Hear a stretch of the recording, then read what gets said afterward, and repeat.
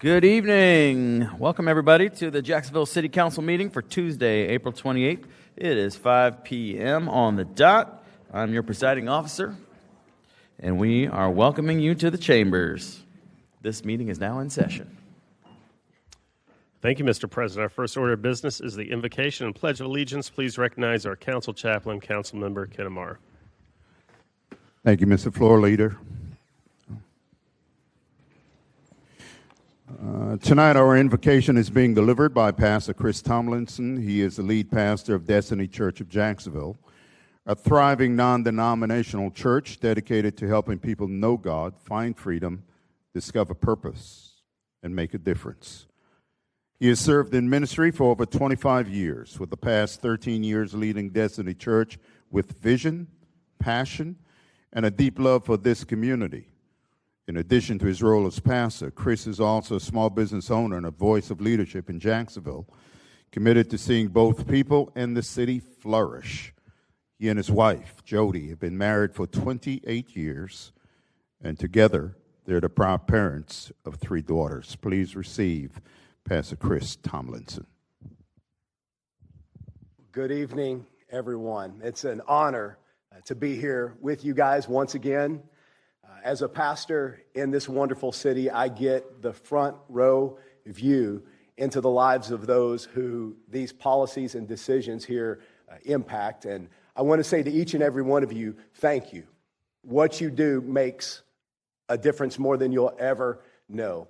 And I also want to say to you, you guys are doing a good job. I'm sure that's probably something you don't hear a whole lot from this podium, but I just want you to know that it is absolutely true. It's easy for people to criticize from the cheap seats when they've not chose to be on the field. You guys have chose to be on the field. You've chosen the weight of responsibility. And for that, we are grateful, and our city is better because of it. So thank you, guys. I'm reminded of a scripture as I was on my way to pray. It's James chapter 1 and verse 17.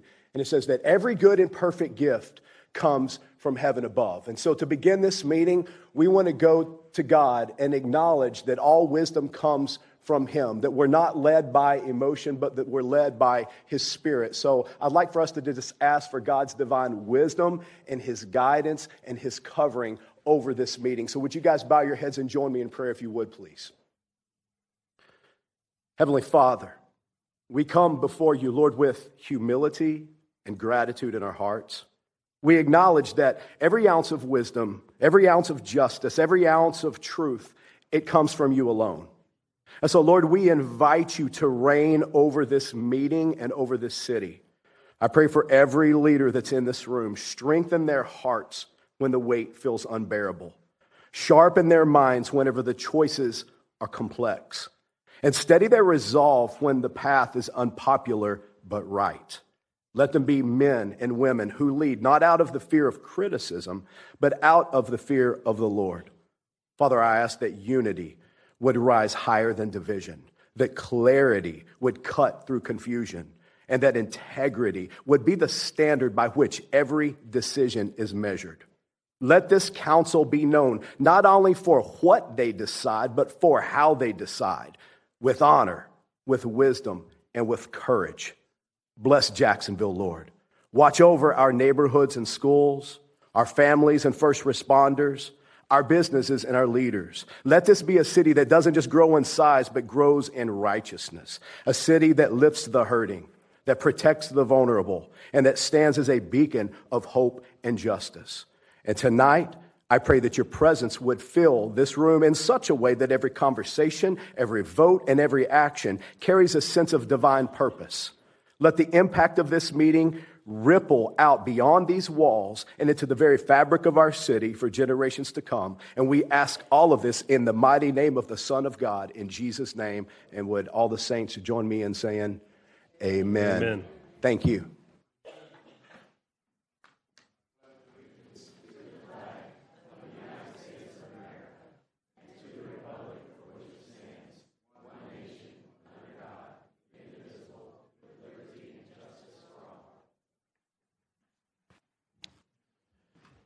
Mr. President, if you do not have any announcements, it is roll call time. All right, roll call.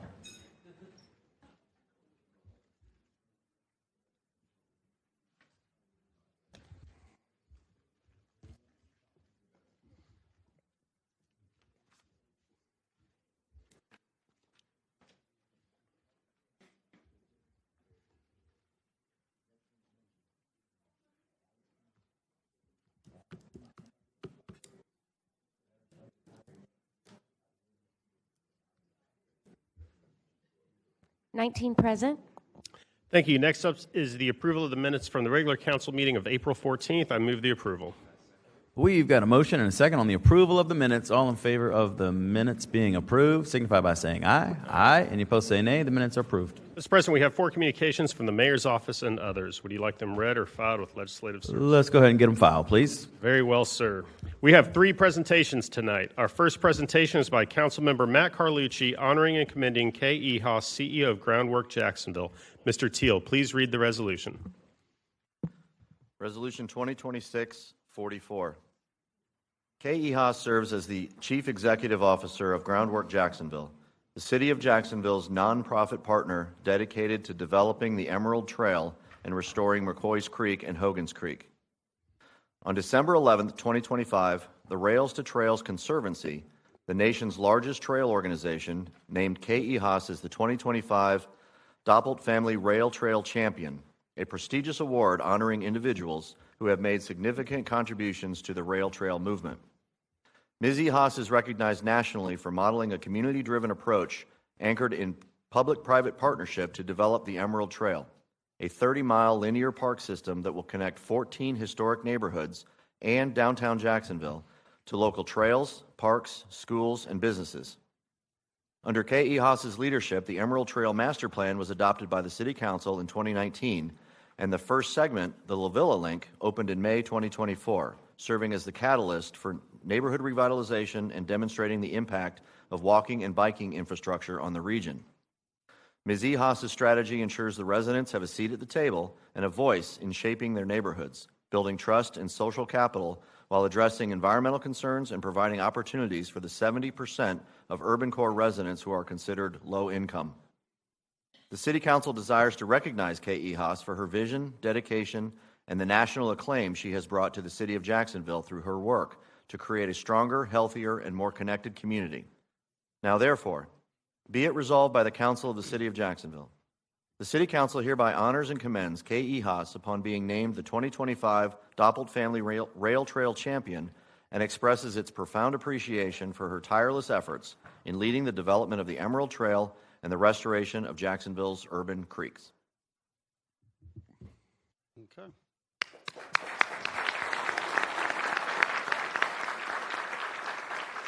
Okay.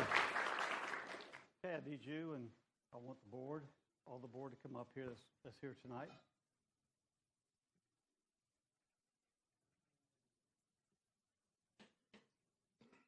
Thank you, Council President, for reading that. I appreciate it. We have the resolution that we can present Ms. E. Haas.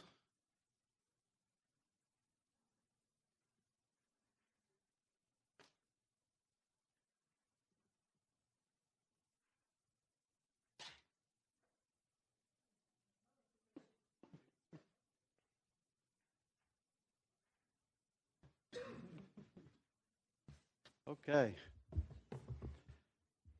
Well, I want to say a few words, Mr. President, if I could. Yes, Is that all right? Yes, sir. Okay, good. Thank you. Just a few comments about the trail itself that I thought might be interesting to you all to know, because we've invested a lot in this trail. 4.6 miles have been completed. 2.6 miles are now nearly completion and are under construction. 6.3 miles are in design, and 14.6 miles are ready for design. Now, this is not only a quality of life trail that people can enjoy and walk on, ride bikes on, and enjoy family activities, but it's an environmental mission, as well as it has kicked off the construction and the cleanup of McCoy's Creek. And some of y'all, I think, have seen the work that has begun and taken place and been completed at McCoy's Creek. And it's been such a long time coming, the work at McCoy's Creek, to return that to its own natural pathway and restore actually a natural fishing habitat Its shoreline is going to be like it was once upon a time. It's just going to be amazing. People will be able to kayak there. This organization has raised nearly $30 million from different types of events, basically like cake sales to any other kind of. You can't raise $30 million with a cake sale. Well, I've been to the cake sales and I've given money. And you guys have been amazing with the way that you have raised dollars. And the S line of the Emerald Trail has had hundreds of trips per day. Every day, hundreds of trips. So this is not a trail that's not used. It is used hundreds of trips. And the Fuller Warren, over 800 trips per day.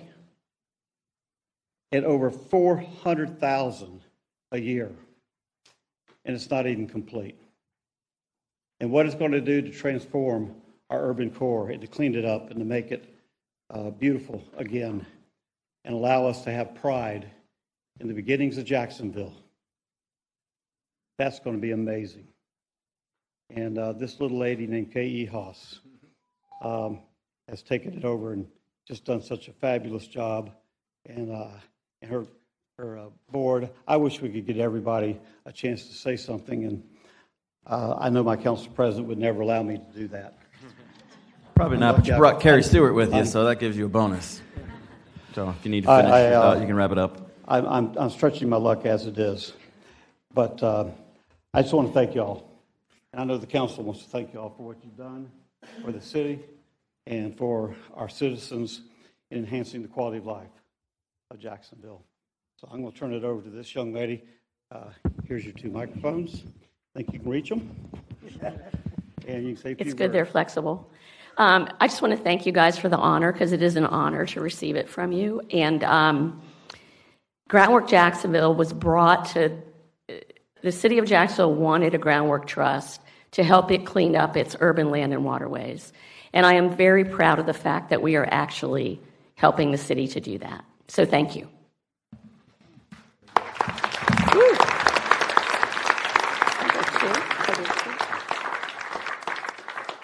Please, we got a picture. We get done here, and then we're going to make room for some other presentations. So come on in here.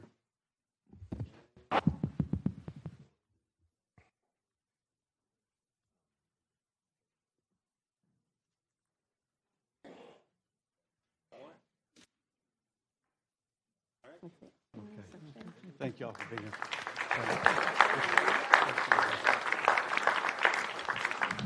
Our second presentation this evening is by Councilmember Clark Murray, acknowledging April 2026 as Autism Acceptance Month. Mr. Teal, please read the resolution. Resolution 2026-160. The month of April is globally acknowledged as Autism Acceptance Month, dedicated to increasing awareness, understanding, and acceptance of autism spectrum disorder. Autism spectrum disorders are characterized by a range of challenges and strengths impacting social communication, behavior, and sensory experiences. Individuals with autism are valued members of the Jacksonville community, whose unique perspectives, talents, and abilities enrich the cultural, educational, and economic fabric of the city. Families, caregivers, educators, healthcare professionals, advocates, and other service providers in the city work tirelessly to provide inclusive and supportive environments for individuals with autism. Raising awareness about autism is essential in promoting early diagnoses, intervention, and access to appropriate resources. Creating an inclusive and supportive environment for individuals with autism involves promoting understanding, empathy, and acceptance within schools, workplaces, homes, and communities. Promoting awareness and acceptance of individuals with autism helps reduce stigma and strengthens the city's commitment to accessibility, inclusivity, and opportunity.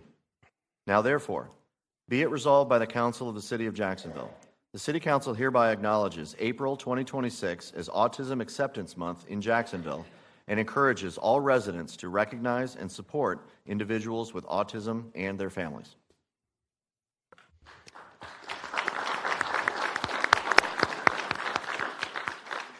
Thank you for that reading, Council Secretary.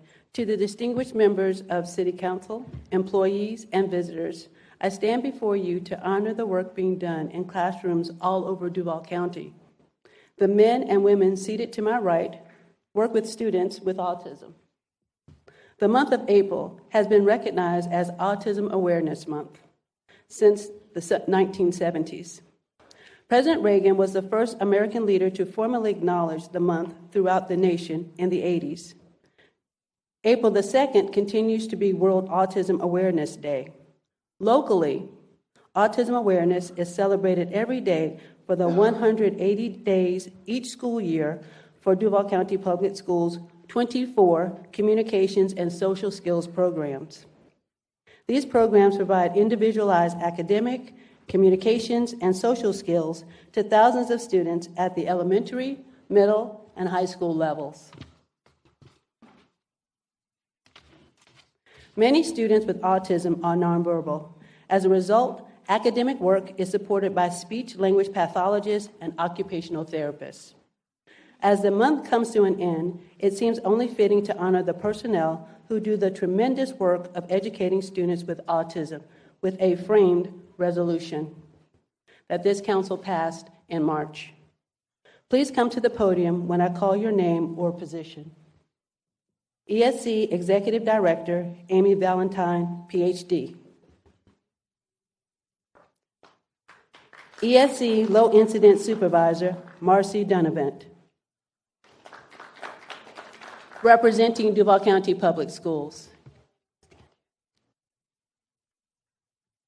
The executive leadership could not do their job if it wasn't for their instructional support personnel team.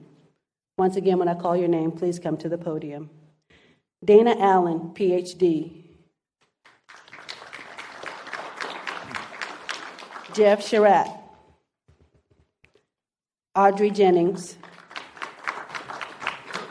And if I'm not mistaken, the following personnel were not able to be with us today, but if you are here, please come forward. Paula Quirk, Jesse Rogers, and Jonathan Freeman.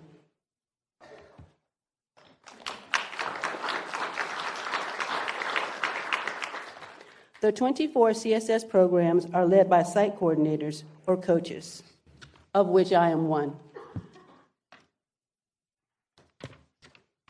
Site coaches, please stand and join us at the podium. Give these personnel a round of applause.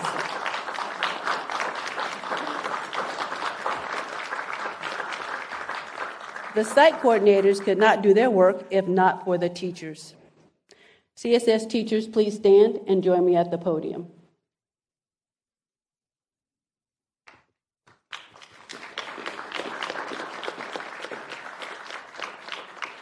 Next, will the principals of schools with CSS programs please stand and join me at the podium.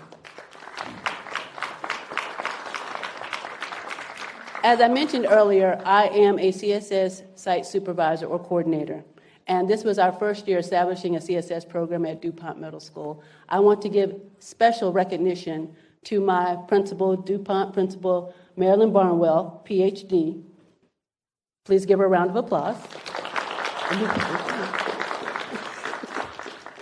I also want to acknowledge my CSS team who are on the way, and I told them we know that we have to stay beyond our 425 because of buses. So I told them, please watch online, and I will acknowledge you because they do tremendous work, and they've been doing that tremendous work for almost 180 days, and we are a true team. And I think one of the reasons why we're a true team is because we are composed of former military personnel, and we get it done. So I want to acknowledge them because they weren't able to make it. Ji-Yoon Baker, Dennis Lee, Marquise Lundy, Teresa Myers, Kelly Patterson, DeCarlo Yelverton. Please give them all a round of applause. And so I present to Dr. Ballantyne a framed resolution, copy of the resolution that was passed in March, acknowledging once again Autism Awareness Month for the month of April. Thank you. We're all going to come on. Thank you so much. Come on, balance yourselves on the left and the right, and then we'll take a picture. Yeah, that's right. We're teachers, and we can do it real quick.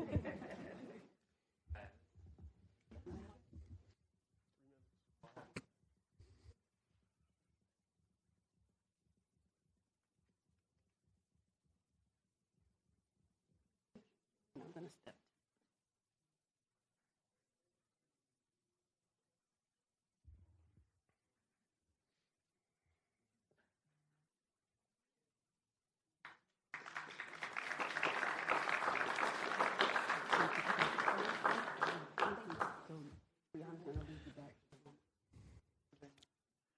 Our final presentation of the evening is by Councilmember Kinamari, honoring the Jacksonville University Dolphins women's basketball team for winning the 2026 Atlantic Sun Championship.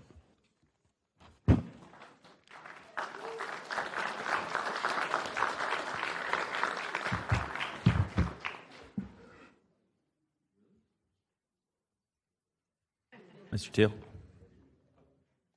Oh, Mr. Teal, please read the resolution. Resolution 2026-235.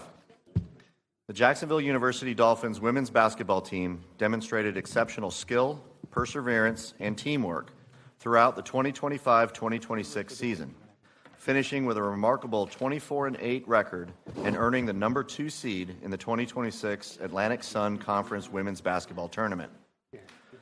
On March 9th, 2026, at VyStar Veterans Memorial Arena in Jacksonville, the Dolphins emerged victorious at the ASUN Conference Women's Basketball Championship with a thrilling 66-63 overtime victory, beating Austin Peay State University. The championship game showcased the team's resilience and determination as the Dolphins battled through a tightly contested matchup that went to overtime before victory was secured. The raw talent and skill of the whole team were on display, with decisive performances by Priscilla Williams, who delivered 13 rebounds and scored 16 points, Carmia Bowman, who contributed a strong performance with 10 points scored, Kamari Mitchell, who scored the lead in overtime, paving the way to victory, and Makia Miller, who sealed the game with 2 free throws with only 9 seconds left on the clock, earning her the title of the ASUN tournament's most valuable player. Under the leadership of head coach Special Jennings and the dedicated coaching staff, the team has exemplified excellence in athletics, academics, and sportsmanship. The championship win marks Jacksonville University's second ASUN women's basketball title and the first in nearly a decade, while earning the team a spot in the NCAA women's basketball tournament for only the second time in program history. The JU Dolphin women's basketball team's achievement brings pride and national recognition to the city of Jacksonville and serves as an inspiration for student athletes throughout Northeast Florida. Now, therefore, be it resolved by the Council of the City of Jacksonville. The City Council hereby honors the JU Dolphins women's basketball team for their victory in the 2026 Atlantic Sun Conference Championship and congratulates the players, coaches, and staff for their extraordinary accomplishment.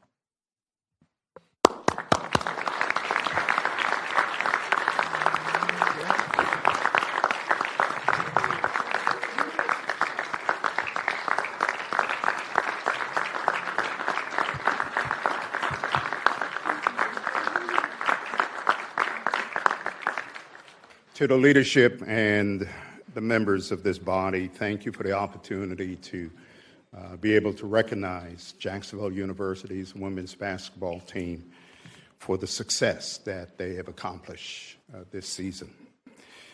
As Councilmember Tyrona Clark Murray was here, I was thinking about how life is a classroom, and there are lessons we can learn from life, what to do and what not to do.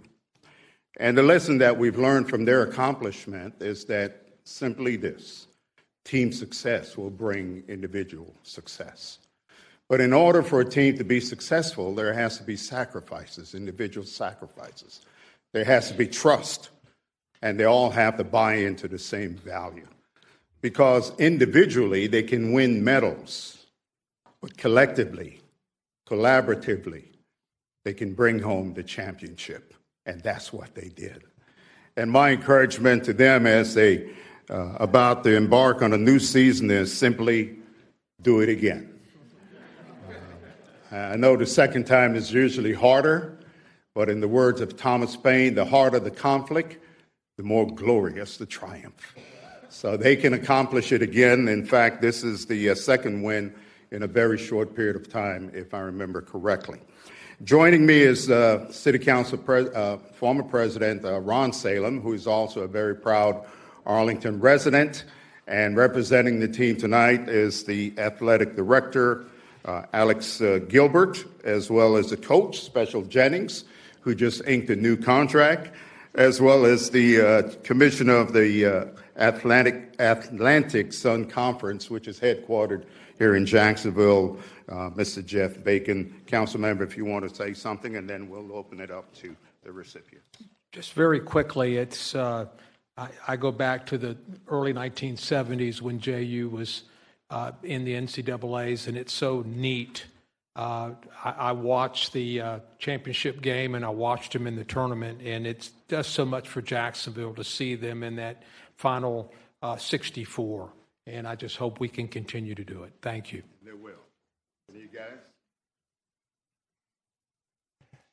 Thank you very much. And on behalf of Jacksonville University, Jacksonville Athletics, Jacksonville Women's Basketball, we would just like to take this moment to thank the entire City Council, specifically from District 1, Ken Amaro and Joe Johnson, for helping us secure this resolution and being part of this. It means a great deal to us, means a great deal to our young women, and as it's been said, the games are played, championships are won, but what we always hope is that our young women, our young men, in this case our young women, represent the university well, represent the city well, and make the city proud. And it's been talked about that we'll be back here again to go for championship number 3, and we've got the right leader in Special Jennings doing that here for us, who just did sign a new contract. She'll share a little bit about the team.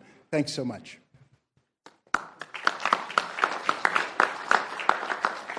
Hi, thank you. First off, I stand here giving thanks. As the pastor said earlier, thank you so much for allowing us to be here for this recognition. This recognition belongs to so many people. I'd like to start with thanking President Tim Cost, who brought me here to the city of Jacksonville. To our new president, our incoming president, Lisa Southern, who's been super supportive. To our athletic director, Alex Gilbert, who I am definitely biased, but who I think is one of the best in the business when it comes to support and just doing everything possible to make sure that we are growing as a program. To my staff, who work tirelessly, night in and night out, to make sure that everything is running well for our program. To our support staff, who is also here, who does a lot for our program behind the scenes to make sure that we can travel and have all the things that we need. To our, to our commissioner of our league, Jeff Bacon, who does a phenomenal job of making sure that we are competitive and that we have what we need to compete at a high level. And then lastly, to my wife, who's probably the most important person in my corner, who makes sure that I'm able to get the job done. And so thank you so much. This is a great honor. To my players who have worked tremendously, right? The hard work, the behind the scenes, the things that they go through to even compete and win 20 games, but also to get to a championship. And so thank you guys so much. I'll leave you with this, right? My track record, since we keep talking about getting another championship. I've been known to win more than one. And so that is my hopes that we can do this thing again. Thank y'all so much.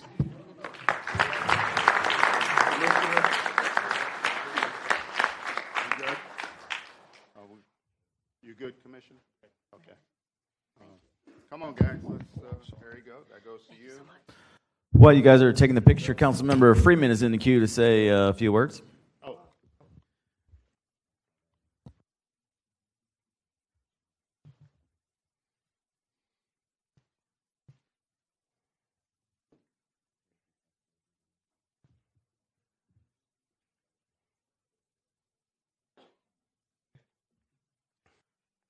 All right, Councilmember Freeman is going to say a few words. If you guys could Thank you, Mr. President, and through the president to Coach, I will thank you, and to the athletic director as well. One, I just want to tell you all, my daughter had the privilege of attending your summer camp last year, and I'm telling you right now, what you just saw there was just a fraction of the energy that you get during practices and during games. I had the pleasure of following you all. She's a little point guard at Bowles, following you guys over your run this year. We watched the game on TV. So really look forward to continue to follow you all. Great job, ladies, and you have a fan here. So thank you so much. All right, Mr. Floor Leader. Thank you, Mr. President. Colleagues, at this time, I would like to recognize our page tonight. We have Mr. Joel St. Fleur, who is a member of the Home Education Program. Thank you for serving with us tonight.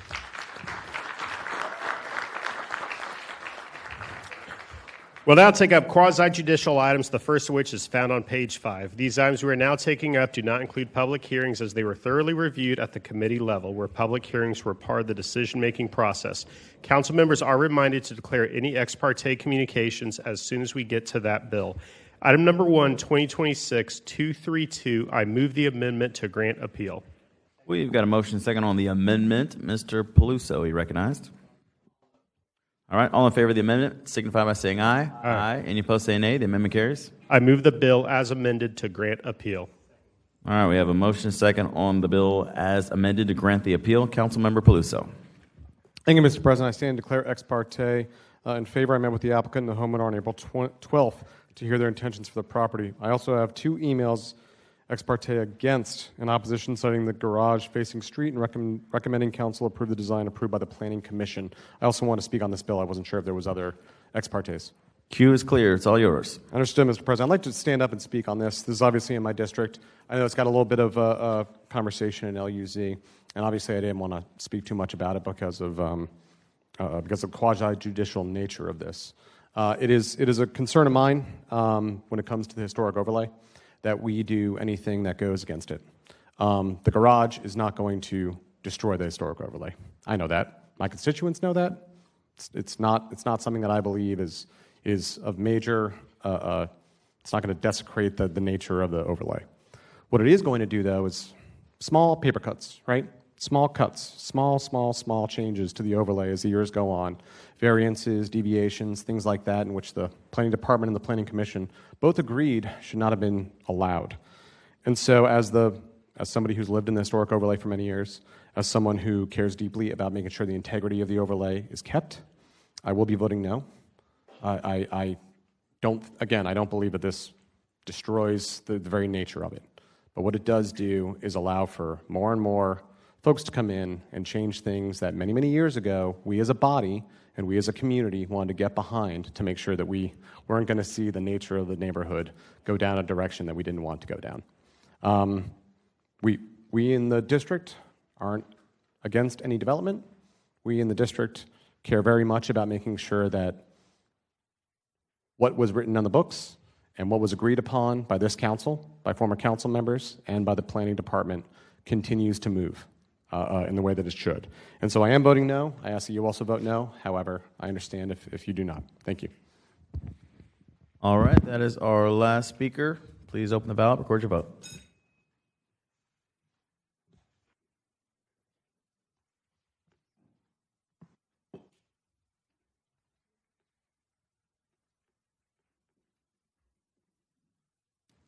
Nine yeas, 8 nays.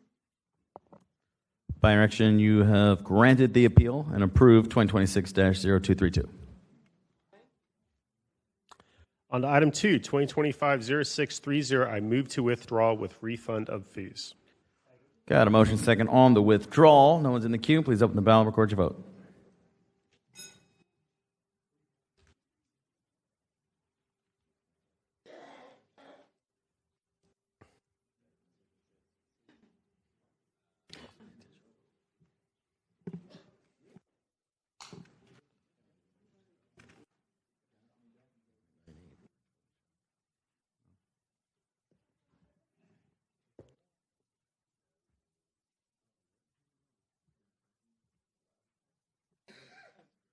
Just a reminder, the green button is a yes, the red button is a no. Please push your buttons when the legislation comes up.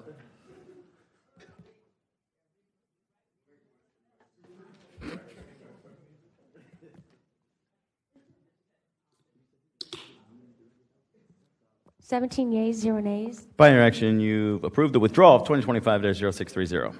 Item 3, 2025-724, I move the bill. I have a motion and second on the bill. There's no one in the queue. Please open the ballot, record your vote.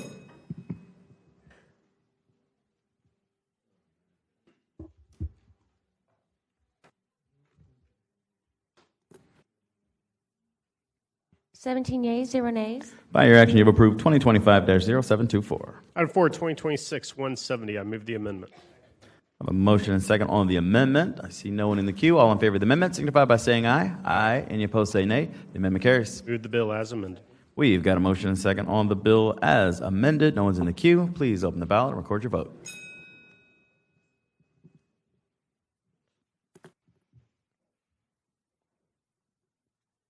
Seventeen yeas, 0 nays. By your action, you've approved 2026-0170 as amended. Item 5, 2025-174. Move the bill. Got a motion and second on the bill. There's no one in the queue. Please open the ballot and record your vote.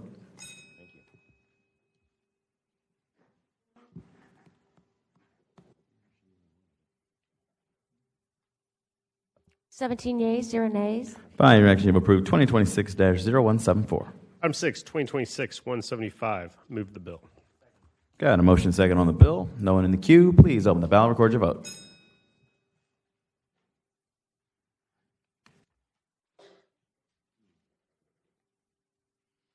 Seventeen yeas, 0 nays. By your action, you've approved 2026-0175. Item 7, 2026-177. I move to withdraw. Got a motion second on the withdrawal. That'll be a ballot vote. No one's in the queue. Please open the ballot and record your vote.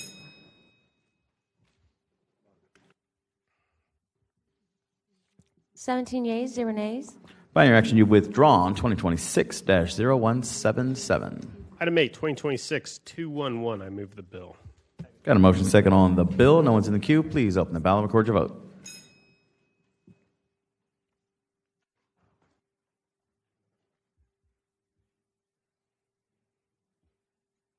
Sixteen yeas, 1 nay. By your action, you've approved 2026-0211. Item 9, 2026-212. I move the bill. Got a motion second on the bill. There's no one in the queue. Please open the ballot and record your vote.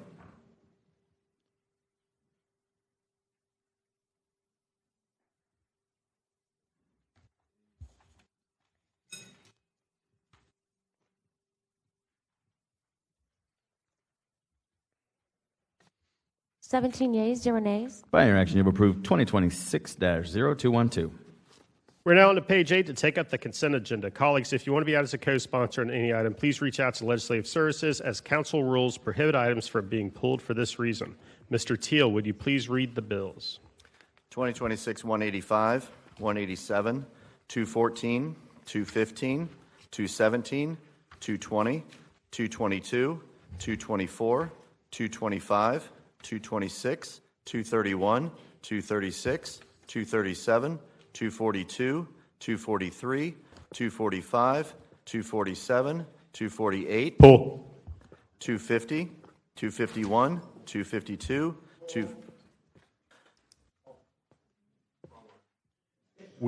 I think you have an incorrect pull of 2026-252, correct? Okay, so Mr. Teal, that was not a pull on 252. non-pull on 252, 256, 262, 271, 272, 278, 279, 281, 282, 283, 284. Mr. President, we have a pull on 248 by myself and a pull on 262 by Councilmember Johnson. So I move approval of the consent agenda with the exception of items 2026-248 and 262. All right, we've got a motion and second on the consent agenda, less the items that were pulled. There's no one in the queue. Please open the ballot and record your vote.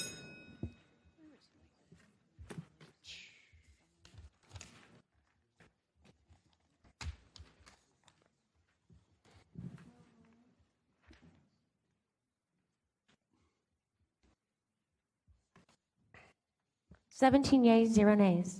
By your action, you've approved the consent agenda minus the items pulled.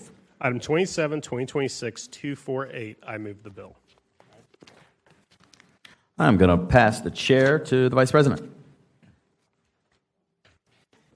Thank you, Mr. President, and I will recognize you, sir. Thank you, Mr. Vice President. I rise to declare conflict. I will be abstaining from this legislation as my employer, the Boys and Girls Clubs of Northeast Florida, does work in drug prevention with young people and sometimes have applied and received dollars from the opioid grant settlement. So I will be abstaining due to that conflict. Thank you, sir. And Ms. Pittman, you're recognized. I would also like to abstain because my employer, the Clara White Mission, will perhaps maybe apply for these funding as well, and the paperwork has been submitted. Thank you. All right, thank you, Ms. Pittman. We have no one else on the queue. We have a motion and a second on Bill 2026-0248. Let's open the ballot and record your vote.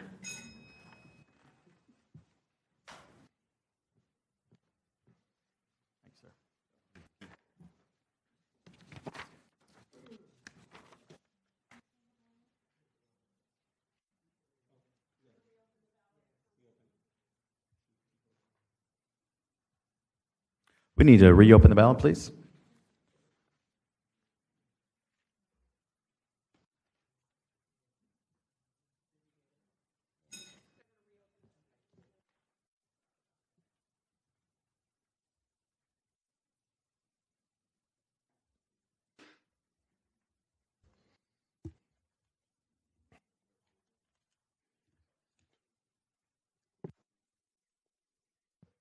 Fifteen yeas, 0 nays, 2 abstentions. By your action, you've approved 2026-0248. On item 2026-262, please recognize Councilmember Johnson. Councilmember Johnson, you're recognized. Thank you, Mr. President. I move to amend this bill.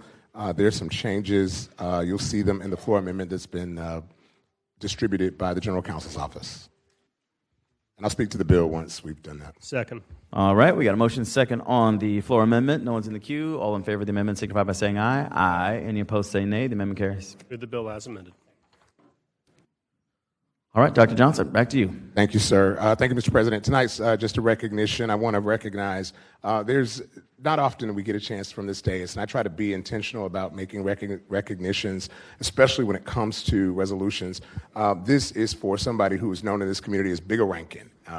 His official name is Jadon Dexter, which I didn't know, but for those that don't know, I worked in radio for years at 92.7 The Beat, Hot 101.5, and other radio stations. During that time, this guy, Bigger Rankins, had a venue called Cool Runnings, kind of named after the Jamaican Cool Runnings bobsled team. But Cool Runnings here in Jacksonville did something that gave not just young people, but people, period, in the community a place to go, a place to have a good time. It's kind of hard to realize it, but it's been 30-plus years since Cool Runnings came to Jacksonville. But what he did, and I know this for a fact when I was on the radio and promotions director at the radio station, this guy, Bigger Rankins, would go into communities, not ask questions, not do something big, but go and give gifts to kids for Christmas, buy turkeys for Thanksgiving, and made sure the community gave back because he knew where he came from in Jamaica. So for an immigrant from Jamaica to come to America to do as well as he has, and then give back to Jacksonville, and then go on to do things internationally with artists from around the world, I think it's important that we honor him. So I'm so excited that we are honoring Bigger Rankins for his work in the Jacksonville community, and thankful, and I hope, colleagues, that you'll vote in honoring this man who didn't do it for recognition or accolades, but he did it because it was the right thing to do. Thank you. All right, thank you, Dr. Johnson. As someone who grew up listening to 92.7 The Beat, not 93.3, we know all about Bigger Rankins and the Cool Runnings crew. All right, please open the ballot, record your vote.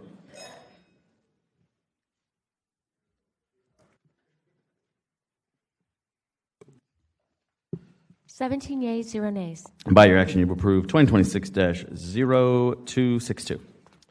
Mr. President, that completes our consent agenda, and with that, we're going to jump ahead to page 32 to take up certain third reading resolutions, starting with item 70, 2026-206. I move the amendment.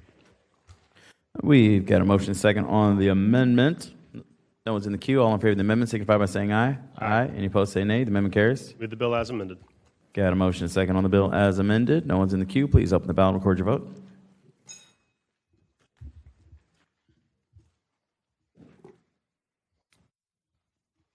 Seventeen yeas, 0 nays.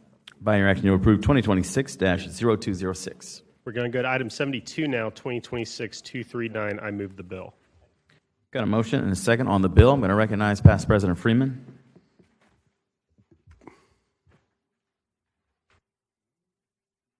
Thank you, Mr. President. After consulting with the Office of General Counsel and reviewing the specifics of the Eastside Community Grants Program, I have confirmed that I do not have a conflict that requires me to abstain from voting on this appointment. The types of programs and projects that would qualify to apply for funding through this grant program to be awarded to the East Side Grants Committee are not something Miller Electric would directly apply for. I am also not aware, nor do I have a reason to believe, that Miller Electric would be a subcontractor on a project or program that could be funded through this program. So out of abundance of caution in committee, I abstain, but tonight I'll be voting on these good individuals. Thank you. All right, thank you, Past President Freeman. So the bill has been moved and seconded. Please open the ballot and record your vote.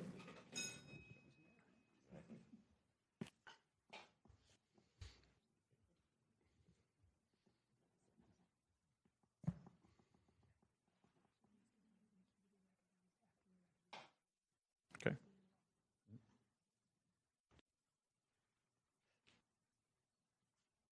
Seventeen yeas, 0 nays. By your action, you have approved 2026-0239. Item 73, 2026-240. I move the bill. Got a motion second on the bill. No one's in the queue. Please open the ballot and record your vote. Before we vote, I think the advice of General Counsel that Mr. Freeman needs to abstain every time, or has he made his intention clear? Through the chair, I leave it up to Mr. Freeman whether he wants it clearly on the record for each item, but if he wants me to clarify, he had originally abstained on the following items: 2026-239, 2026-240, 2026-254, 2026-255, and 2026-257. In all instances, after that additional analysis that he referenced in his statement on the last item, we determined that he did not have a need to abstain on any of these items this evening. All right, thank you for the clarification. All right, open the ballot, record your vote.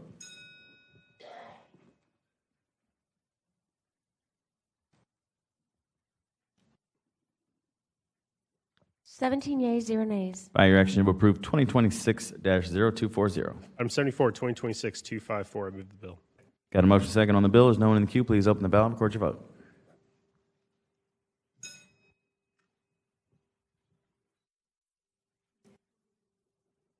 Seventeen yeas, 0 nays. By your action, you have approved 2026-0254. Item 75, 2026-255. Move the bill. Got a motion second on the bill. There is no one in the queue. Please open the ballot and record your vote.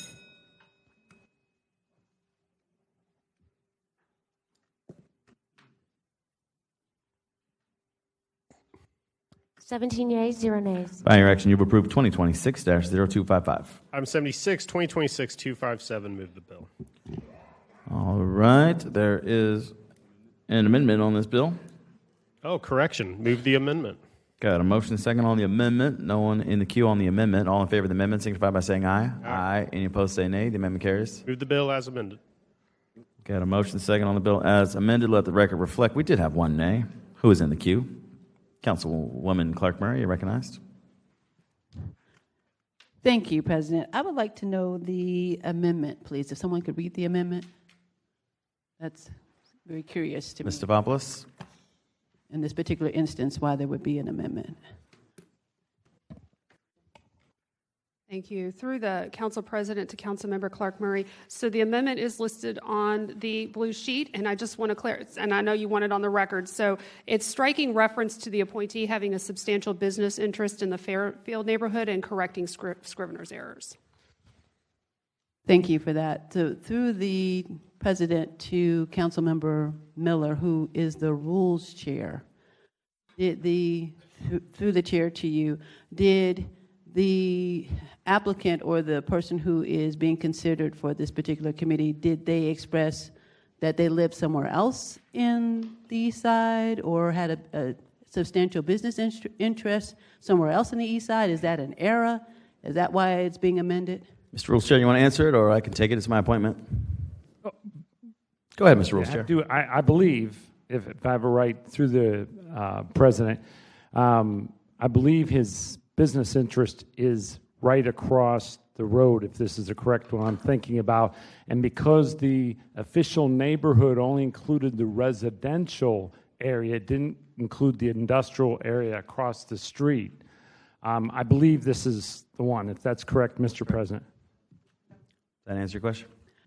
He says, through the Chair, well, to you, he says across the street from what? Fairfield, that was mentioned in the bill? His business is located in an area known as Fairfield, but the way it was drawn in the map It was only included the neighborhood where the residences are. His business is literally across the street. It's still in the historic East Side, just not in the actual Fairfield district. Okay, so, across the street. so there's an error in regards to the actual paragraph regarding where that person business interest is located. That's the error and why it's amended. All right. Thank you for that. All right. So the amendment was already passed, so the bill's been moved and seconded as amended. Open the ballot, record your vote.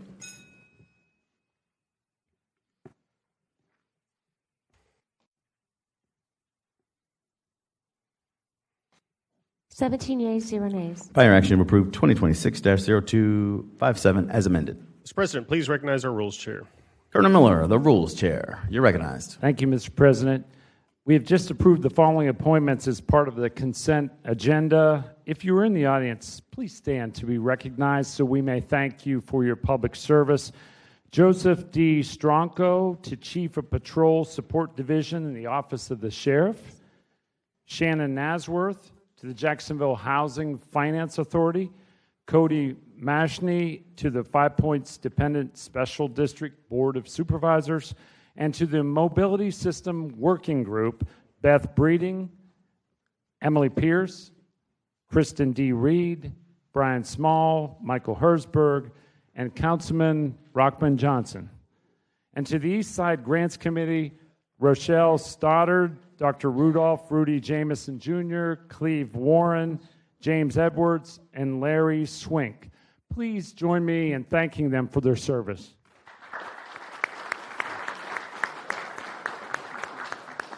Thank you, Mr. President. All right, I'm now going to recognize Councilmember Peluso. Thank you, Mr. President. I stand for two reasons. The first one is I want to thank this body for, in the consent agenda, there was item 2026-0231, which establishes a resolution for bike lanes, dedicated bike lanes in our downtown. If you go to any other major municipal area in the entire city, or entire country, you see dedicated bike lanes, protected bike lanes, and we just do not have those here in the city of Jacksonville. I firmly believe that if we have dedicated protected bike lanes, that we're going to see more people using bikes as a conveyance, as a means to get from one place to the other, rather than some of the folks who use speed bikes as a means of pleasure or for sportsmanship. So I'm very grateful to you guys. I think it's going to be huge for our city, more than you know. The other item that I'm standing up to discuss is item number 8, 2026-0211. I accidentally said no to that vote, but I would like to vote yes. I'm asking for someone to move to reconsider. I need someone who was on the prevailing side. Item number 8, 2026-0211. Thank you. Sounds like you have a gracious motion to reconsider from the floor leader and a second from Mr. Arias. So is that a voice vote for the reconsider, Ms. Stavopoulos? All in favor of the reconsider, say aye. Aye. Any opposed, say nay. The reconsider is on the table. I move 2026-211. We got a motion and a second on 2026-211. No one's in the queue. All in. Take it to the ballot. Let's open the ballot. Record your vote. My pleasure.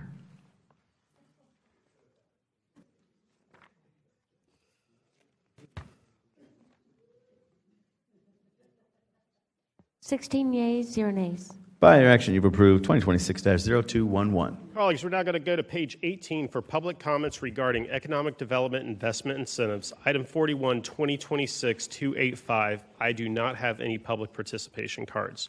With that, I move the amendment. All right, we've got a motion second on the amendment. No one's in the queue except for Councilmember Diamond, who is recognized. He's on the bill. All in favor of the amendment signify by saying aye. Aye. Any opposed, say nay. The amendment carries. Move the bill as amended. We've got a motion and a second on the bill as amended. Councilmember Diamond, you're recognized. Thank you, Mr. President. Through the President to our incredible auditors, can we just confirm there's no completion grants here? This is all Rev Grant, right? I think people like to know this. Through the President to Councilmember Diamond, you're correct, all Rev Grant. Gotcha. Just so everyone knows, that means this is a targeted tax cut. So no taxpayer dollars are going out of your pocket into some company, literally just saying you guys are investing a bunch of money and you get to keep some of the tax dollars that you are actually generating with your investment. Thanks. All righty. Councilmember Boylan. Thank you, Mr. President. I just wanted to acknowledge a couple of things and a question for the auditors as well. Number one, we're talking about a $550 million capital investment in this process, and I appreciate that.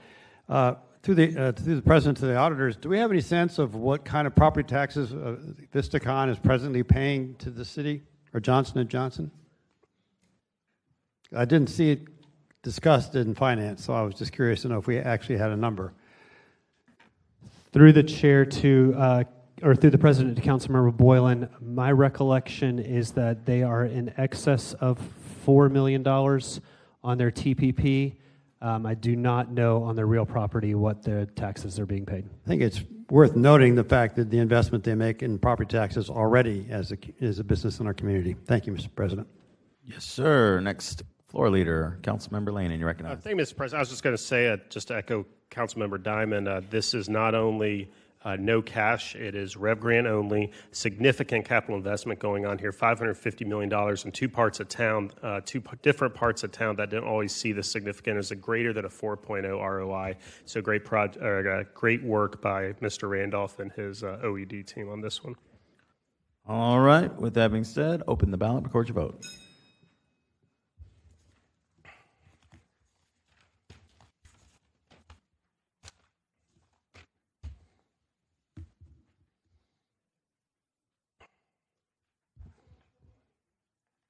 Ms. Pittman. How many total cards? 16 yeas, 0 nays. By your action, you've approved 2026-0285. It is time for public comments. Ladies and gentlemen, if you wish to speak, you should have filled out a green public comment card. No cards will be accepted after 6 p.m. Council rules call for an allotment of 90 minutes for public comment. Given the number of cards submitted right now, each speaker will be given 3 minutes so that all those wishing to speak will have an opportunity to do so. That is subject to change if we get a last-minute rush on cards. I'll announce 5 speakers at a time. When I call your name, please come down to the reserved seats in the front row while waiting your turn to speak. Your time will not start until you arrive at the podium. Remember to state your name and address before beginning, or you may say my address is on file. A speaker may be invited to the green room for further discussion at a council member's discretion. I will read the first 5 names now so they can begin to make their way down, and then I'll have Mr. Teal read Council Rule 4.505 regarding disruption of meetings. Our first 5 are Kathleen Pereira, Tony Langles, Latavia Harris, Breno Durden, and Jake Jacobs. Please come down to the front and sit in the reserved section down there to my left. Mr. Teal, please read Council Rule 4.505. Council Rule 4.505, disruption of meeting. Any person who disrupts a regular meeting of the City Council, standing committees, special or select committees, subcommittees, or any other public meeting presided over by a City Council member may be forthwith barred, removed, or otherwise ejected in the discretion of the presiding officer from further attendance at that meeting. If necessary, due to the nature of the disruption, the audience may be cleared from the council chambers or meeting location in the discretion of the presiding officer. Any person who refuses to leave the City Council chamber may be subject to arrest. Thank you, Mr. Teal. Legislative Services, note the start time is 5:59, and Ms. Pereira, you have the floor. My name is Kathleen Pereira. My information is on file.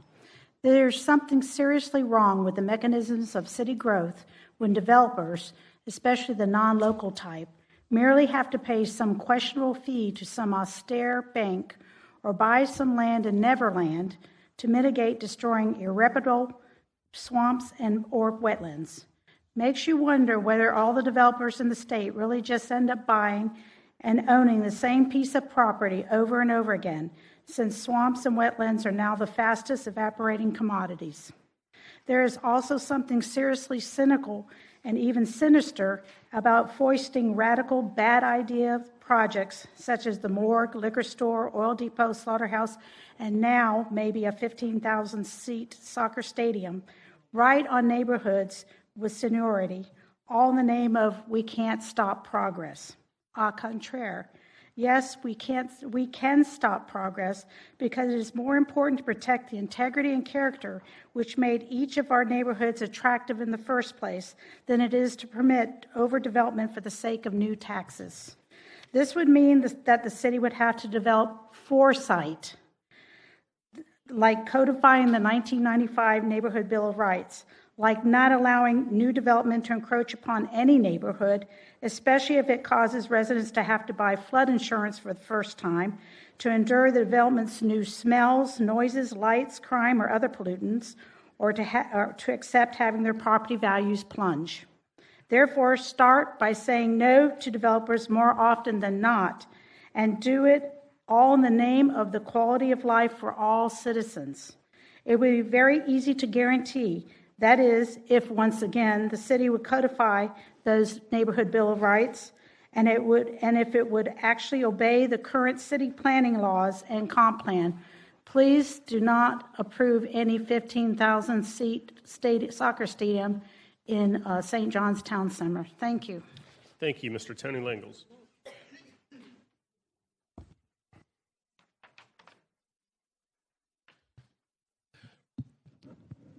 Good evening, everyone. My name is Tony Langles. Address is on file. I'd just like to make a comment concerning an issue that was discussed by a number of people here at the last meeting here at this city council meeting. A number of people came forward and said that their First Amendment rights were violated when 3 people were forcefully removed from the city hall on May 27, 2025. I feel this is totally untrue. I was at that meeting, and they formulated their position on the Palestinian-Israeli issue at that meeting. As a matter of fact, I feel our rights were violated when they caused a disturbance in the hall, interrupting a peaceful meeting. Thanks to the City Council President and JSO for restoring order in the hall. As a matter for the record, the jury found Leah Grady guilty of resisting officers at the City Council meeting where police say a group of people were disrupting proceedings. She refused to leave the meeting. The 3 individuals were arrested who refused to leave also and becoming combative with officers. They were charged with resisting an officer without violence. I noticed that the judge didn't articulate or adjudicate the crime on the First Amendment rights violations. Negative actions and disruptive behavior have consequences at these city council meetings. Our rights were violated when we could not attend a peaceful, nonviolent meeting. So I feel our rights were violated. You know, they talk about the First Amendment rights. But anyhow, lastly, I'd like to commend floor leader, District 3 Councilman Will Lannon. He does an outstanding job managing, organizing, and controlling the speaker cards on the amendments and ordinances being addressed at these meetings. He makes these tasks look easy, but he has a complex and methodical responsibility. He keeps the meeting flowing smoothly. I mean, if I was up there, I'd be saying, "Where are we at? What ordinance or amendment are we on? Can somebody help me out here a little bit?" But Councilman Lennon, he does an outstanding job with keeping this meeting moving smoothly. So thank you. You have 38 seconds left, Mr. Langles. You want to keep on going. So I could give you some more praise and commendations there, District 3 Councilman, but I'll leave it go at that. Want to make sure you had all your time. Next up, Ms. Latavia Harris. My name is Latavia Harris. My address is on file. Part of this journey is that I just understood the definition of listening and hearing is totally not the same. When we came to you guys, you have yet to see anyone come up here and have a need for speed. It was all we wanted to do was do it right the first time. I heard someone the last time say the process was so long and drawn out. That's because you didn't listen to us. So we had to go and incorporate the Inspector General Department to come and help us out because no one was hearing us. We were saying it, and we had meetings, no one listened to us. Same thing we're trying to stress with you, with Rudy Jameson, Cleve Warren. No one is listening. So this time, I took it a step further. So in a couple of months, we're going to wish we would have listened because we're going to be right back where we are. Everyone was talking, but no one asked. Rochelle stuttered, "How did you learn about this board?" No one asked Cleve Warren, "Who told you about this board?" Everyone just assumed, and no one even followed the process or the protocol to fill out the application and to have the interview. Yes, we do know some of the council members met with some, and some of those members also said the issues they had with some of the board members. Here we are again, not listening to the community. So if you guys like for me to always go get the executive branch or another government branch to step in, or you could have did it right the first time, I'm totally fine with that. Y'all don't understand because no one listens. No one looks. No one asks the questions. You think we just come here because I have nothing to do all day? No, but it's a reason we fought for the model that we had to fight for. We met with several people who went behind our back and did different things. And here's the Inspector General come and tell you exactly what we've been saying to you for months. We are not in a rush for this process. Why are you guys rushing it? This is my thing. I've not been here one time and someone came up and said, well, we need to hurry up and get this money out. It's our money. It belongs to us. It came off the backs of the people in my community. Rochelle Stutter can't even tell you 3 streets that belong to A. Philip Randolph. She has never in her life even probably met anyone. I had the same reservation by James Edwards. But you know what I did? I went out 21st in Phoenix. Everybody knew him. Everybody's dealt with his family. Did you guys do that? No, no one never asked, how did you know about this board? You just said, yeah, you look like a subject matter expert. I have 3 kids, put them in college by myself. I'm a subject matter expert. All we asked you guys was to do it right. But nobody wanted to do it right because you select people, and Dr. Jameson is going to bite y'all in the butt. That's all I have to say. I would like to meet you in the green room if you like. Next up, Breno Durden. Breno Durden. Okay, Jake Jacobs. And I'll call Mr. Durden's card one more time after this.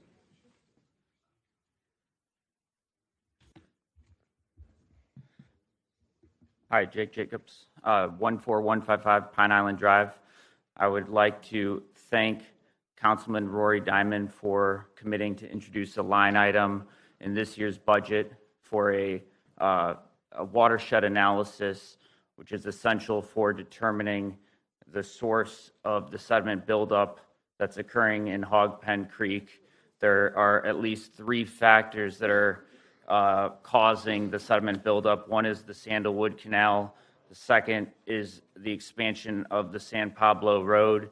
And the third is utility work that was performed by JEA within the Hog Pen Creek. To what extent each of those factors impacted and caused the sediment buildup, we don't know without first having the study performed.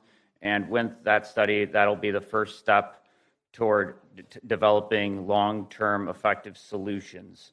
My request is that enough money is set aside from Councilman Diamond's $1 million budget to ensure that the study is properly scoped and performed properly. This is an environmental crisis that we're facing here at Hog Pen Creek, and I want to make sure it's done properly so that we don't see further degradation to the environment and we have long-term solutions put into place.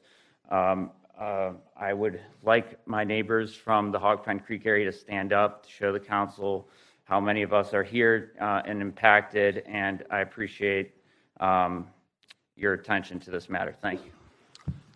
Thank you, sir. Next 5 speakers, please come on down. Denise Scott, David Vandegrift, Charlie Bender, Latrice Bell, and Nathan Ballantyne. And Ms. Scott, you can go straight to the podium.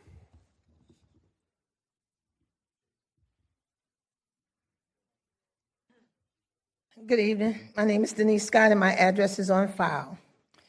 The pastor this evening gave the invocation, and he said that it's easy to criticize from the cheap seats. I need him to understand that that's what the Constitution allows us to do.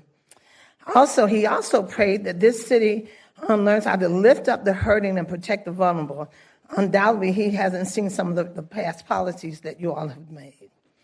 Okay, so let's start with 1619, the transatlantic slave trade. Just last month, United Nations General Assembly classified that slave trade was the gravest crime against humanity. So imagine over 400 years of dehumanizing, I can't even say the word, y'all know what I'm saying. After the so-called free people, you came up with black codes, another way just to restrict their freedom and to force them back into the labor-based slave conditions. And if that wasn't enough, you came up with Jim Crow laws, you remember, separate but equal, so you can reinforce the hate and segregation. After all that came the Civil Rights Act of 1964, which ended that segregation and banned employment discrimination. There were protections from that open hatred. So my elders and my ancestors, all of that, all they ever asked for was equality, never retribution for the harm they received. So here we are in 2026, and you folks are using diversity, equity, and inclusion as if it's dirty words. Our governor, Ron DeSantis, he signed into law prohibiting DEI and has the audacity to say that white men have been discriminated against. Now, this is the same man that this state using finna gerrymander the maps again. So I have a question. Y'all know Joanne Reed. She asked the question, why y'all so angry? You got the White House, you got both houses in Congress, you have the Supreme Court kissing the boots of the president, you got legal racial profiling, you got DEI to end, you got affirmative action to end, you get the best jobs, especially when you're not qualified. You ban our books, you ban history in museums, you got it where folks so afraid to say black. Why are you so angry? The problem is white men and their addiction to power. We should all understand by now that what makes America great again, what it really meant, was what makes white mediocre men in charge again. But don't forget what Maya Angelou said and what she meant when she, in that poem, that I rise. We overcome injustice and prejudice with the immutable strength of the human spirit. We rise despite your injustices. Next up, David Vandigriff. And then Charlie Bender, Latrice Bell, and Nathan Valentine. Go ahead, sir. Good evening. My name is David Vandigriff. Address is on file. I'm here to speak tonight about the 3 a.m. extension on the liquor law. When you guys were doing the amendments, I would like to suggest from a citizen, a small business owner, and a nonprofit owner here in the city that I've been here now for over 16 years doing business, that we do consider Brooklyn as part of the downtown area because it is part of the downtown area. Also, the Downtown Investment Authority includes Brooklyn. So there's no reason why we should not extend the 3 a.m. law for those areas in the Brooklyn area. There are multiple businesses that would benefit from this. You're looking at a growing population of 1,500 new units coming online. Most of those units are going to be in the 30 and the 40-year age range. They don't want to have to drive to go have a drink. If they're out and about, you can walk there in the district. That's what it was designed for. That's why Brooklyn has thrived. We don't need to hold any section, especially a part of the downtown area, back. And there's a wonderful business owner that I've known, that I've worked with now for 16 years, Stacy with In Cahoots Nightclub. She has had the In Cahoots Nightclub for 26 years. The club's been there for 41 years. She has ran her business the right way. She's paid her taxes. She's obeyed the city ordinances and the laws. Also, you have a greenhouse bar that's within the Brooklyn area there. As we all know, the restaurants in that area have had past history of survival. So we want to make sure that when people are investing in building these buildings there, that we are giving them the best chance to have businesses, small businesses, go in that area that are going to actually survive. And when we think about small businesses, 50% of Jacksonville employees, well, 50% of the Jacksonville people are employed by a small business. And we need to make sure that what we're doing is small businesses, and this is not a big ask, but what the revenue would generate and then the tax revenue that the city would gain off that may be a little smaller than what we all like, but it is part of what keeps our city growing. So I would really honestly like to request that you make a special amendment to make sure that Brooklyn is included in the 3 a.m. district. Thank you. Thank you. Charlie Bender.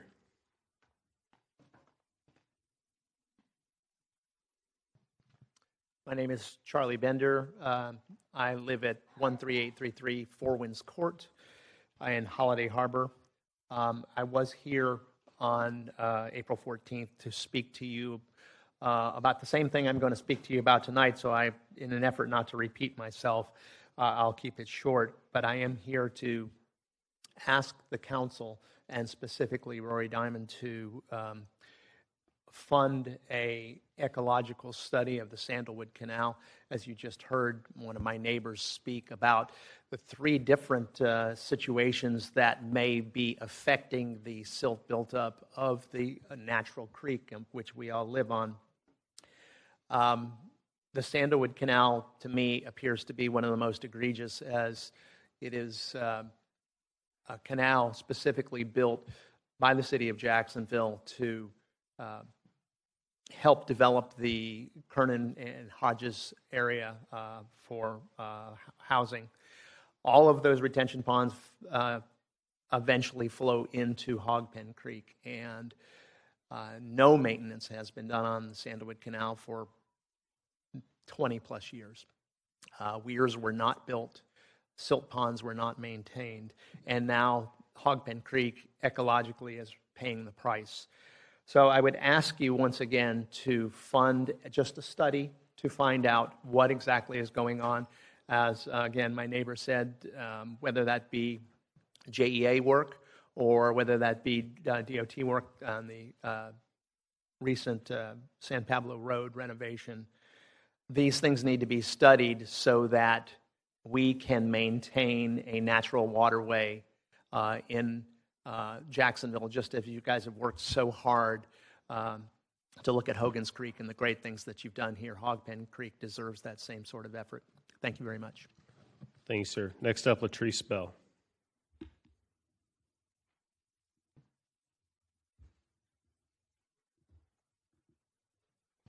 Good afternoon. Latrice Bell. My address is on file. The DEP FDOT said the George Grady Bridge was not safe for people to fish off.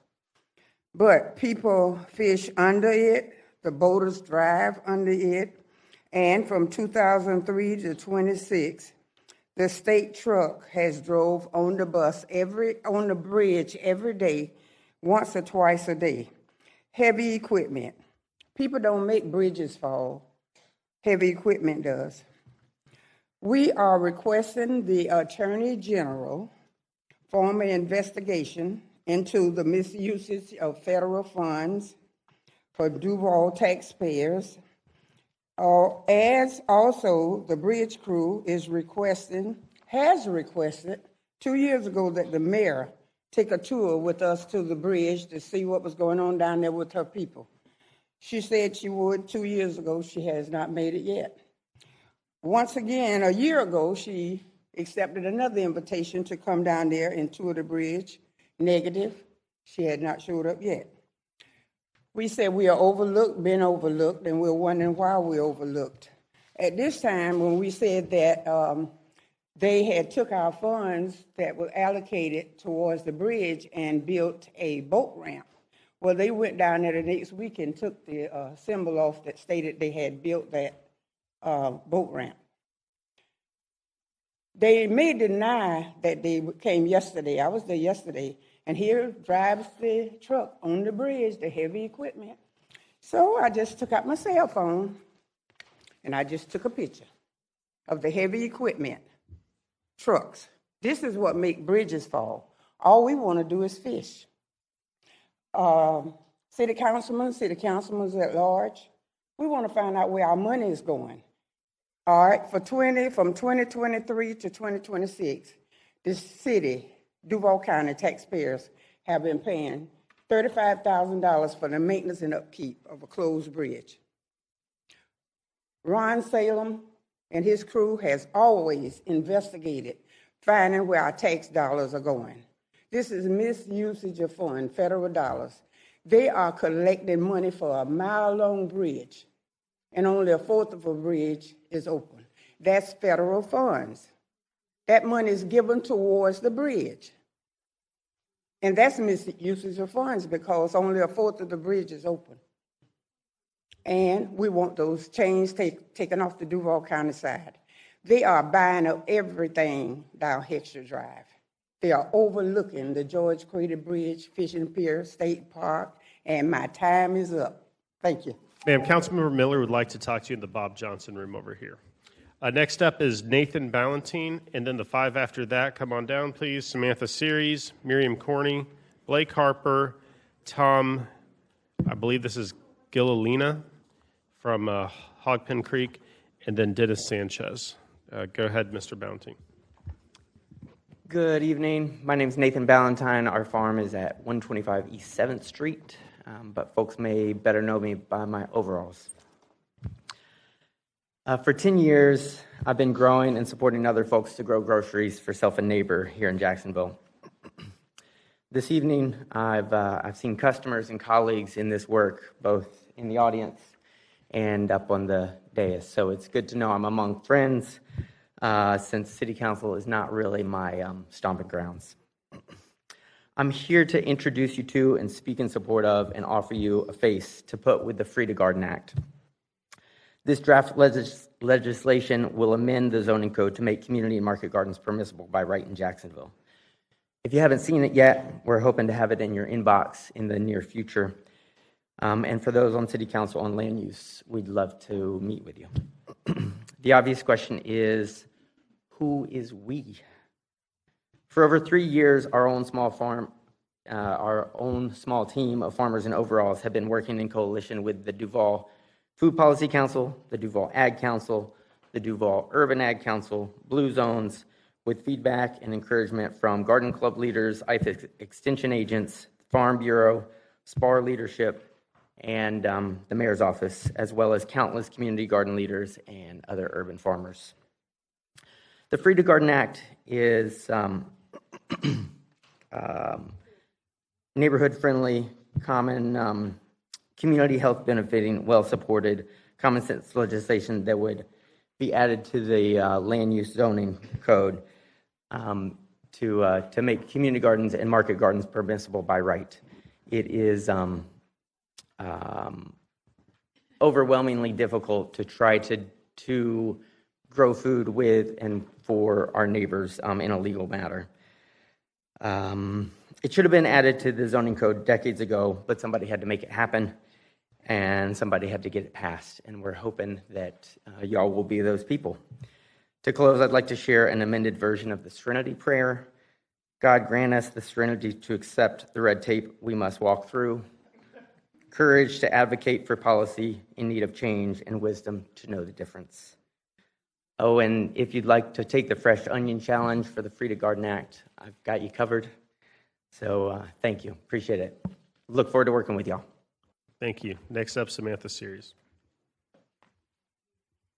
Samantha Series, address on file. Real quick, I feel like we're missing quite a few of us up there, so I just wanted to mention that. I feel like we're not getting a full audience from you all, but here we are. I just have a couple of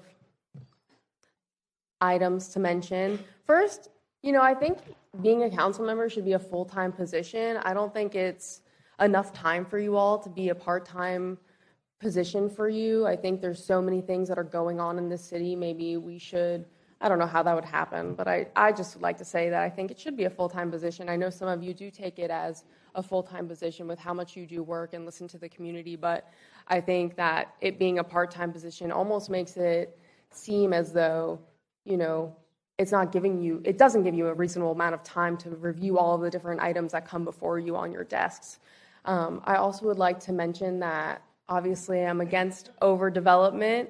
I think maybe we should make it an incentive to developers that they have to either purchase or work with whoever owns a dilapidated piece of commercial property. We don't even have to do residential. If you do like a abandoned building and kind of incentivize them before they can go into these rural areas, that they actually have to work with the community to make it a mixed use building, so that way they can make their money that they want, and then on top of that have a storefront that can actually provide for the community and provide jobs for that community, and that would bring less cars to that area. That would keep people from having to drive all over Jacksonville.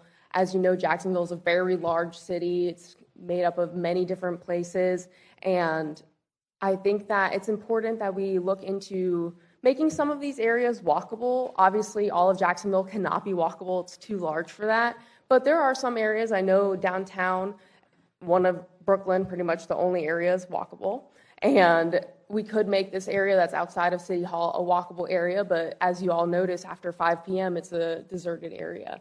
So I think that if we talk to the developers, not me as we, you as we, because they don't care about what I have to say. They do care about what you all have to say, though. So if you incentivize them, maybe give them a little, I hate to say tax break, but if it really has to go there, then why not? Give them a tax break, make them fill in those empty buildings that are downtown, that are around the areas, and make them into mixed-use buildings. It's really, we have all these Florida strip malls.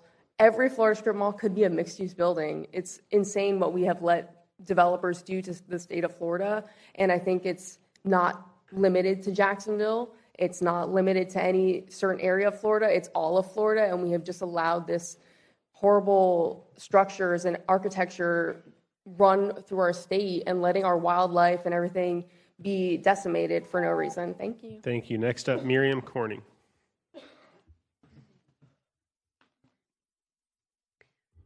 Good evening. My name is Miriam Corney, and my information is on file. I'll apologize in advance. This is my first time to do this. I would like to request you council members to not approve the development of Big Island Swamp Preserve for the Sporting Jacks Soccer Stadium. I'm concerned with the rising water levels, disturbing the protected animals who inhabit the swamp, and the road infrastructure cannot afford the increase of additional traffic. Not to mention, it'll raise the water level, and I'll have to get flood insurance. That's all I have to say. Thank you. Thank you, ma'am. Blake Harper.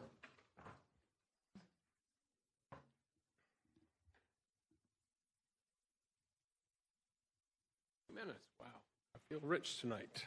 My name is Blake, information on file. I was listening to Ed Dean on WBOB, shout out to Ed, when somebody that many of us know here made a comment about what happens here at City Council. Basically what happens is you vote on something and you go on to the next one. The reality is that is what happens. The problem is that you don't face the consequences of your decisions. Now, here's the deal. Why do I say that to you? Last week, the Southern Poverty Law Center was caught spending $3 million inciting racial violence, in particular Unite the Right at Clarksville. And when Clarksville came about, they started taking down statues left and right. So here we have this critical race theory DEI organization fomenting racial violence and division in our country, and of course it comes here to Jacksonville in form of take them down Jacks and trying to take down the statues.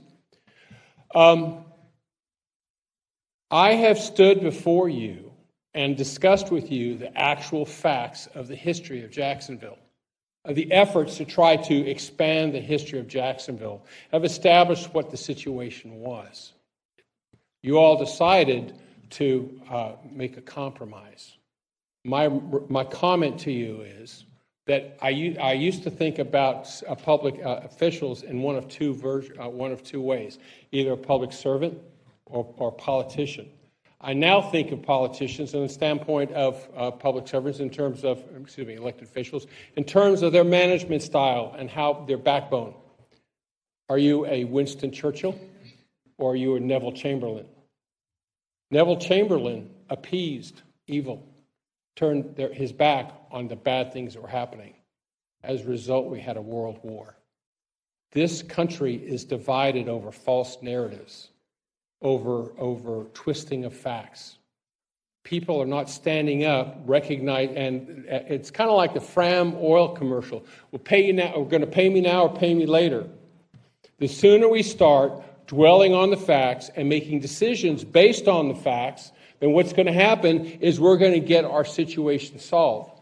But as long as we keep kicking the can down the road, as we did with the renaming of the Confederate Street, we're going to continue to be dealing with emotions and false information and false narratives. And all that does is make things worse for all of us. Thank you. Next up is Tom Gillalina. I believe that's how you pronounce this last name.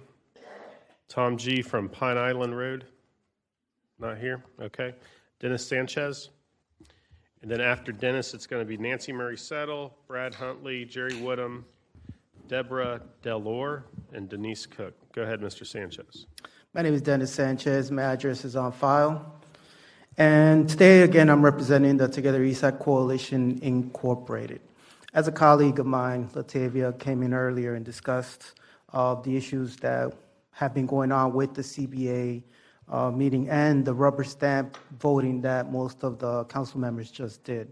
So I want to discuss the considerate amount of community trust between the community and the government. So with the CBA meeting that many council members decided on, it took pretty much almost a year to come up with a decision. We still had a huge discrepancy, which came up in the Rules Committee, which is on page 5, paragraph 4, qualifications for the board members, which is the discussion that we're having an issue with right now. It says the mayor and the council president shall endeavor, right? Meaning they will attempt to follow the qualifications of being a resident of the East Side and having considerate business interests in the community. Endeavor, meaning they have a choice whether they want to follow it or not, is not required, right? So this loophole was built into the ordinance itself. So if this loophole was built in there, then why did we spend such a long time to get this done? And then we come back to the reason of it wasn't done right the first time. And then when it comes time, when the community actually speaks out about it, there's an issue because now we're in a rush, right? We spent so much time to get this done, and there's $4 million already in the account that has to be used, so we're in a rush. But if it would have been done right the first time, we would not be in this position. So the main question that my colleague also brought up is Rudy Jameson. So yes, he's from the community. He's Human Rights Commission, but he was also a board member of Lift Jacks. Now, when he came up in the Rules Committee, his defense when we spoke out against him being a member was that when we talked about the issue with him not defending tenants that he had lunch with, and he said that it had to be deferred to the management company of Lift Jacks. Now, this management company did nothing, and him being in the Human Rights Commission, he also did not follow up. But then when James Matchett actually did something, court enforcement showed up within weeks, and then you had citations. So how you have, that is pure proof of conflict of interest, yet you guys rubber stamped his vote. Thank you. Calling for the last time, Tom Gillalina, who lives on Pine Island. Okay, he did not put what he wanted to speak about. Nancy Murray Settle.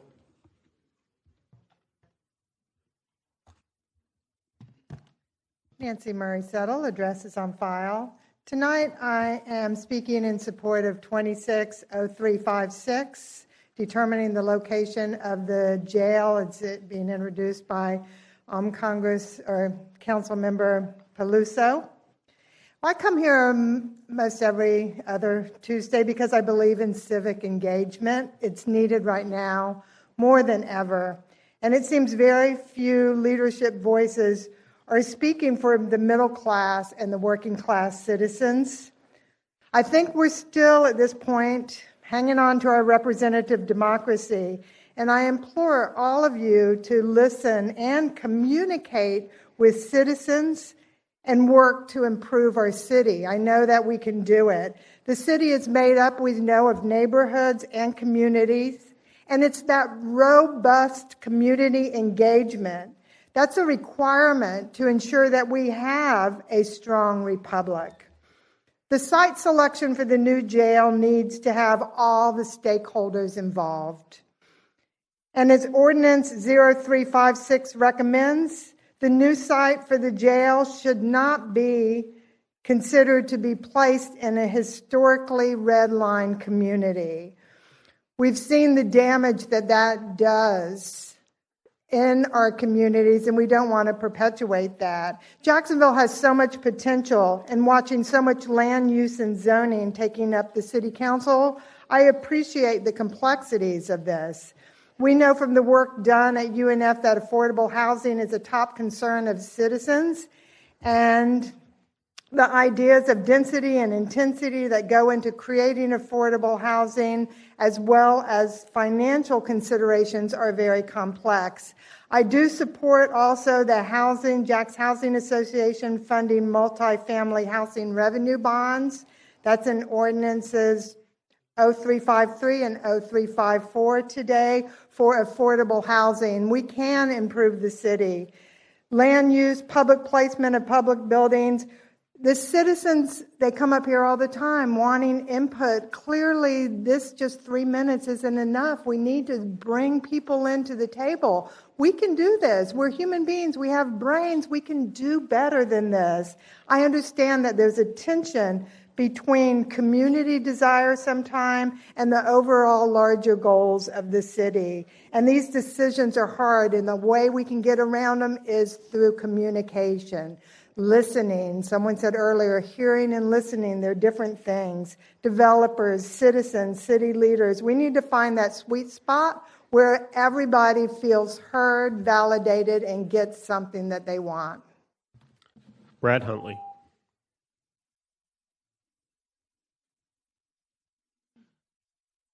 My name is Brad Huntley. I live at 13927 Shipwreck Circle North in Holiday Harbor.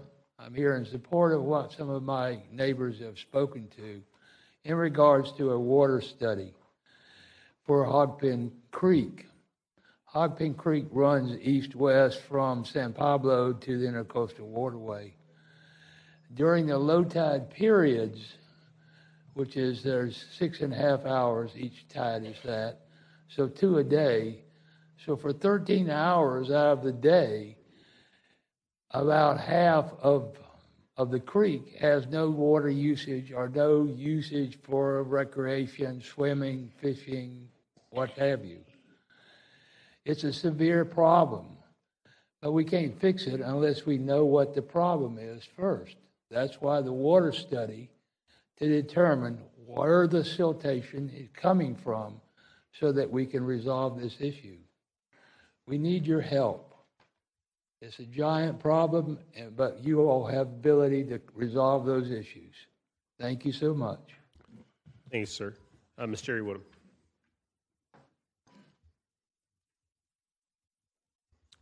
Chaplain Jerry Woodham, address on file. I want to say thank you for keeping part of Confederate Street and not destroying all our history. We need to be very careful.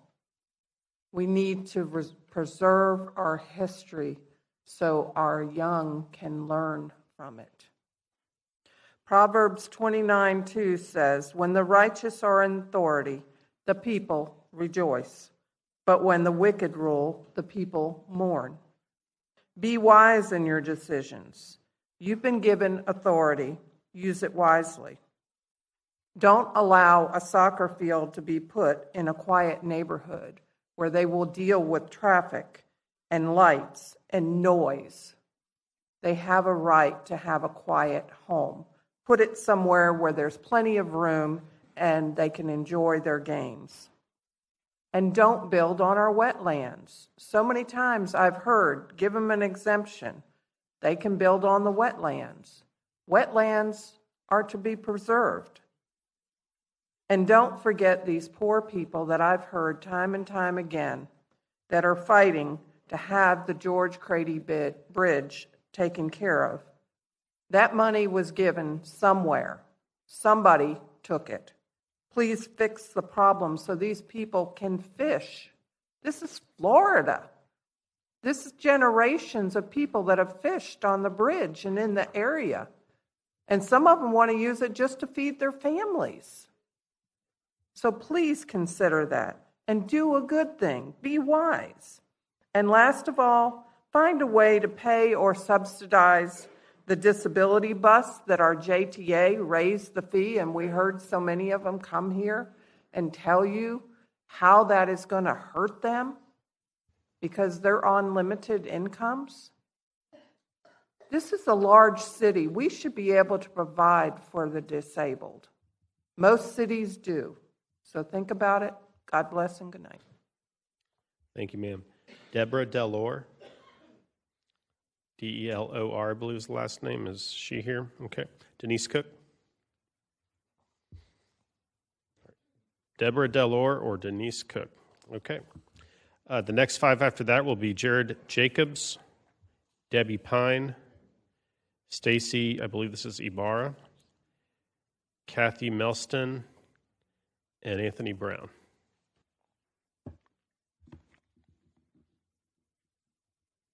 Go ahead, sir. Hi, my name is Gerard Jacobs. My address is on file.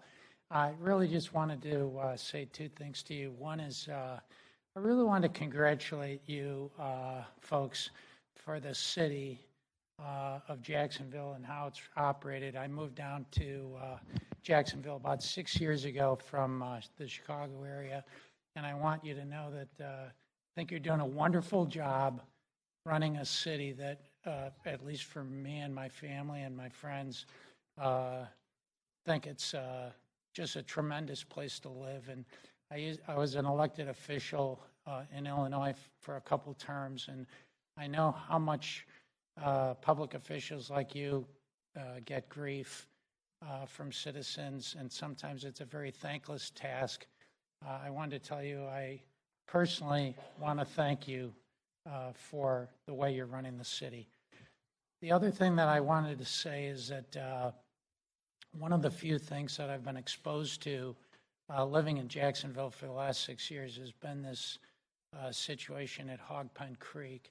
And I have to tell you, it's been a shocking thing to watch. I've never lived in a city that had the sort of canals that you have in Jacksonville.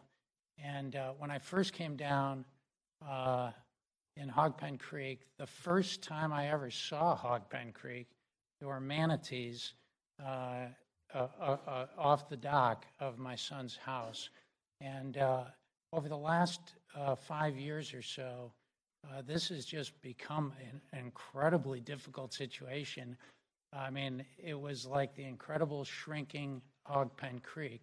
And in my opinion, I'm not a engineer or whatever, but in my opinion, a huge amount of it had to do with the work that was done on the San Pablo Boulevard or San Pablo Street.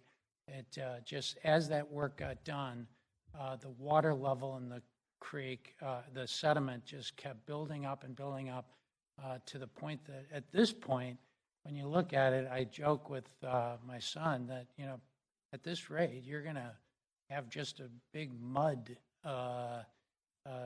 creek, not a water creek behind your house. So I'm not an engineer, but to me, one of the beauties of Jacksonville is all of these creeks and inlets that we have, and the water recreation lifestyle that it allows.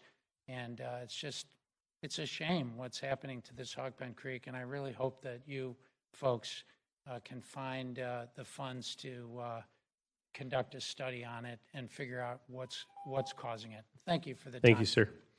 Debbie Pine, you're next. Debbie Pine not here? Okay. Stacy Ibarra. And then we'll have Kathy Melstein. I believe that's it, Melstein after her. Good evening, ladies and gentlemen of the council. My name is Stacy Ibarra. My business address is on file. I'm here to speak about Brooklyn being added back on to the 3 a.m. amendment. And speaking with that, I want to speak about the small businesses that are there. I want to remind all of you that Brooklyn is part of the Downtown Investment Organization Authority, as well as part of the downtown districts.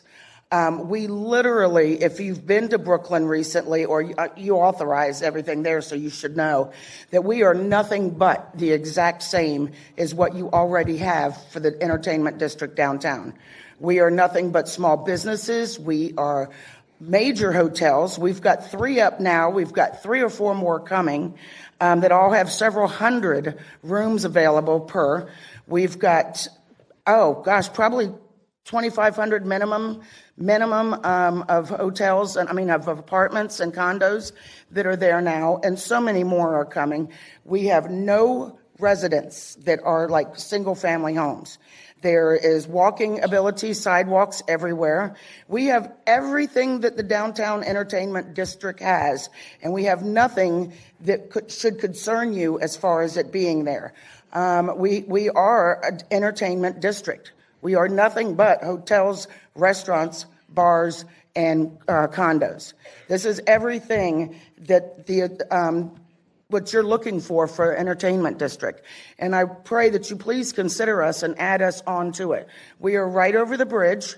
It'll be a hop and skip for those that still want to go downtown, but you'll also take care of all of the Riverside and Avondale, Murray Hill people that don't want to go into the downtown area, but would still like a place to be able to stay in their so close to somewhat area to be able to come and visit. I think it would make a really big difference in our community to not just lock down that one area and say no to everybody else when Brooklyn is part of that area. We are the downtown district. We are part of the Downtown Investment Authority. And I ask you to please add us on to the amendment. Thank you for your time. Ma'am, Councilmember Arias would like to talk to you in the Bob Johnson room if you'll meet him over here. Yes. Next up is Kathy Melston. And then after that, Anthony Brown. Hi, my name is Kathy Melstein. My address is on file. I would also like to ask for approval to be added to the 3 o'clock liquor hour. We have a lot of small businesses and a lot of hotels that are gearing towards the entertainment and kind of nightlife district.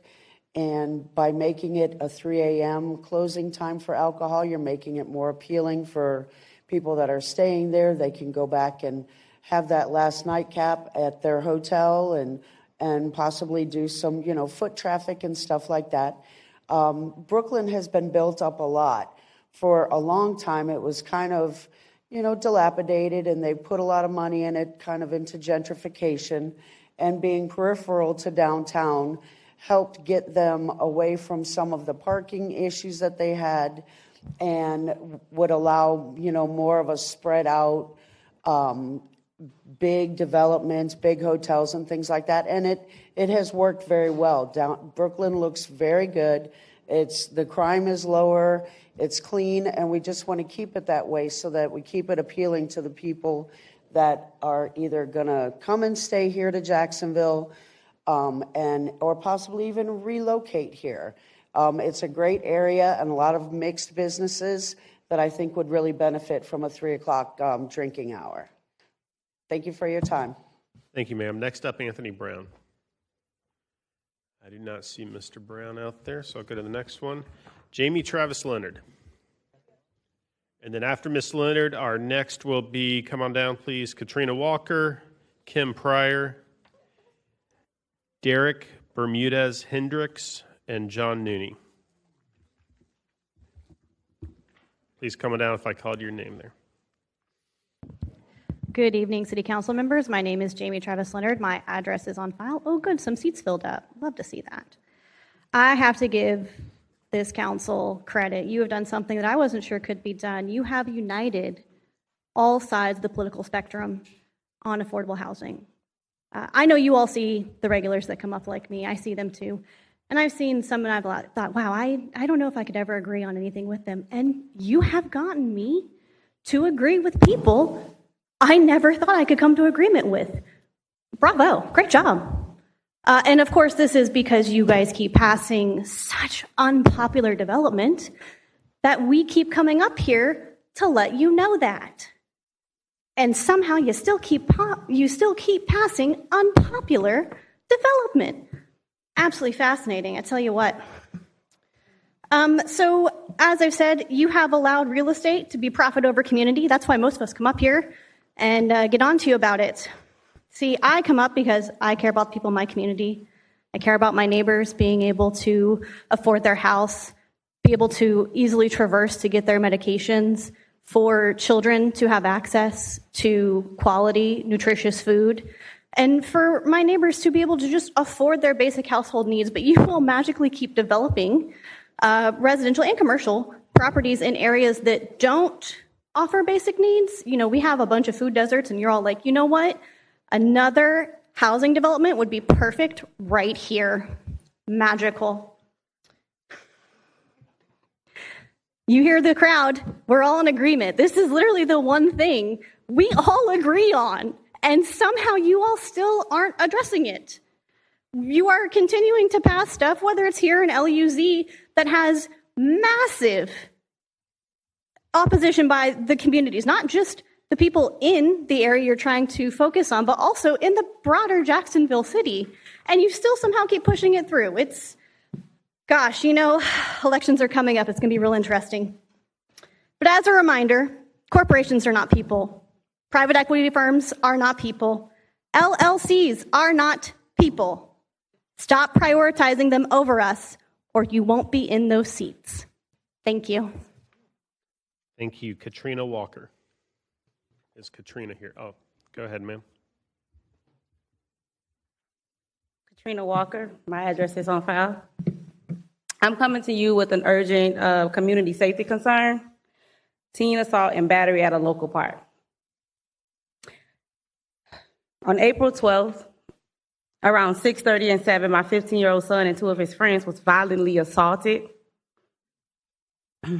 by a group of individuals at a local park.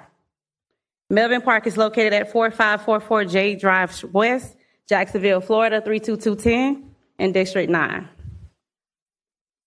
My son suffered from a head injury due to trauma. He's transitioned to homeschooling because of trauma, and he's being mocked at school because these videos were posted on Instagram over and over and over again. As a parent, there's nothing more heartbreaking than knowing that your child was hurt in a place that was supposed to be safe. As a community member, I cannot stay silent knowing that this could happen to another child tomorrow. I'm not only here for my son, but I'm here for community. I'm not only here to share my pain, but I'm also here to call for action. We need immediate action and intentional changes to ensure our parks are safe. I'm asking this council to consider the following: increase police presence during after school and evening hours when our youth are most vulnerable. Secondly, the installation of security cameras, which was not found at the local park, and lighting in our parks as well. Visibility alone can deter violence and help build and hold individuals accountable for circumstances like this. Third, the creation of structured youth program, after school activities, mentor opportunities, and safe spaces that gives our children positive outlets and guidance. Fourth, stronger community engagement, including regular safety meetings and partnerships with local organizations to actively support and mentor our younger people. This is not only, again, about my son, but it's about every child in our city who deserves to feel safe when they step outside their homes. We cannot wait until the next incident. We cannot normalize violence amongst our youth in any neighborhood, and we cannot allow our parks to become a place that causes harm or fear. I'm asking you today, what actions will you take to ensure that this does not happen again? I've reached out to News for Jackson. I've shared my story. I've reached out to JSO multiple times, and I have yet to hear anything back. I want help. I'm a mother, and I have another mother that's back there that's standing with me because not only was my son attacked, other sons were attacked. And as I came forth with News for Jacks, other parents came forth with the same story, with the same children being involved. I need your help. Thank you, ma'am. Your district councilperson, Ms. Clark Murray, and our chief of special events, I think that's your title, Ellis Burns, is going to talk to you in the green room. Thank you. Next up, Kim Pryor, and then we'll have Derek Bermudez Hendricks and John Nooney.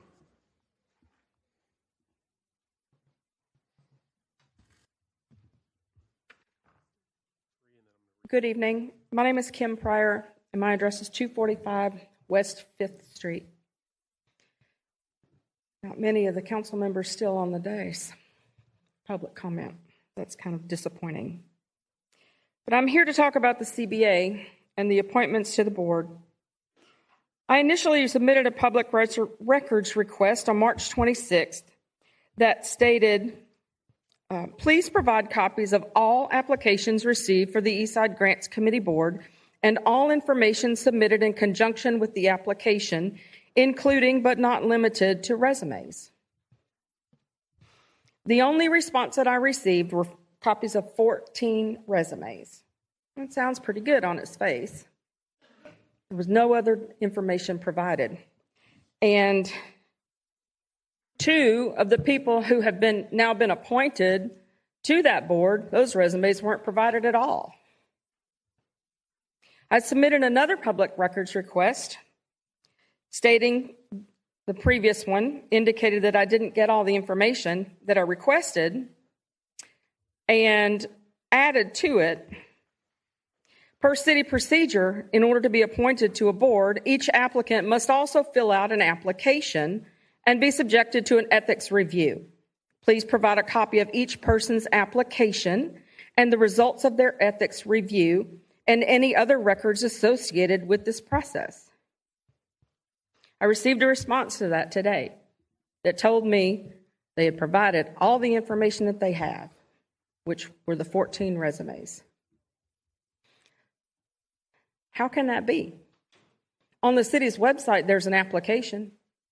I personally know that Robin, a member of our Together Eastside Coalition Incorporated, submitted her resume, which I have a copy of.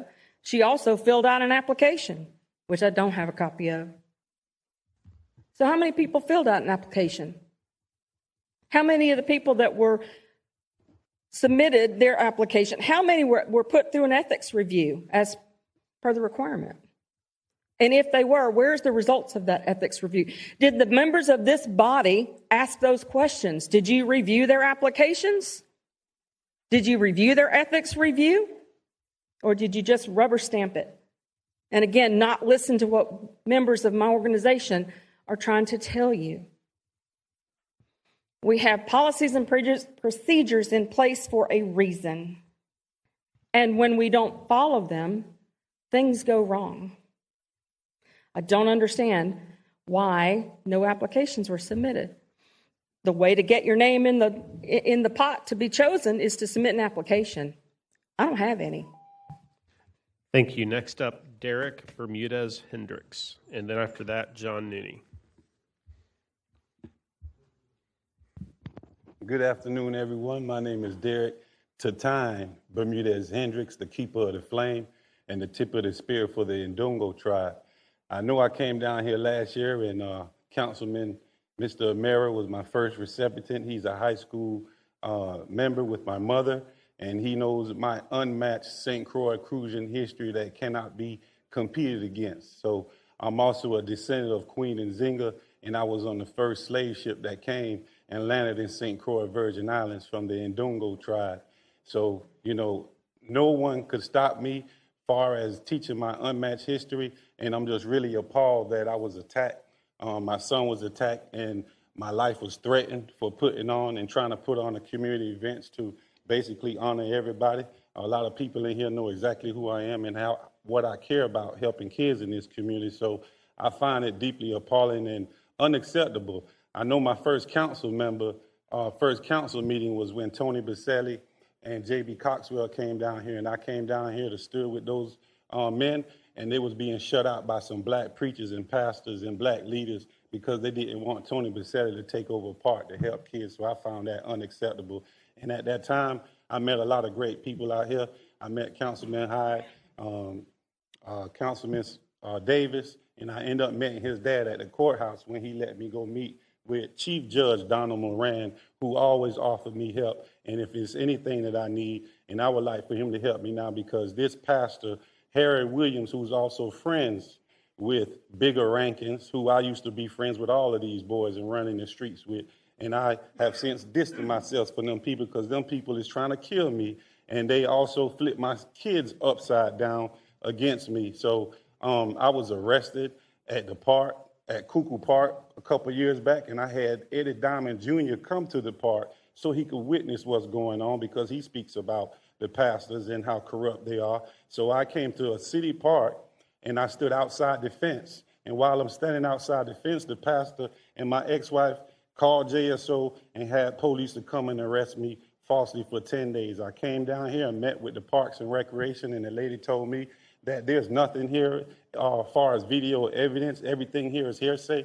I don't know why they're doing this to you, but nobody else came forward. It's always the pastor, his wife, First Lady. I want to say her name, Carmen Williams Esquire. She's an attorney. Gary Hannons, and I want to say her name is Angie Hannons. They kidnapped my son from me, and I don't even want to speak what they did to him, but they stole all my money. They stole all my paperwork. I wasn't able to file the taxes for us, and they want to shut Keepers of the Flame down and try to put out our flame, but they're not going to do it. I've received, like I said, death threats to my phone, and people coming saying from the east side they're going to come kill me and shoot me up. So thank you. Thank you. Last speaker card, John Nooney.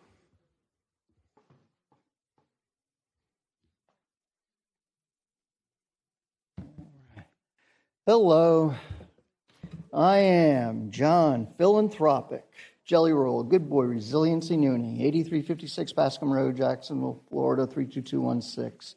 Governor Ron DeSantis, Vice President Miller, Pardon Nooney, 2024-0107, 2024-0325, 2026-0004, 2026-0024. All right, the first topic.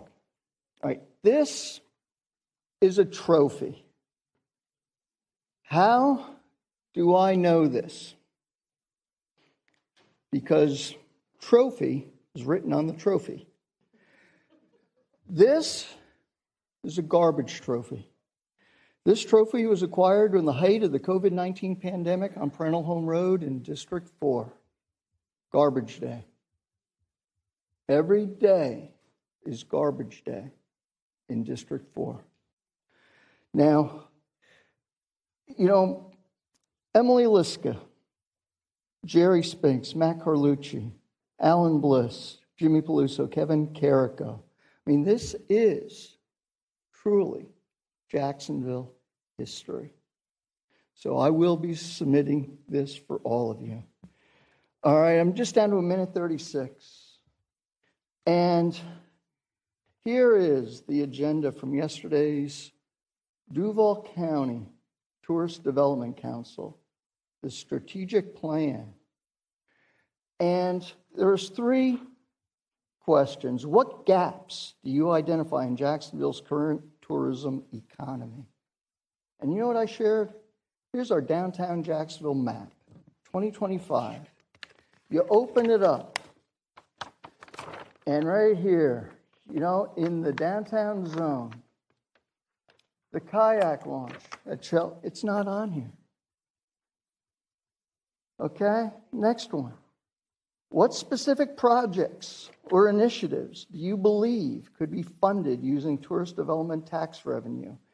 Well, CIA, okay, that's the Culinary Institute of America. CIA Park on Pottsburg Creek, 2025-0019. I'm down to 30 seconds. What emerging tourism trends or opportunities should the TDC prioritize? Well, you flip it around, and we got FWC to play on the Fish and Wildlife Commission, the state of Florida. Well, you know what? It's also fishing with Crady. You know, open up our waterways and tell the world to visit Jacksonville. Thank you for listening. I'm going to read 4 cards of people who did not come down on the first time. Anthony Brown. Anthony was here to follow up on the 2024 redlining resolution. Debbie Pine is opposed to 2026-232. Deborah Del Orr opposed to the property, I believe this is 2230 St. John's. And then Denise Cook just wrote redlining, land use, and zoning. I do not believe any of those 4 are here, and that concludes our public comment. All right. Thank you, Mr. Floor Leader. Before we move on, I do want to recognize that Duval County School Board member Tony Ricardo is in the house. Thanks for coming down, sir. Thank you for your service. All right. So with that, it's time for public hearing starting on page 20. Council members should declare any ex parte communications, and please get in the queue because we do want to declare our ex parte before we start the public hearing cards. Anyone wishing to speak on the following bills should have completed a blue speaker card, and you will be allowed 3 minutes to speak. You may state your addresses on record, but you're encouraged to be specific with your location as that may impact the weight given to your comments. Like public comment, a speaker may be invited to the green room for further discussion at a council member's discretion. Mr. Teal, please read the bills.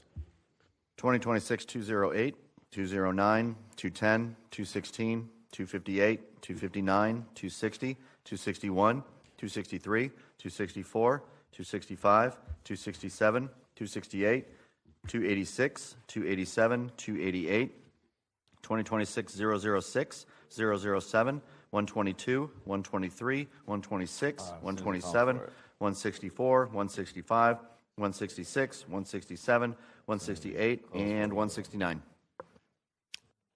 Mr. President, please open the public hearings. These public hearings are all open. Item 42, 2026-208, I have no speaker cards. Public hearings closed. Item 43, 2026-209, I have one speaker card. Questions only. Zonell Grant supporting this. Public hearings closed.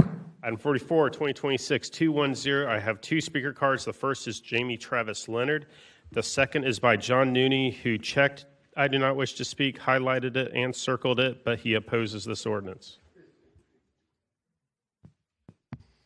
Good evening, City Council. My name is Jamie Travis Leonard.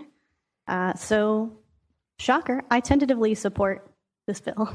I believe what it is doing is expanding the current zoning to allow some additional facilities for our senior residents, which in the north side we have a lot, and they deserve all the grace and activities we can get them for their quality of life towards the end of it. I did have some questions about what had been submitted, but I did get an answer from your legislative assistants earlier because you guys implemented a new situation with the Legistar where we can't access the additional attachments to the bills anymore through the links in the agenda.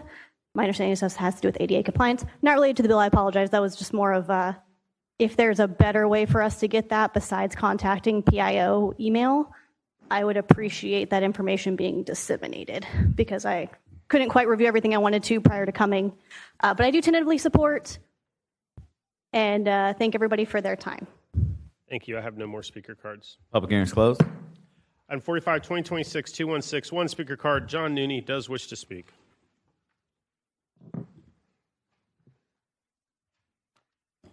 Hello, I am John J. Nooney, Jacksonville City Council Resolution 2023-0819. I'm in City Council District 4, CPAC 3, School Board District 3. All right, now this is some GFL stuff. Address, Mr. Nooney. 8356 Bascom Road. Thank you. And so anyway, I learned a lot on this one, but GFL, again, we all like acronyms, but this is green for Land and Public Park on Pottsburg Creek.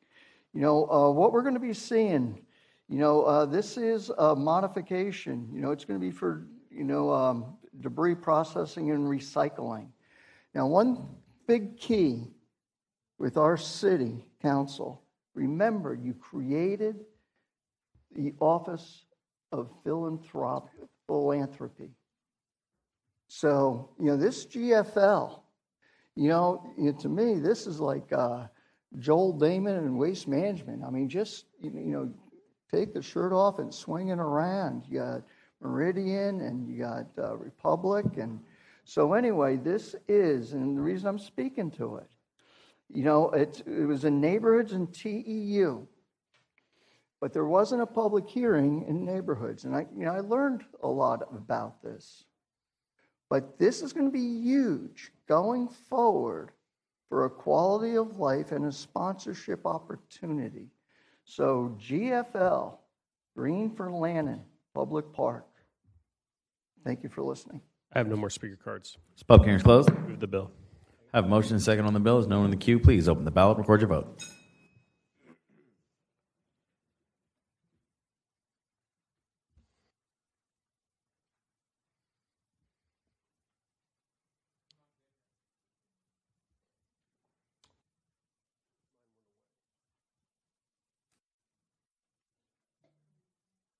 Sure, let's just reopen it so everyone can register their vote.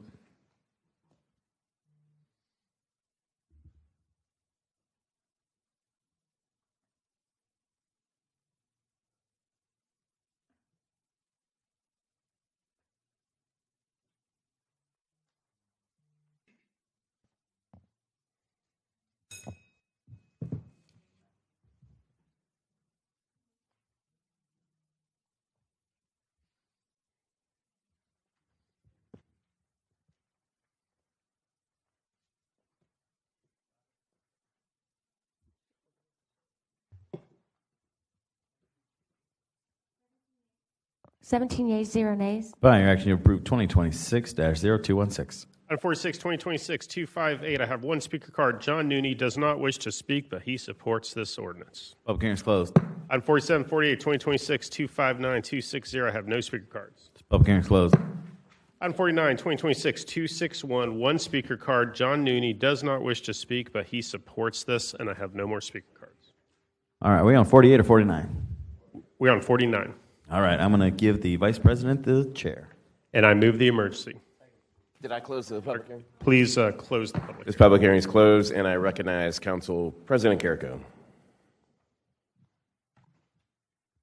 All right, thank you, Mr. Vice President. I rise to declare a conflict as this is additional organizations that will be helping to fund the opioid grant. And because my employer, the Boys and Girls Clubs of Northeast Florida, has received opioid grants in the past to help prevent kids from doing drugs, I will abstain from voting on this issue.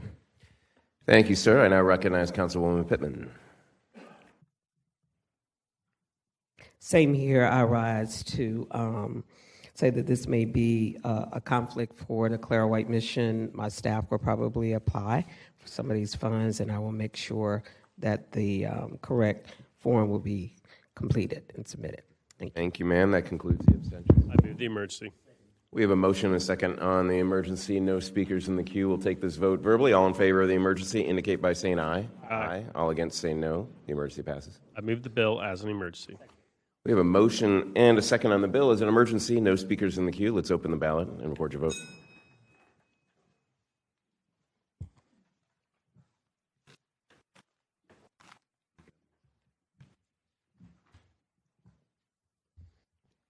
Yeas, 0 nays, 2 abstentions. By your action, you approve 2026-0261. Item 50, 2026-263. I have two speaker cards. The first is John Nooney. The second is Jamie Travis Leonard. Both wish to speak. Mr. Nooney, you go ahead first since you're closest. Hello, I am John J. Nooney, Jacksonville City Council Resolution 2023-0819. I'm in City Council District 4, CPAC, Planning District 3, School Board District 3. And, all right, now this is an ordinance where... Address, Mr. Nooney. 8356 Bascom Road. And, okay, this is $25,000, from the traffic calming. And, we're waiving... we're waiving everything. Basically, it was $25,000, for a party. And, what I want to, if it's that important, and this, again, this is traffic calming. So in the consent agenda, you had agenda items 24, 25, 26, 28, 29, 30, which, had to do with mobility stuff.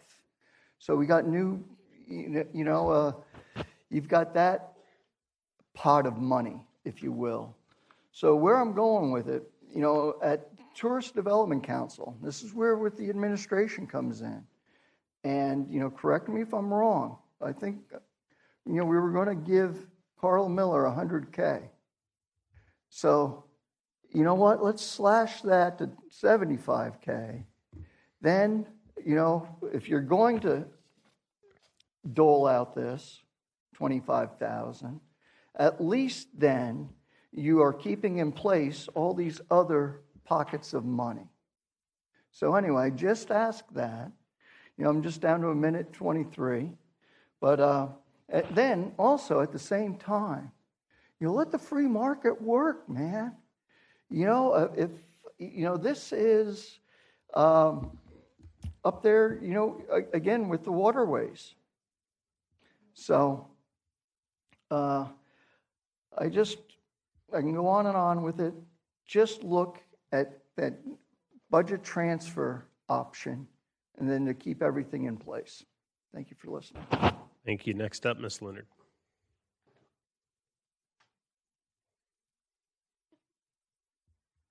Good evening, City Council. My name is Jamie Travis Leonard. My address is on file. I am in opposition of 26263, similar to what Mr. Nooney mentioned, but my biggest opposition to this is the fund that this money is coming out of. I don't think that's the correct fund. I don't know what fund would be the correct fund. I'm not necessarily opposed to granting something for Oyster Fest. Sounds like a good time to me. I like oysters. But again, I don't think it should be coming out of the traffic calming. I'm also a little on the fence of whether we should even be giving them money. Do we regularly provide money to festivals that I understanding are private organizations and should be, in theory, self-funded? If we do, I might, that would ease my opposition a little. But like I said, my biggest opposition to this is the account that you are trying to take the money from. So thank you for that. I have no more speaker cards. Public hearing is closed. I move the emergency. Got a motion second on the emergency. All in favor of the emergency signify by saying aye. Aye. Any opposed say nay. The emergency passes. I move the rules amendment. A motion and a second on the rules amendment. There's no one in the queue. All in favor of the amendment signify by saying aye. Aye. Any opposed say nay. The rules amendment passes. I move the bill as amended as an emergency. Got a motion and a second on the bill as amended as an emergency. Past President Freeman, you're recognized. Thank you, Mr. Chair. And I rise just to set the record straight. I did agree with many of the comments that were heard earlier when we first initially read this bill at $25,000 coming out of traffic calming. But if you go back and check the archives and you watch in rules, you will learn, as I learned, that these dollars were actually from the council members' strategic council funds. And so I am at a better place now knowing that we're not taking money away from infrastructure. It's money that we've all had as council. Well, the district council members had to do at their discretion. But I did want to add one caveat, Mr. President. During the YAC, this council member put out on Facebook that we had $5 million and everybody show up and get it. One thing that I did learn is that he still has $200,000+ in his strategic council fund. So a lot of those nonprofits that came to our meeting that day that are more than likely not going to be awarded monies because of the process of doing it, please reach out to him and put that on Facebook as well. Thank you so much. All right. Thank you, Mr. Past President. We have the bill in proper posture to take a vote, so let's open the ballot and record the vote.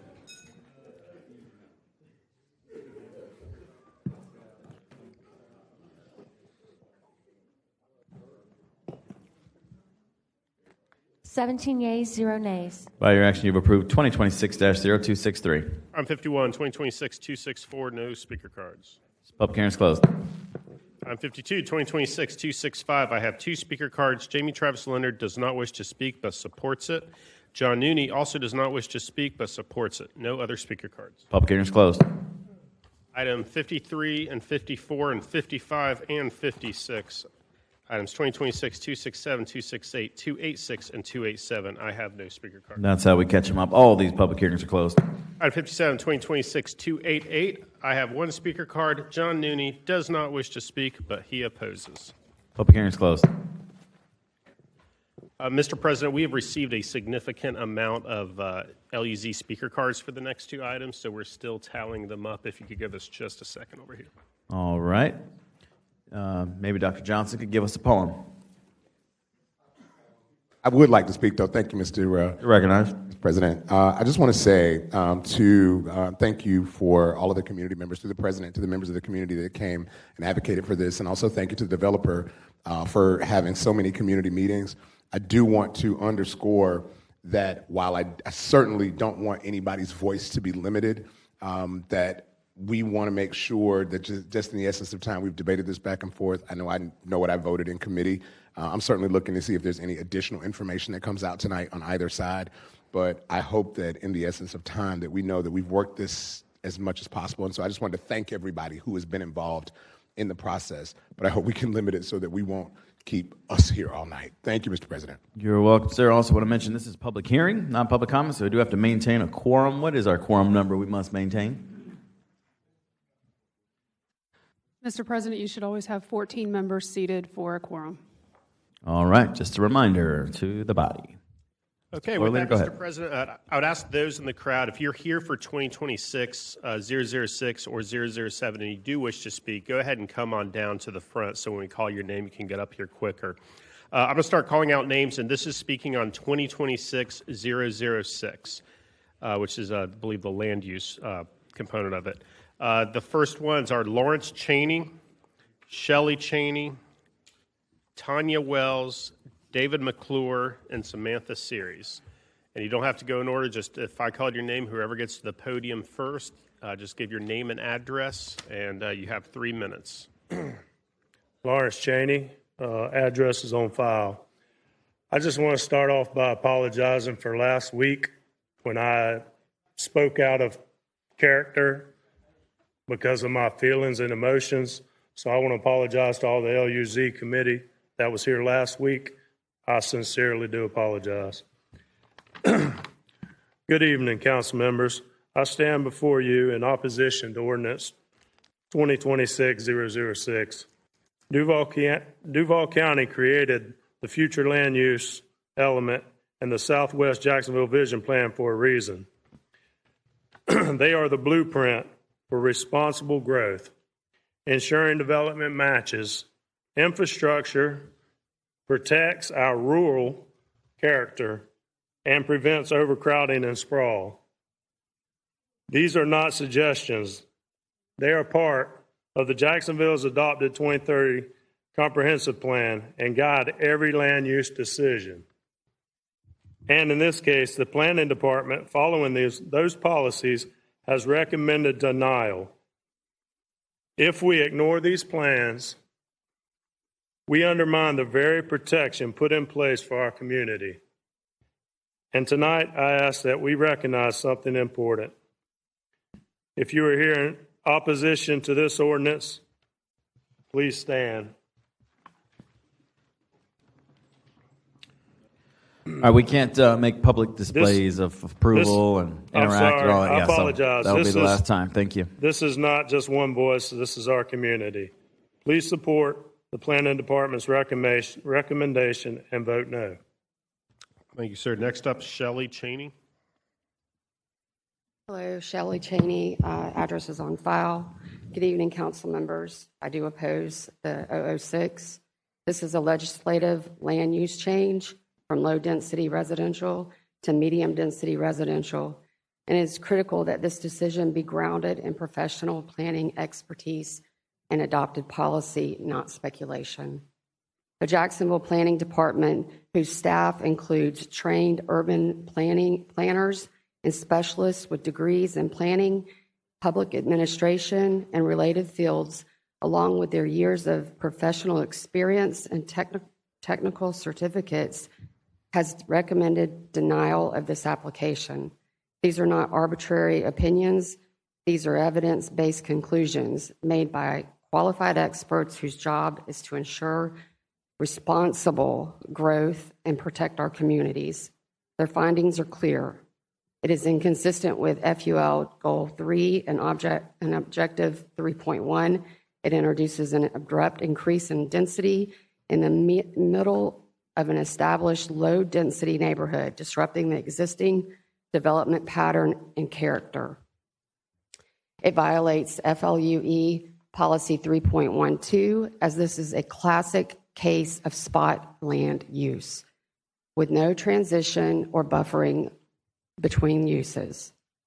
It is inconsistent with FULE policies 3.1.12 and 3.1.13, as it places higher density development on local unclassified roads and introduces multifamily housing into a single family area without appropriate infrastructure.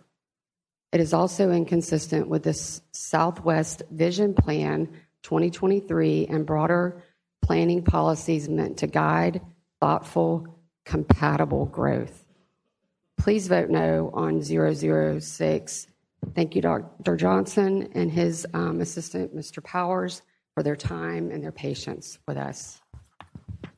Thank you. Next up will be Tanya Wells and then David McClure.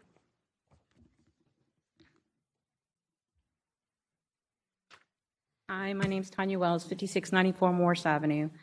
The Planning Department report, trip generation estimation scenarios. Under the LDR zoning, the site generates approximately 436 daily trips.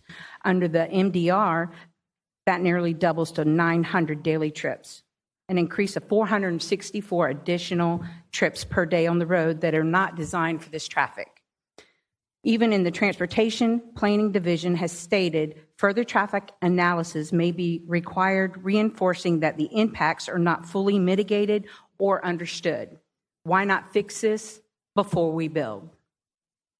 Yes, the proposal would increase the number of housing units, but it would do so at the expense of existing neighborhood character, safety, and infrastructure capacity. Growth should be intentional, compatible, and consistent with adopted plans, not forced into areas where it does not belong. It should be based on competent and substantial evidence, as should be your vote. We respectfully ask that you support the expertise and recommendations of the Planning Department and vote no. Thank you. Thank you, Mr. McClure. And then after Mr. McClure, Samantha Series, and then Jeffrey Scott. Are you yielding your time, sir? Okay. David McClure, 5750 Morris Avenue, right across from this thing. Legislative land use change from LDR to MDR. It is critical this decision be grounded on professional planning expertise and adopted policy, not speculation. All we've heard from the other side is speculation and what it's going to be and what it is. The Jacksonville Planning Department recommended denial of this application on fact-based conclusions. That's what they do. That's their job. They're professionals, not speculators. Not speculation is not going to change it. Inconsistency with the flu goals, I'm not going to redo that. It violates flu policies and with the no buffering and transition between uses. Higher density on our local unclassified roads introduces multifamily housings and single family with appropriate infrastructures. Inconsistent with Southwest Vision Plan 2023, meant to provide thoughtful and compatible growth. Growth should be intentional, compatible, and consistent with adopted plans. That's what our Planning Commission does. Not forced where we don't want it or doesn't belong. Please listen to our Planning Department. They're looking out for all of us, all of Jacksonville. Please vote no. Thank you. Thank you, sir. Samantha Series. And then Jeffrey Scott, and then Paula Moore.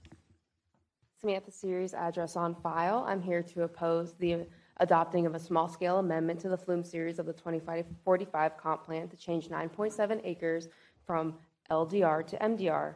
After reviewing the proposed change, the Planning Department recommended the request to be denied. The Planning Department provided the following evidence as reasons why this request should be denied. The following comes from the Planning Department's report, which should be considered competent, substantial evidence. As mentioned in the MDR description in the report, the plan amendment requests for new MDR designation. MDR designations are preferred in locations which are supplied with full urban services and in locations which serve as a transition between commercial and residential land uses. The proposed amendment is not consistent with the locational criteria of the MDR category description because the location does not serve as a transitional use between residential and commercial land uses. For these reasons, the proposed amendment is inconsistent with the FLUE Goal 3 and Objective 3.1. Under Policy 3.1.12, the city shall, through land development regulations and land use category descriptions, require higher density residential development and supporting commercial uses to locate on or near arterial or collector roads used for mass transit routes and in proximity to major employment areas in order to ensure the efficient use of land, public facilities and services, and transportation corridors. The site is within the boundaries of the Southwest Jacksonville Vision Plan.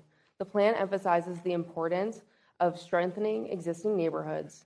The subject site is located near a boundary of the traditional building area and suburban area defined in the Vision Plan. As the proposed land use amendment would significantly increase the maximum allowable density and is located within an established single-family neighborhood, it would be incompatible with the character of the existing neighborhood and inconsistent with the Vision Plan and FLU Policy 4.1.7.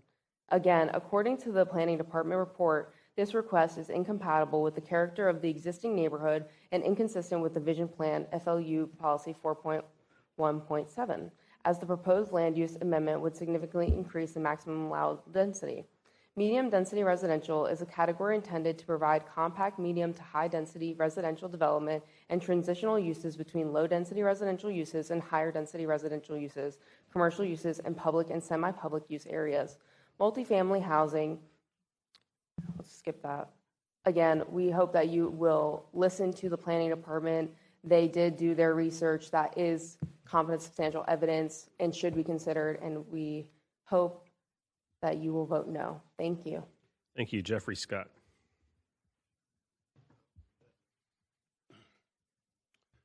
Good evening. My name is Jeffrey Scott, and I live at 6711 Seaboard Avenue. I strongly oppose these ordinances. Building 89 homes on less than 10 acres is not normal for our area. This area consists of larger lots, most of them wooded, with a lot of farm animals. This development would change the makeup of our neighborhood forever.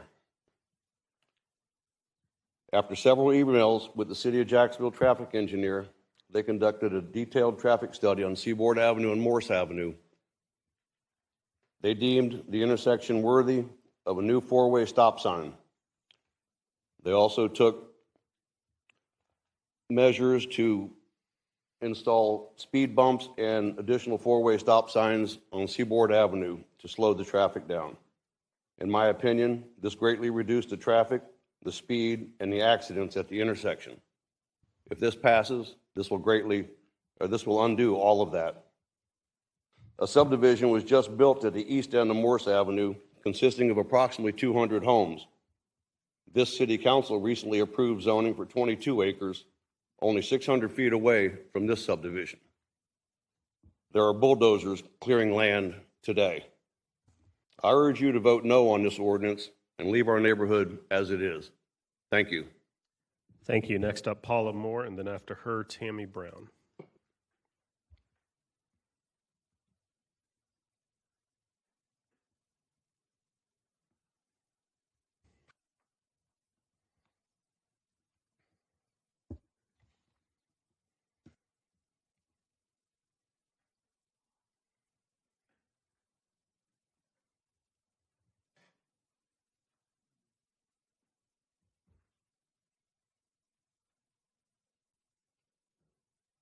Good evening. My name is Paula Moore. I live at 6750 Seaboard Avenue. I live on the corner of Morris and Seaboard on 2.77 acres and is part of the subject property. I am in poor health and I have difficulty maintaining my property and my deteriorating single-wide mobile home. Mr. Atlee has offered to purchase my property for a considerable more than I could get if the property was not developed and is sold as is. This is enabling me to find a good home that I can afford and maintain. Please help me by supporting this project. And I'd like to add something else. As far as I'm on the corner of Morris and Seaboard, and there has always been accidents on that corner.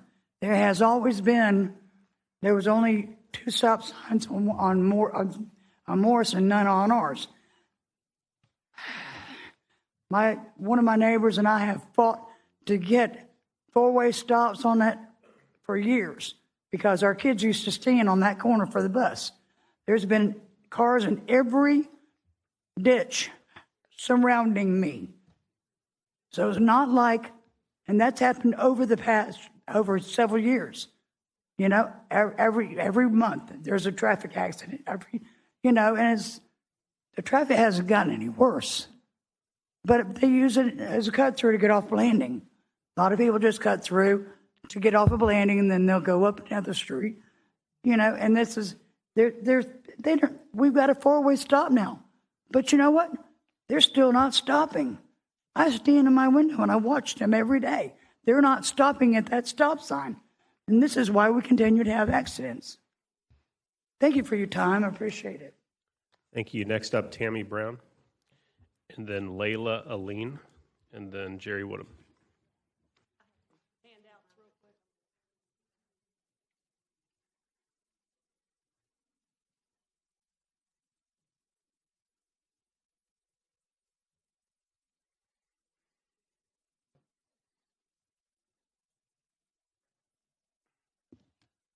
Good evening. My name is Tammy Brown. My address is exempt. I am a realtor in Jacksonville and a proud retired law enforcement professional from the Jacksonville Sheriff's Office. I distributed these handouts. I am in support of this project. This area needs single-family detached homes, which is what this development is offering. If you see the map and the photos provided, notice parcels 1, 2, and 3 on the west side, and parcel 4 is on the east side. Attractive new homes will be positive for this area and provide much-needed housing for the NAS Jax area and other workers from the area. Please support this project. Thank you very much. Thank you, ma'am. Ms. Brown, Mr. Teal is going to take you this card. We just need one more piece of information on it. Okay. Next up is Layla Aline, then Jerry Woodham, and then Chelly Chastam. Good evening. My name is Layla Alim, and address is on file. I want to start with talking about why Duval has the future land use element, the FLU, and Southwest Jacksonville Vision Plan. Jacksonville's comprehensive plan was adopted by the city in 1990 to comply with Chapter 163, Part 2 of the Florida statutes in compliance with state regulations. The ongoing management is Planning and Development Department to handle the amendments and enforce Duval County, City of Jacksonville uses the future land use element, and the Southwest Jacksonville Vision Plan to manage growth, align infrastructure with development, and preserve rural character. The FLU ensures development matches infrastructure capacity while the vision plan protects the rural landscapes in the southwest area from suburban sprawl. These documents are integrated into the City of Jacksonville's decision-making process for rezoning and land use amendments. The FLU and the Southwest Jax Vision Plan exist to manage rapid development, protect rural character, and guide land use decisions in Duval County. They act as planning frameworks, ensuring development are consistent with Jacksonville's 2030 comprehensive plan, specifically prioritizing preservation of rural areas in the West and improving mobility and infrastructure across the city. The key reasons for existence consist of preserving rural character. Southwest Jax Vision Plan focuses on keeping the rural character of western areas, providing a guide for land use that prevents excessive urban sprawl. Controlling development. They provide consistent reviews for land use amendments, ensuring new developments align with city's overall 2030 comprehensive plan. Regional planning. These plans are part of a broader long-range transportation and land use strategy, often coordinated by North Florida TPO, aimed at improving mobility and managing growth within specific planning districts such as North, Northwest, and Southwest. Ensuring sustainability, they encourage better land usage to discourage leapfrog development and promote cohesive community growth. It is the business plan for our city and the Jax Planning Development recommendation to deny this, please. Please support their recommendation and their intelligence and thorough, consistent research. All right, on this we have project. to pause because we lost a quorum, according to the attorneys. 1, 2, 3, 4, 5, 6, 7, 8, 9, 10, 11, 12, 13. So whoever's in the green room, please report back. Hey, now we have 14. You can continue. Sorry about that. I was at the end, but I'll repeat it. It's a business plan for our city that's already implemented, and it's the Jacksonville's Planning Development recommendation to deny this project. Please respect their research, their intelligence, and their passions they've put into this, and please support the denial of this project. I want to thank you, Dr. Johnson, as well for your support for our community. Thank you. Thank you. Ms. Jerry Woodham. And then after Ms. Woodham, Kelly Chastam, Laurie Young, and then I believe this is Ken Atlee. Okay, Go ahead, Jerry Ms. Woodham. Woodham, address on file. Point of question, is this about the land use or the zoning? I know they're always separate bills. We're on the land use, ma'am. Okay, so I'm on the right one. Okay. I support this bill. Good evening. Most of you were parents, maybe grandparents. You want to leave a legacy to them. Kelly Chatham's parents did that. As property owners, they became available over decades. They added to their property. This is the same property where she cared for her sick mother and father till their passing. Her children have lived on this property. She now lives elsewhere and wants to sell her property, is what her father wanted. The developer has worked and changed by having talks with the neighbors. We know people have a right to sell their property. There's been vandals, squatters, and homeless people. The developer wants to build homes and even drop them from 89 to 70 homes and a playground, which will allow young homeowners a chance to get a home. She could have sold it to someone who wanted apartments or businesses. Recently, there were people spreading misinformation. So I ask you to see that they have had countless meetings, and tonight is the time to pass it. Thank you. Thank you. Kelly Chastam.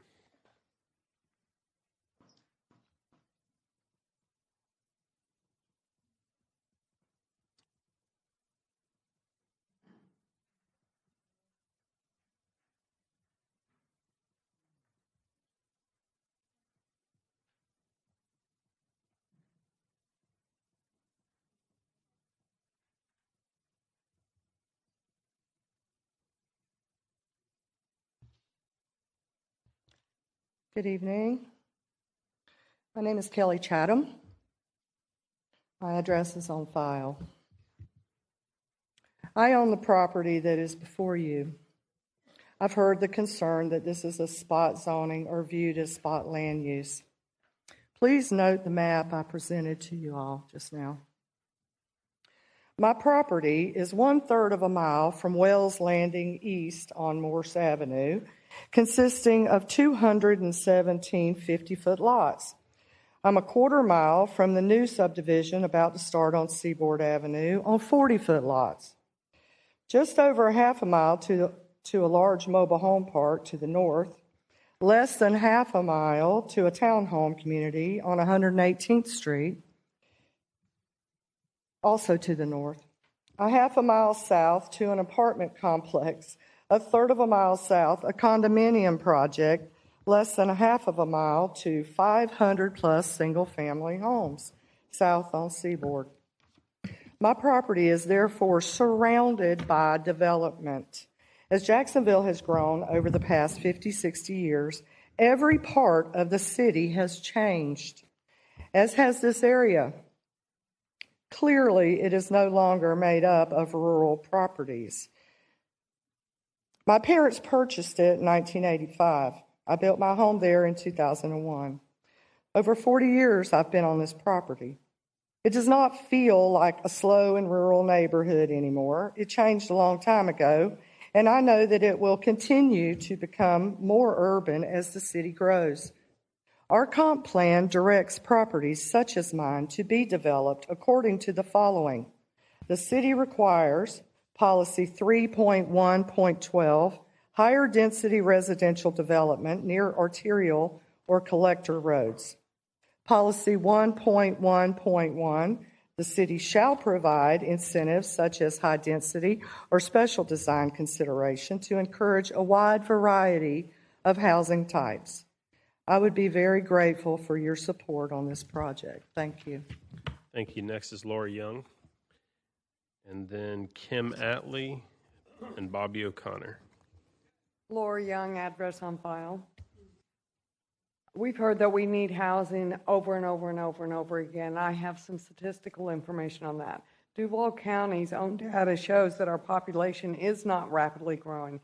It's actually declining. According to Jacksonville Gov, the population dropped from 1,055,159 in 2024 to 977,670 in 2026, a decrease of 77,489 residents.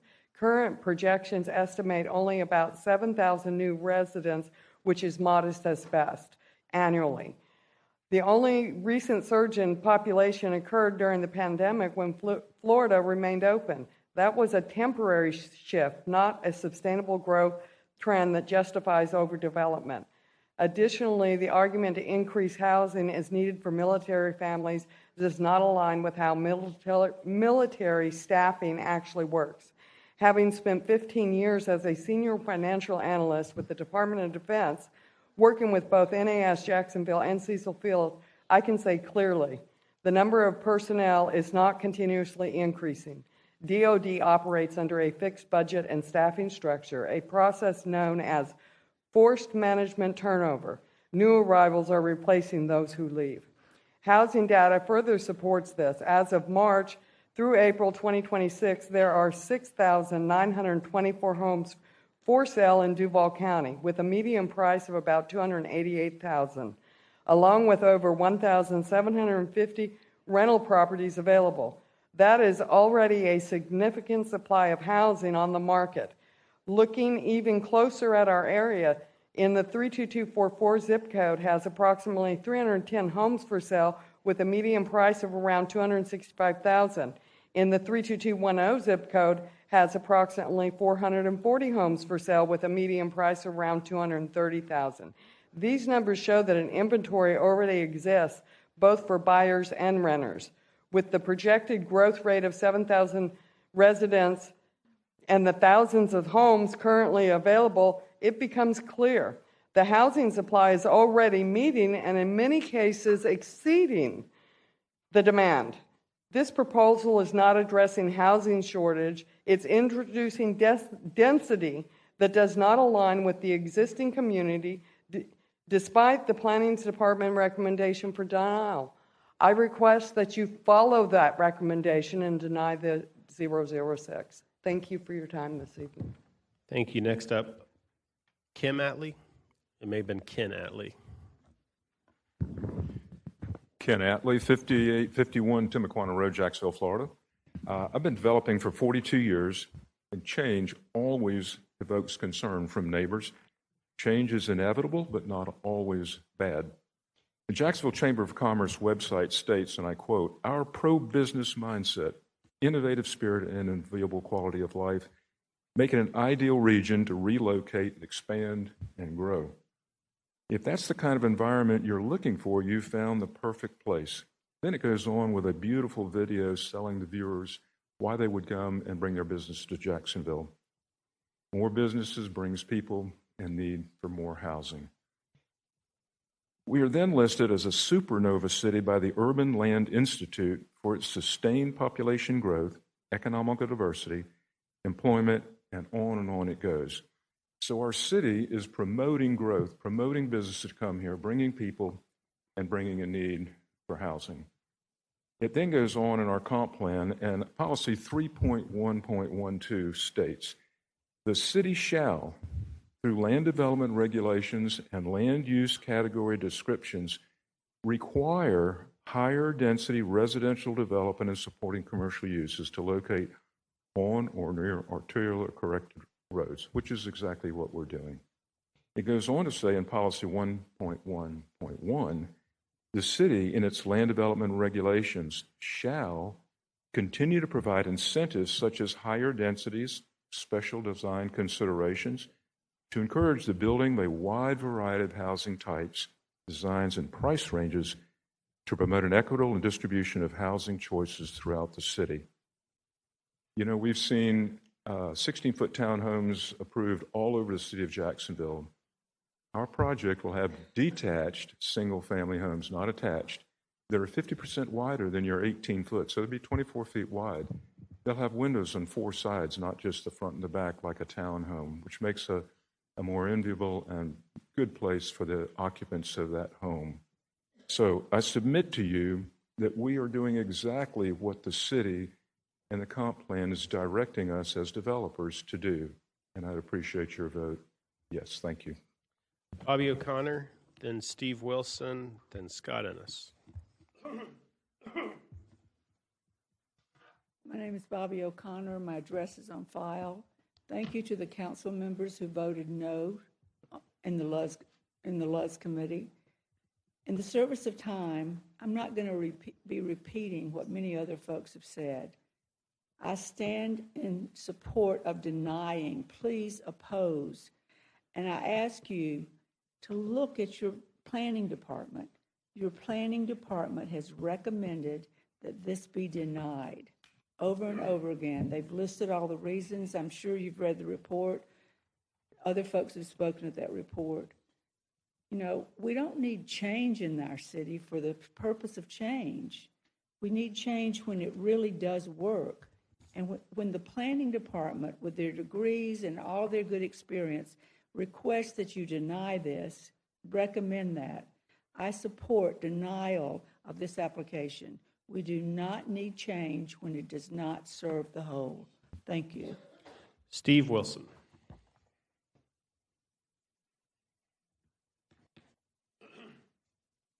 My name is Steve Wilson, 6314 Seaboard Avenue. I want to thank you for your time and attention. I know it's late and I'll keep it short. The only real facts that I see here right now are that the planning department has recommended no, and we aren't here even to say yes or no to a development here. Is it going to be low density or allowed to go to medium density? That's a pretty simple fact. There are now, and people have listed them off, a great many number of new developments within a very short area of this. And if you look on, I know you won't have time to before voting tonight, but if you look on the property map, the new areas of 50-foot lots in this community is shocking. So to insist that somehow that this 9-acre development needs to go from low density to medium density, it really is just not reasonable that you'd have to do that. Everybody else is developed in this area now quite significantly at the low density. Thank you. Thank you. Scott Ennis. And then Jamie Travis Leonard after that, then Elaine Wilson.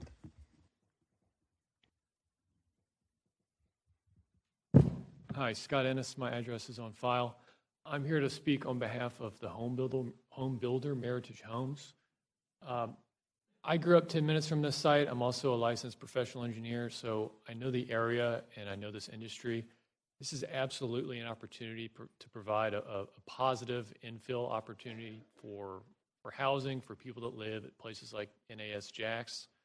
We're very proud of the homes that we build. Ken mentioned this provides a lot more value than something like a townhome, 2-car garages, private backyard. In addition to that, Ken has incorporated a lot of improvements to the original concept that after taking feedback from the community. So the concept has been greatly improved. We're proud of the work that we do and the homes that we build for Jacksonville, and we're excited for this opportunity. So thank you for your time. Thank you. Jamie Travis Leonard.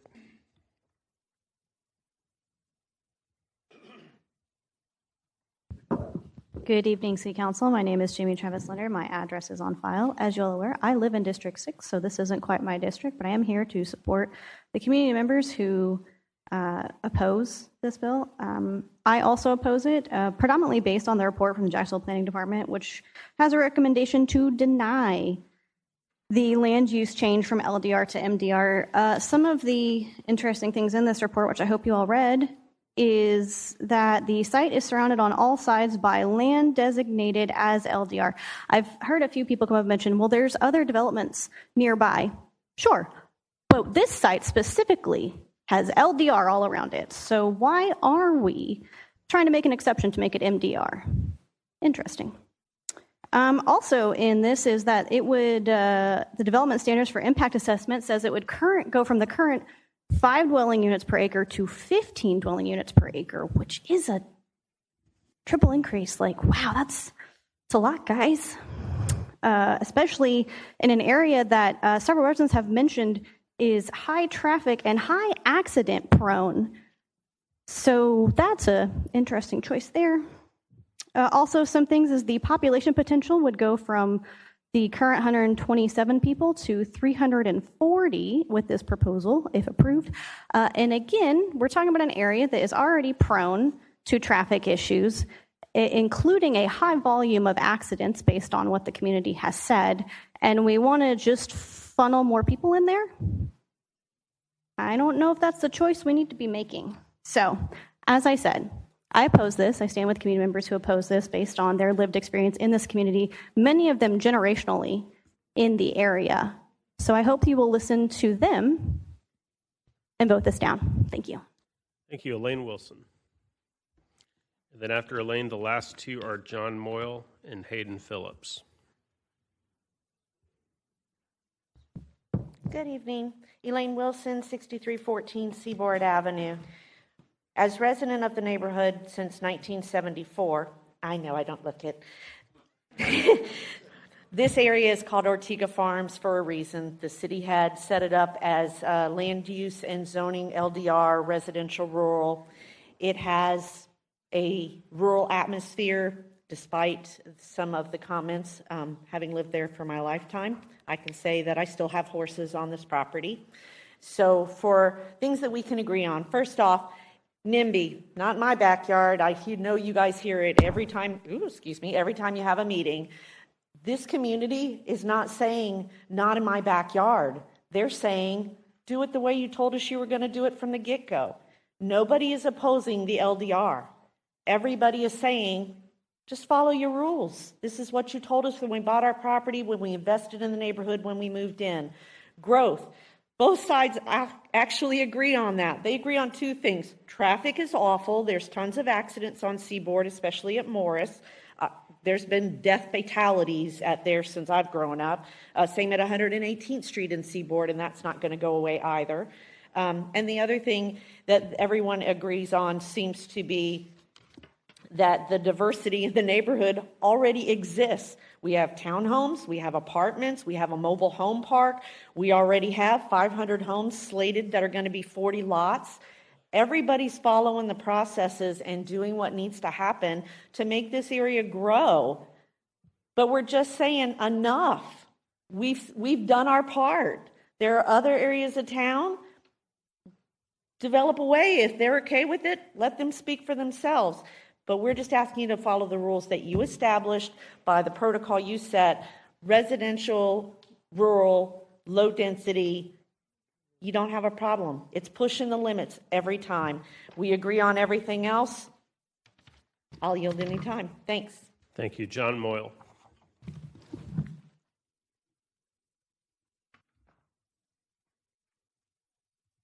I'm John Moy with Waits & Moy Engineers, 3738 Southside Boulevard. During the first LUZ meeting, there was some confusion about the traffic. It was brought up that Morse Avenue was at or over capacity, and so I came in to address that. The city's annual traffic count show their closest count stations on Morse are just west of Blanding, and they show that Morse Avenue is only at about 16% capacity. We had performed a traffic study for the Wells Landing subdivision a couple of years ago and did a study of this area, included the traffic from the new development, and at that time it only showed Morse east of Blanding was approximately 10% at capacity. There are a couple new developments. There's a new development on Seaboard north of this that has 117 new units, and this development will have 77 units.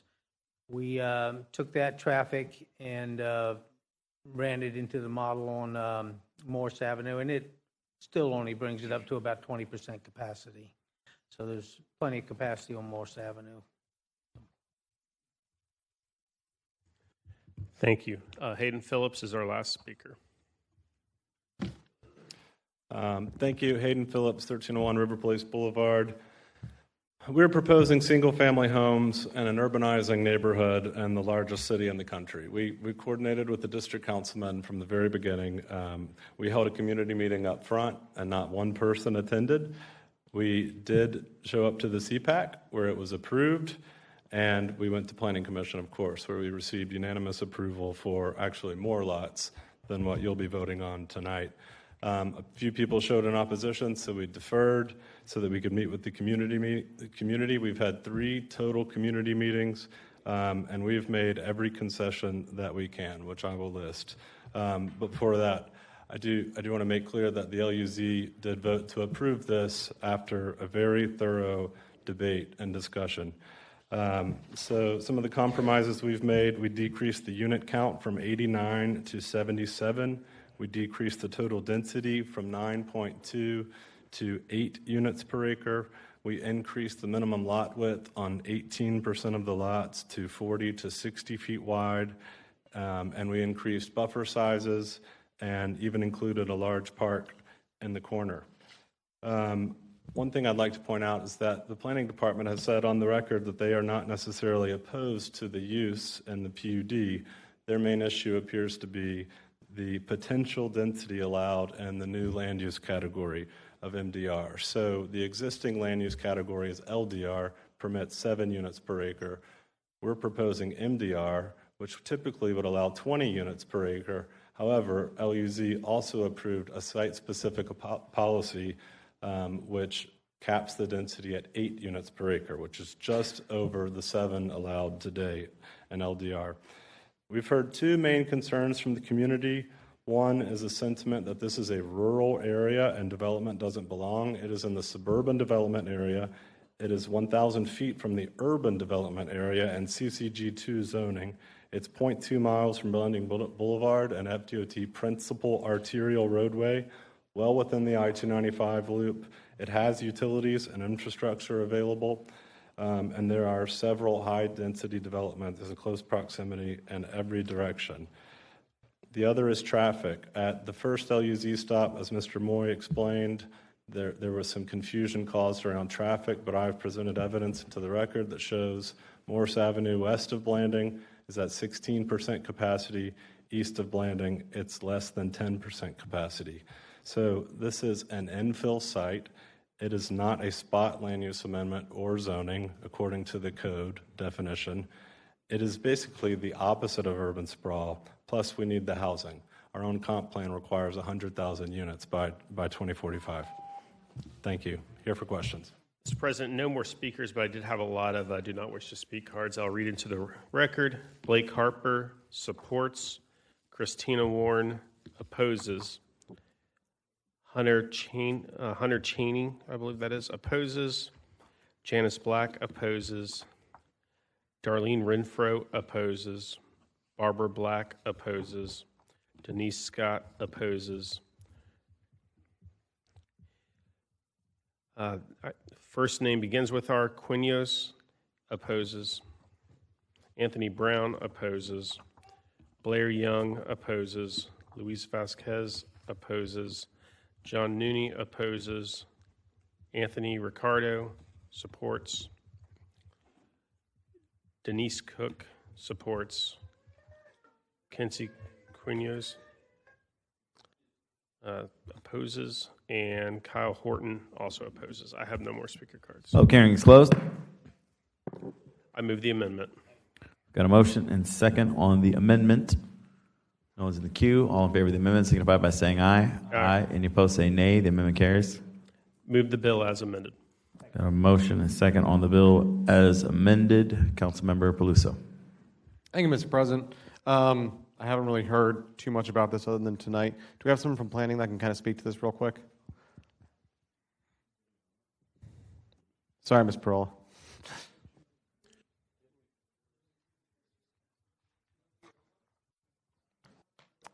Mr. President, I can't hear what my colleagues are saying. I'm sorry. My time is ticking. Ms. Pearl, I just want to ask, so one of the questions I think was answered. I just want to verify that it was accurate. So this is in the suburban area, correct? All right, so it seems as though it is. So do we still believe that the planning department would deny today with the amendment that was just offered? Yes, with the amendment, we continue to recommend denial. To what purpose is the recommendation of denial? It's now gone from 7 to 8. That doesn't seem like much of a giant increase to me. It is still a change to the MDR land use category, which is a spot in that particular area surrounded by low-density residential. The other areas are allowed a maximum of 7 units per acre. The MDR is proposed to have that site-specific policy, but that policy could be removed in the future by council, of course, but it will have that MDR category assigned to it, which could spawn like developments in the surrounding area up to 20 units per acre, which we do not think is appropriate for this area. I think I'm slightly confused. I thought the suburban area was able to kind of handle a little bit more density. I know the urban area obviously can handle a lot more. The fact that it's only 1,000 feet away does kind of seem like this seems like in a proper transitional area. You still kind of disagree with that? Through the chair to the councilman, so the MDR, it allows such a significant jump. I understand that this area might be feeling some growth pressures. However, a lot of the developments that are around that people have been referencing those were still developed within the LDR land use category. They were just a more compact zoning district. This zoning district, if I recall, is RR Acre. I mean, it could be an RLD 60, RLD 50, RLD 40. All of those are still within the low density residential category. And so at this time, we just feel like MDR is premature. Understood. Thank you, Mr. President. All right, Councilmember Carlucci. All right, thank you, Mr. President. Just to clarify real quick, the amendment that was just passed, that is a site-specific policy. So LDR is 7 units per acre. This needed 7.9. MDR is 20. There's no in-between, as we've all kind of exhausted that conversation.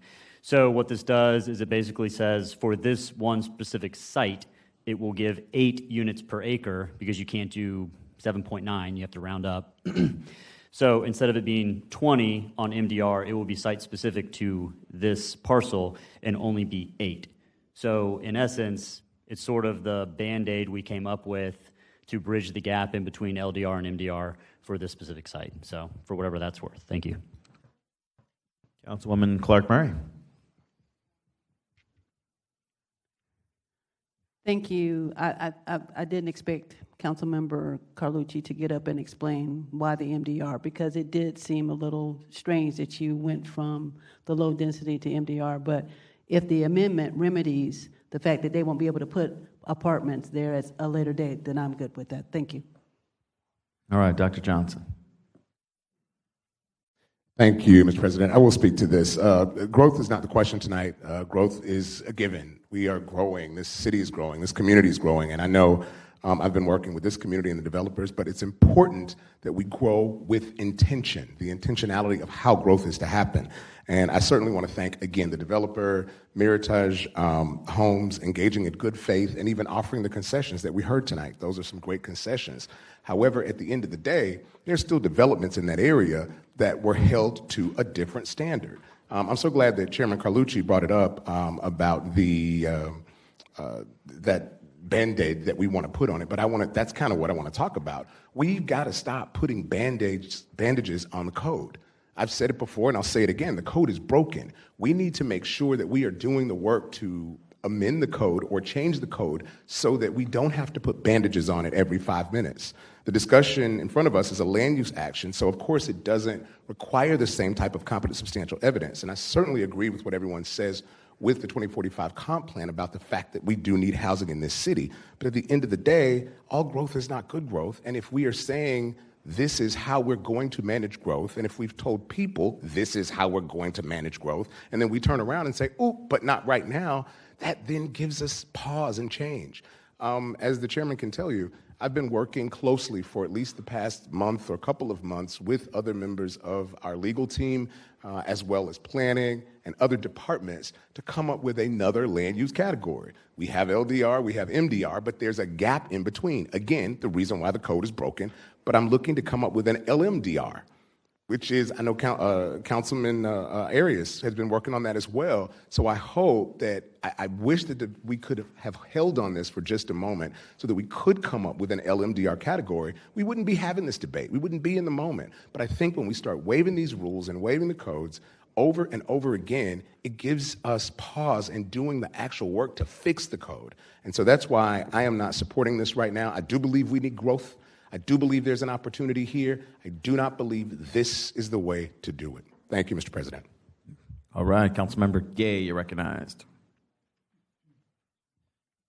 Thank you, Mr. President. Through the President, Councilmember Johnson, welcome to the fight. So it's always a tough position when your community is pressing for one thing and we see a need for another for housing. Through the President to Councilmember Carlucci, so basically the LDR MDR is a 0.9 factor.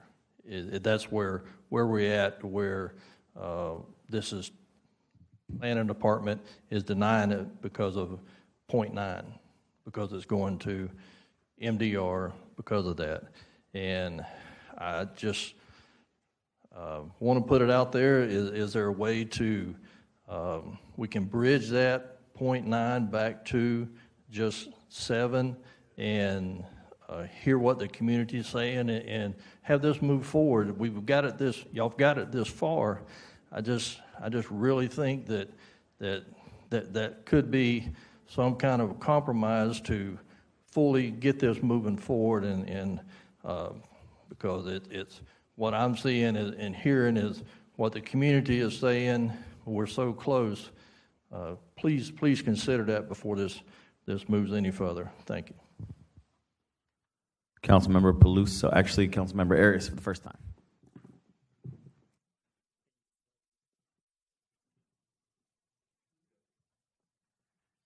Thank you, Mr. President. All right. Last week at LUZ, this was a tough one for me because obviously we're voting off of facts, and there's a lot of emotions in this room when it comes to these kind of rezonings and land use changes. Mr. Johnson talked about a category that I was considering. He's also considering called LMDR. I think that's much needed in our city, and also for us to actually make these determinations. Because going from LDR maximum 7 units, going all the way to 20 is the issue here. Ms. Erin Abney, if you don't mind, please coming up here, Mr. President, if that's okay with you. I want to know right now, realistically, this was deferred maybe a month ago at LUZ because somebody spoke in your department regarding the traffic percentage. We've heard a lot of different percentages today. And last time we heard about it being over capacity at 100%. Today we're hearing 10% and then 16% on the west side of the Blanding Boulevard. Pertaining to this property, where are we at with traffic count? A percentage.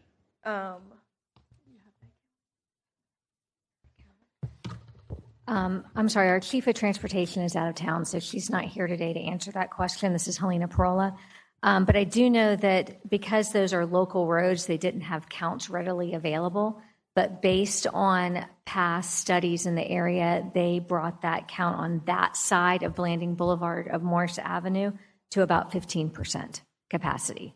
Okay, so right now it's currently at 15%. Right. At LUZ, it was mistaken. I think our chief was confused with the figures that they were looking at, so that was stricken. Okay, so if this were to pass tonight and it goes to, let's call it 8 units per acre, looking at 77 homes, what is that going to bring the capacity to now? That I don't know. I know the applicant has provided some information on that, but when it comes to site plan review, that's when the traffic engineer will look at that and will look at whatever surrounding traffic there is and will ask of the applicant to provide those studies so they can make a better assessment of if anything is needed for the increase in density there. So they will look at if a turn lane is needed or if an additional stop lane is needed, and if that's warranted by the new development. And the reason why I asked is exactly for what you just said. We heard about 4-way stop signs and how they're not really effective as it is right now for that particular area. Is there something that will be done? And you just answered it. You said yes. If there's a needed for a turn lane or a traffic light or whatever the case is, it will be added. Because the concern here today was really about safety. That's all I care about. I don't care about homes. I don't care about the builders or anybody else. I care about the safety of the community. And so as long as you guys are doing your due diligence, if this were to pass, that the community will be safe. That's really what matters the most. The last part is, and I have a minute left actually, if it were to pass going to MDR, I also heard that it will produce 900 daily trips compared to right now at LDR at 436. Is that accurate? Through the chair to Councilman Arias. So our transportation team did run what the daily trips would be on the original request of 89 single-family homes, and that could produce about 809 daily trips. So if being reduced from 89 to 77, it would be less than that. Okay, all right. And so for clarification, the maximum at an MDR category will be 194 units, but right now they're bringing it to 77 units is what you're stating, correct? Original request was 89 single-family homes, bringing it down to 77 single-family homes. If they were to sell the property, can somebody go ahead and flip it and say, I'm going to do 20 units? No, right? It's stuck at 8 units per acre if we were to pass this tonight, Correct. right? If this was to pass, the site-specific policy would be on that parcel, and in order to remove that, they would have to go through another land use amendment. Perfect. Just want to make sure that we have a lot of protections in place for this. Thank you. All right, Councilmember Diamond for the first time. Question has been called by Councilmember Diamond. All in favor of calling the question, raise your hand.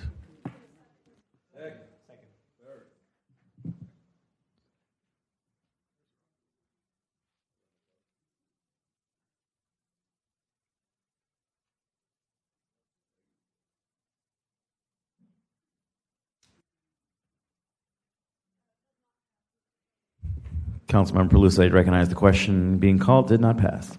Thank you, Mr. President. Can I have one of the home builders or somebody who's representing them come up? I just kind of want to ask, Mr. President, if there are questions that are going to be asked of anyone that are not staff, you will be required to open the public hearing again so that those people can be allowed to testify, but only during the pendency of a public hearing.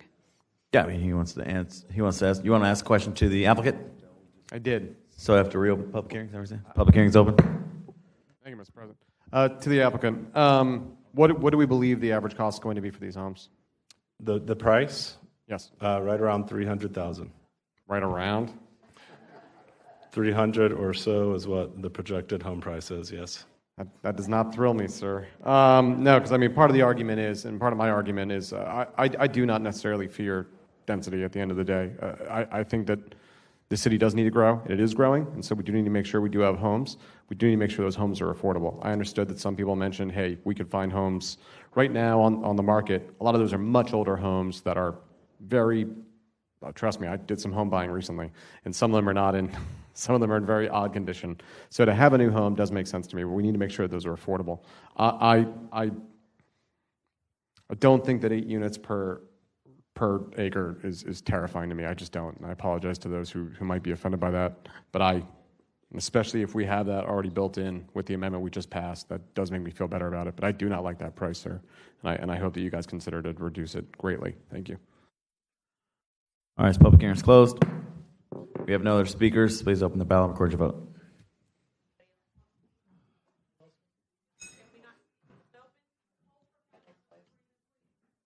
Hold for Freeman.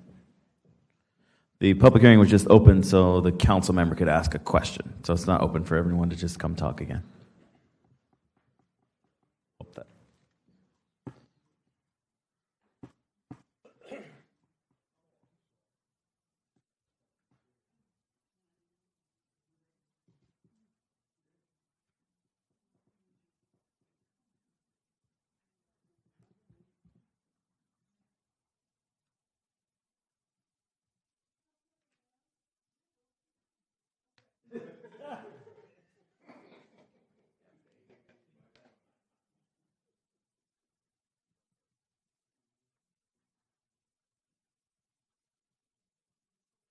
Eleven yeas, 6 nays. By your action, you have approved 2026-0006.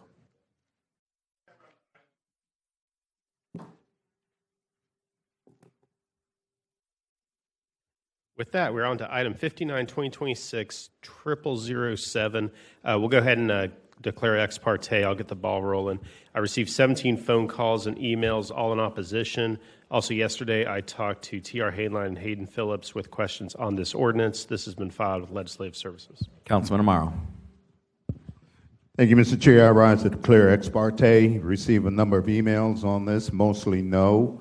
Also had a brief conversation with the applicant earlier today. Thank you. Dr. Johnson. Thank you, Mr. President. I rise to declare ex parte. I have received 17 emails and 14 phone calls, all in opposition. I also just recently had a meeting with the developers and the land use group in the corner. All those things will be declared shortly or put down with Legislative Services. Thank you. Councilmember Gay. Thank you, Mr. President. I've received 3 phone calls in support for this and many emails in opposition, and it's been filed with Legislative Services. Thank you. Vice President Howland. Thank you, sir. I also rise to declare ex parte communications. I received 10 emails in opposition, and I also spoke yesterday by phone at 11 a.m. with Mr. Hayden Phillips, the applicant's agent, and we spoke about the traffic miscommunication as well as all of the concessions that have been made. We'll make sure this is filed. Thank you.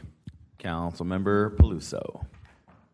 Thank you, Mr. President. I stand to declare ex parte against. I received 3 emails in opposition from neighbors, all supporting the Planning Department's recommendation for denial. I also have ex parte in favor. I received a phone call from T.R. Hainline and from Hayden Phillips, but I did not speak to either of them.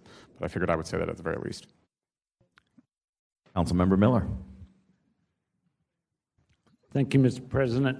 I rise to declare ex parte communications as well.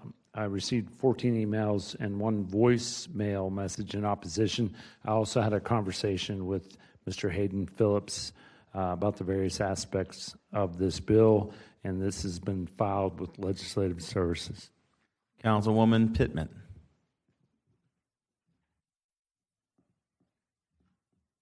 I rise also to declare ex parte.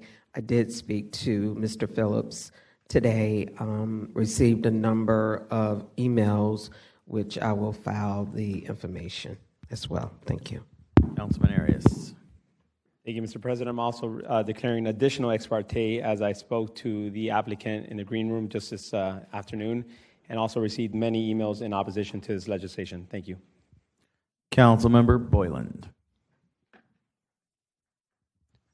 Thank you, Mr. President. I too have received, stand to declare ex parte. I received 6 emails in opposition, 1 voicemail, and a conversation with Mr. Phillips yesterday afternoon. It's all been filed with Legislative Services. Past President Salem. Thank you, Mr. President. I've received a number of emails and 1 voicemail, and they've been filed with Legislative Services. Thank you. All right, there's no one else. Go ahead with the public hearing. All right, Mr. President, same thing as the previous bill. I'm going to call 5 at a time. Please come on down. Lawrence Cheney, Shelley Cheney, Tanya Wells, David McClure, and Samantha Series. If you do not wish to speak when I call your name, just let me know. So again, Lawrence Cheney, Shelley. Mr. Cheney, do you wish to speak? Yeah. Okay. Tanya Wells is going to go first. Okay. Ms. Wells? Tanya Wells, 5694 Morse Avenue. Man, I just don't understand. I have something to read, but I don't understand how we can go off of data or suggested data when reports were done from 2 years ago.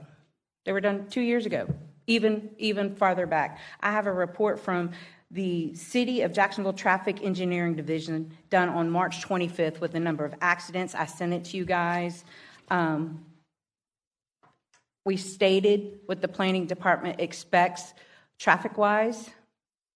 We don't even have the other subdivisions built. We don't have that other traffic. But yet, without all of this, you're going to approve it. And for me, as a citizen, that's hard to accept. It's hard to accept. So I'm not going to go off what I read. Thank you, Mr. Johnson. I appreciate it. Really appreciate it. You have no idea. Thank you. Lawrence Cheney, and then Shelley Cheney and David McClure.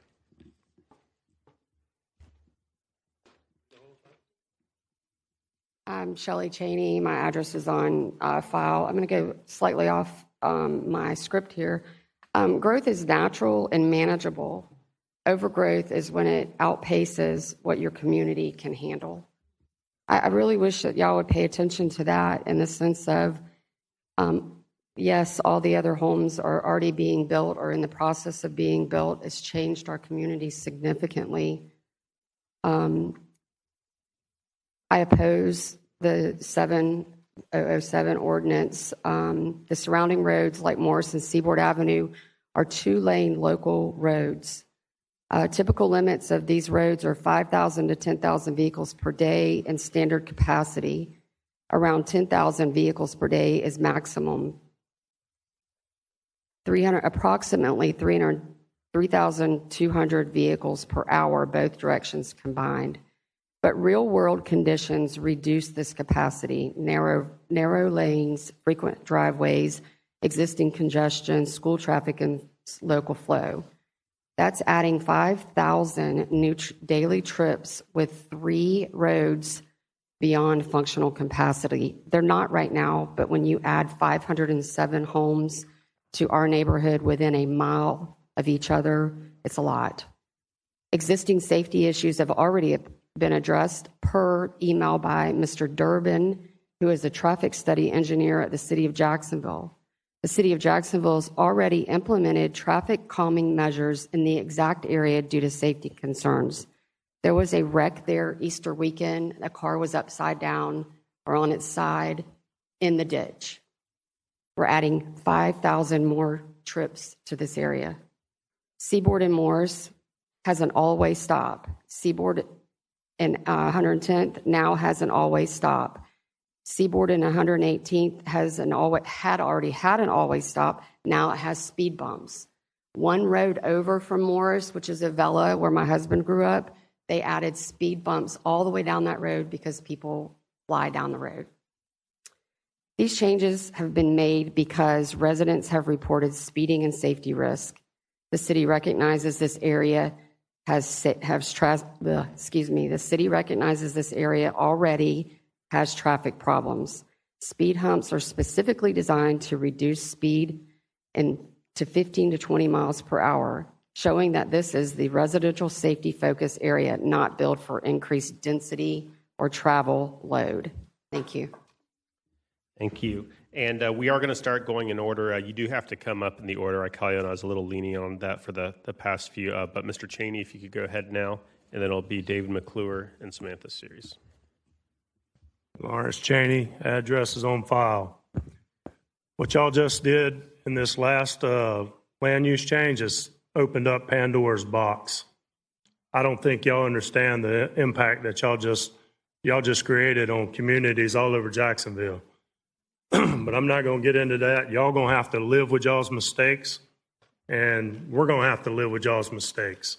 But what this developer is proposing is 30-foot lots.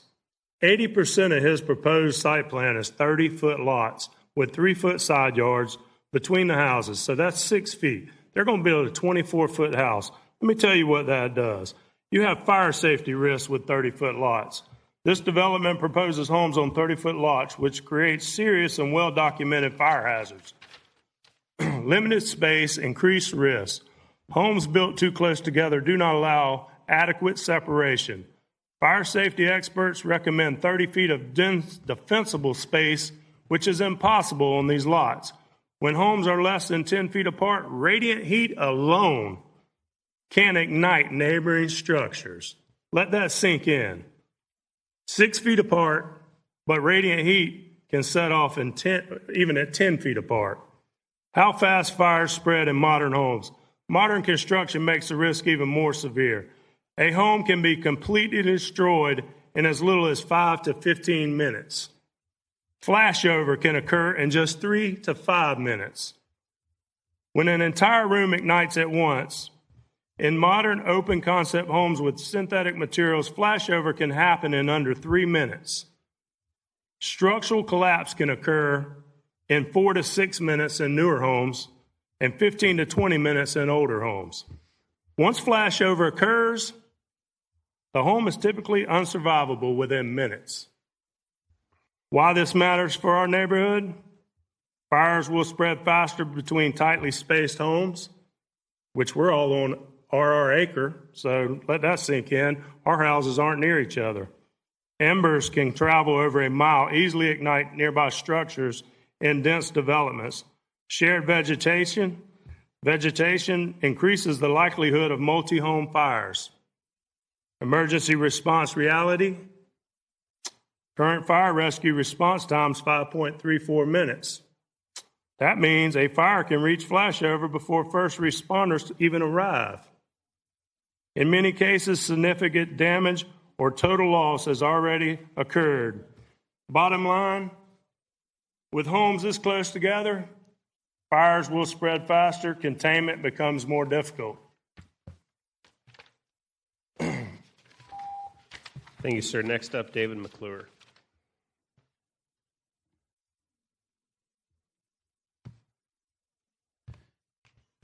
David McClure, 5750 Morse Avenue. The proposal combined with already approved development within a mile from this development, we're going to be over 500 new homes within the next year or so. Now, all we're taking into account is this just one development. It seems like, and then we don't even have, like Tanya was saying, we don't even have a current traffic analysis. What you guys are basing your decisions on a 3-year-old traffic analysis from Wells Landing from 3 years ago. And we've got over 500 new homes. So that's thousands or more people moving into the area. We're talking, It's hard to fathom because the numbers are so small, and we all know that live there that they're much higher than what the numbers. So we're talking over 900 to 1,000 new vehicles on our road every day. Every day. More than 5,000 a daily. We figured more than 5,000 additional daily trips with all the congestion that's moving in. It's already dangerous now. So I guess somebody should just open up a business of a record business to pick up all the cars that are going to crash. The development on the lots that do not meet basic fire principles. He was talking about how small the lots are. It's ridiculous. It'll go up like a torch. Without a complete traffic study, the congestion, it just doesn't make any sense why we're even here voting on this. Well, at the time when the city is actively trying to slow traffic down and improve safety, this project does just the exact opposite. This is dangerous for all of us that live in the neighborhood. I respectfully urge you to deny the order 0007. Thank you, David McCord. Thank you. Samantha Series and then Jeffrey Scott.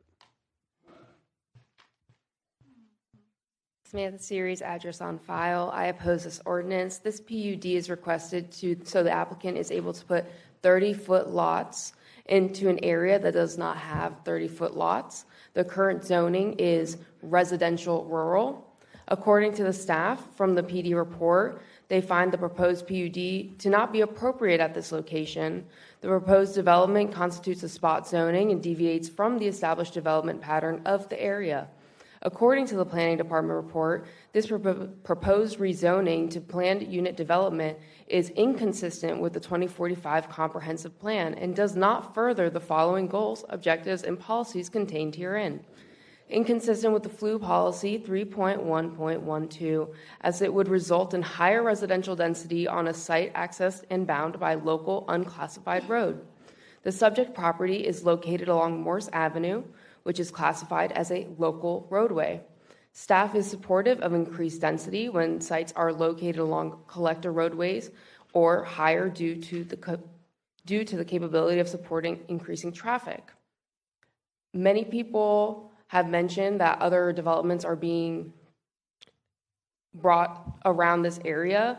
All of the zoning that is currently being built is RLD 40 and RLD 50. This is a PUD because they want 30-foot lots. We do not see RLD 30. I've never seen that one here, and I've been to a few of these. So it is concerning that we are not listening to the staff report.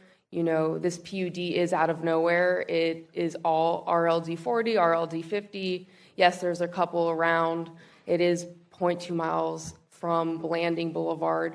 So I understand. And this group of community members, they do not oppose development in all. They are fine with sticking with what was now changed to MDR, but they were fine with LDR and RLD 60. They would have accepted RLD 60, but the developer does not agree with that. He wants RLD 30, and that is how they would get those 77 homes into this area. It's 9.7 acres. That's not a lot compared to these other bigger properties that were mentioned before. The other properties that have lots of homes being built, 17 acres, almost 23 acres. One's 43 acres. So we're asking to be put this extra density in 9.7 acres. I think we need to listen to the staff report and not do a PUD here. And if you do approve the PUD, to listen to the community and have the items that they were hoping would be implemented if this is approved. Thank you. Thank you. Next up, Jeffrey Scott and then Paula Moore. Is Jeffrey Scott here? Okay, how about Paula Moore? No Paula Moore. Blake Harper?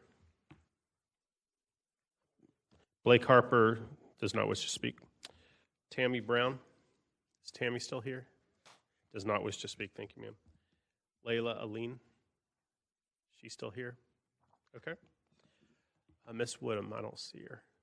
Oh, Miss Woodham, do you wish to speak? Okay, sorry for not seeing you out there. Kelly Chatham? Do not wish to speak. Laura Young. Does not wish to speak. Ken Attlee. Ken Attlee wishes to speak. Ken Attlee, 5851 Timuquana Road, and I would be happy to answer any questions if you have any. Thank you. Thanks, sir. Bobby O'Connor. And after Bobby, it'll be Steve Wilson. My name is Bobby O'Connor, and my name is on file. I mean, my address is on file. It's past my bedtime. I do not understand this process. I really don't. The planning department has said that this request is inconsistent with the goals and objectives of the comprehensive plan. They listed them all, specifically Goal 3 and all these objectives. It's inconsistent with the vision plan or the flu policy. It's inconsistent with the strategic regional policy plan. It would provide more housing, but not more affordable housing, and it would also detract from the character of the neighborhood. The part I don't understand about the process is it doesn't make any sense to me that you would open the public hearing again so a council member could ask the applicant a question, but then you don't ask the neighborhood folks a question. I don't understand that. Don't we have an opportunity to refute what's being said, particularly when something is said that is not the truth as we know it? So, and this business about the code, please fix whatever needs to be fixed in the code so that this doesn't come up again. How many other are in this agenda tonight or next week or that you've continued that you're going to put a Band-Aid on? Stop putting Band-Aids. I don't know what you have to do to change the code, but I bet you Councilmember Johnson knows and some of others you know. Please change the code so this stops happening. I heard someone say, and I hate to even say this, but someone, I'm not going to use their name, but someone said the Planning Commission never met a developer they didn't like. I'm starting to believe that about most of you all. I really am. And I appreciate Council Members Gay, Johnson, Boylan, Freeman, Pittman, and Salem for voting no on this. Thank you very much on the previous ordinance. As you might guess, I haven't said it, but I do oppose this. Thank you, ma'am. Steve Wilson. And after Mr. Wilson, Scott Ennis. And then Jamie Travis Leonard. Steve Wilson, still at 6314 Seaboard. I just want to point out one thing here. We did have some comments from council members right before the vote suggesting that this is about safety and that it would be a simple matter to put in a turning lane. It's not going to be a simple matter. There's not even breakdown or pull over space, particularly at that intersection, but all up and down most of the roads in the area, there's a ditch. So I'm not, obviously you can move the dirt around, take property away from the development, take property away from everybody adjoining the corner, but it's not going to be that simple a matter. I do also want to, without being personal, I don't think it was lost on any of us that quite a large majority of comments that council members mentioned as ex parte after the vote were all opposed. And I don't have a firm count to validate that, but certainly how it seemed. And all of the conversations were had with the party here trying to apply for this. So thank you. It doesn't look good. Scott Ennis and then Jamie Travis Leonard. And then Elaine Wilson. Scott Ennis, my address is on file. Again, I'm here on behalf of Meritage Homes. I'm confident of the benefit, and I'm happy to answer any questions. Thanks. Thank you. Jamie Travis Leonard, are you here? Do you wish to speak? Oh, she's not here. Okay, thank you. For the record, she opposed it. Elaine Wilson.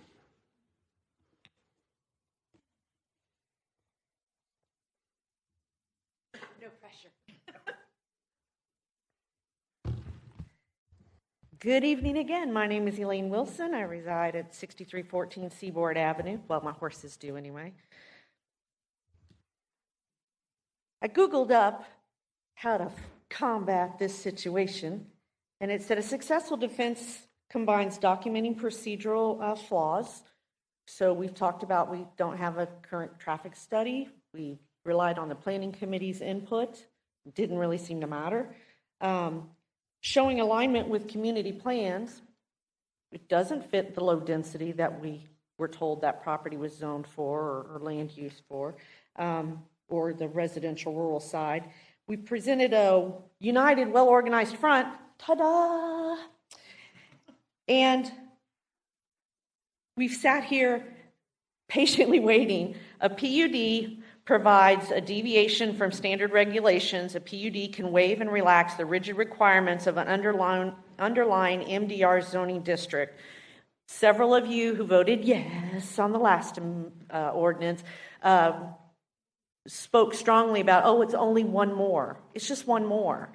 But under a PUD, that can quickly change when they realize they have to put in a turn lane, and now we've got to fill ditches, and that's not coming out of these neighbors' front yards. That's coming out of the front yards of these 30-foot home sites with two-car garages, which are 20 feet. So you have a two-car garage door and a 4-foot entry door.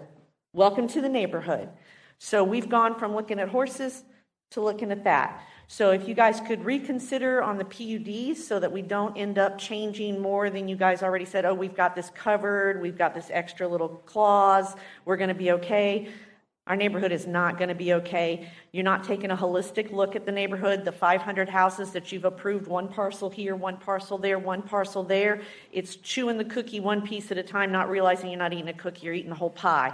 So can you please take some consideration of the neighborhood and what these neighbors are saying? It is not about not in my backyard. We've asked. Please hear us. Thank you. Thank you. Last speaker is Mr. Hayden Phillips. Are you questions only, Mr. Phillips, or do you wish to speak again? I will stand by for any questions that you may have, and I would be glad to answer them in the event you do have questions. Thank you. Thank you. Mr. President, I'm going to read into the record all those that filled out a card do not wish to speak. I believe this is Kyrie Horton opposes, Christina Warren opposes, Hunter Cheney opposes, Janice Black opposes, Darlene Renfro opposes, Barbara Black opposes, Denise Scott opposes.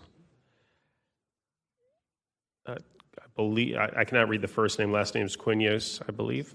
Opposes. Anthony Brown opposes. Blair Young opposes. Luis Vasquez opposes. John Nooney opposes. Anthony Ricardo supports. Denise Cook supports. And Kenzie Quinhos opposes. I have no more speaker cards. Public hearing closed. I move the amendment. Got a motion second on the amendment. There's no one in the queue. All in favor of the amendment signify by saying aye. Aye. Any opposed say nay. The amendment carries. I move the bill as amended. I have a motion second on the bill as amended. There's no one in the queue. Please open the ballot and record your vote.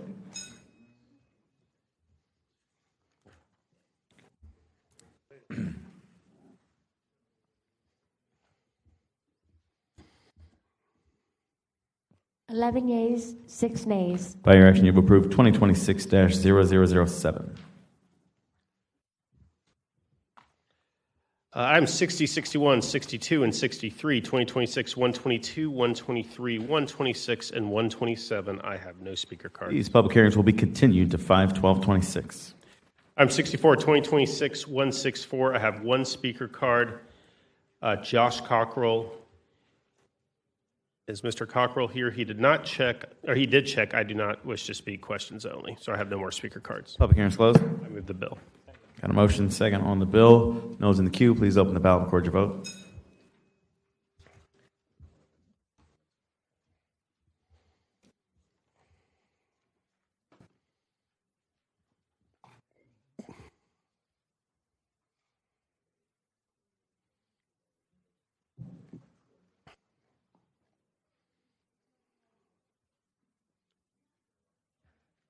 Miller?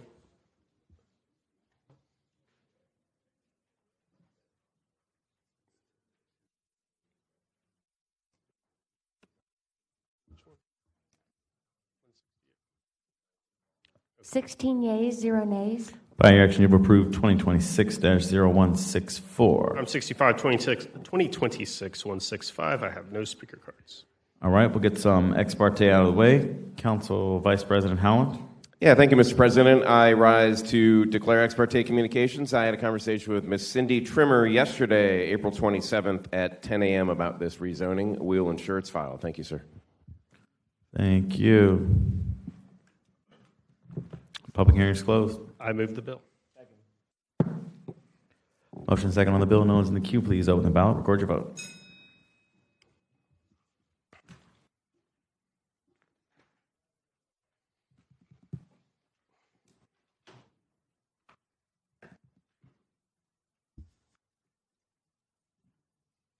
Sixteen yeas, 0 nays. By your action, you have approved 2026-0165.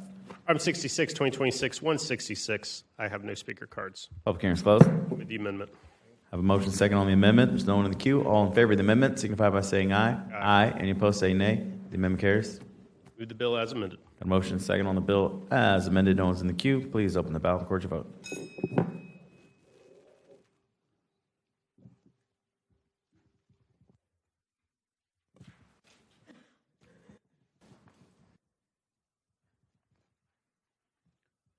17 yeas, 0 nays. By your action, you have approved 2026-0166. Item 67, 2026-167. I have one speaker card. Josh Cockrell, questions only. Public hearing is closed. I move the amendment. Motion second on the amendment. There's no one in the queue. All in favor of the amendment signify by saying aye. Aye. Any opposed say nay. The amendment passes. Move the bill as amended. Got a motion second on the bill as amended. There's no one in the queue. Please open the ballot. Record your vote.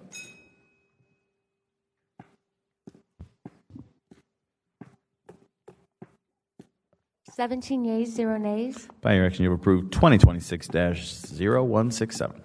Item 68, 2026-168. I got a number of speaker cards, combination of those who do wish to speak and do not.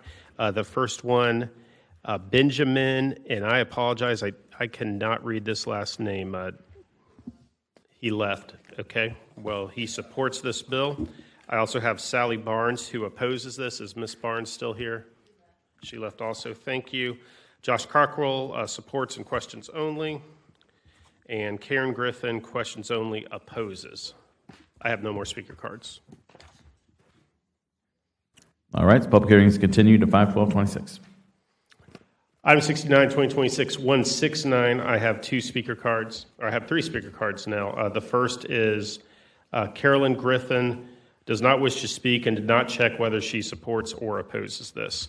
Also, Sally Barnes opposes this, and Benjamin, again, cannot pronounce the last name. Looks like it begins with the N. The applicant supports this, and I have no more speaker cards. This public hearing is continued to 5/12/26.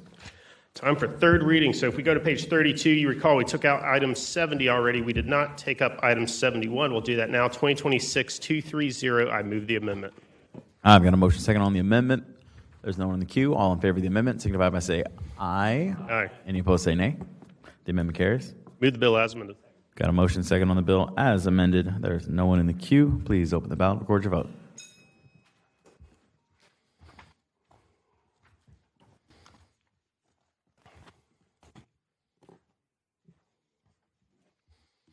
Sixteen yeas, 0 nays. By your action, you have approved 2026-0230. Jumping ahead to page 34, third reading ordinances. Item 77, 2026-213. I move the amendment.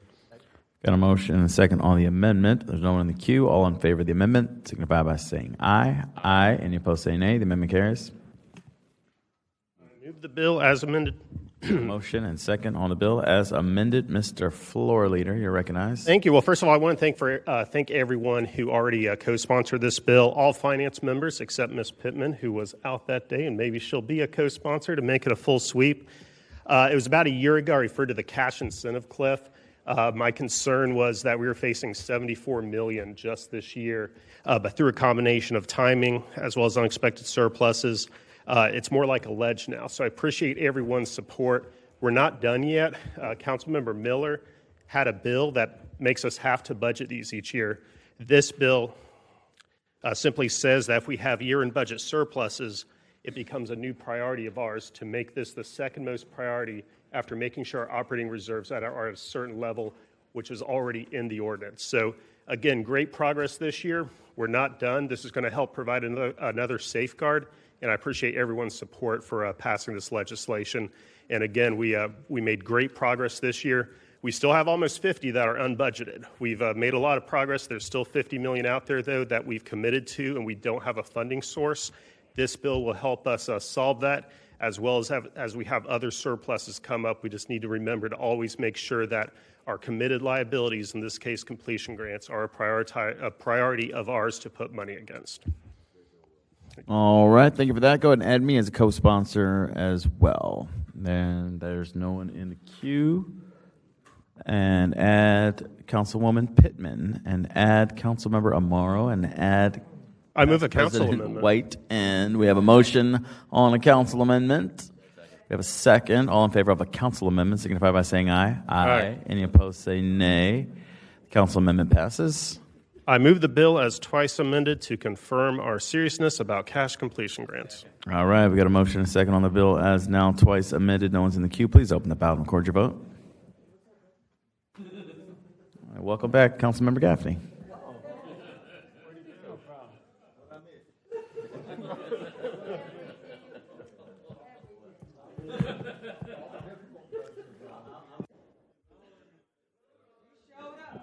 Open that ballot. We did call for the ballot, I believe. We did. Yes, okay.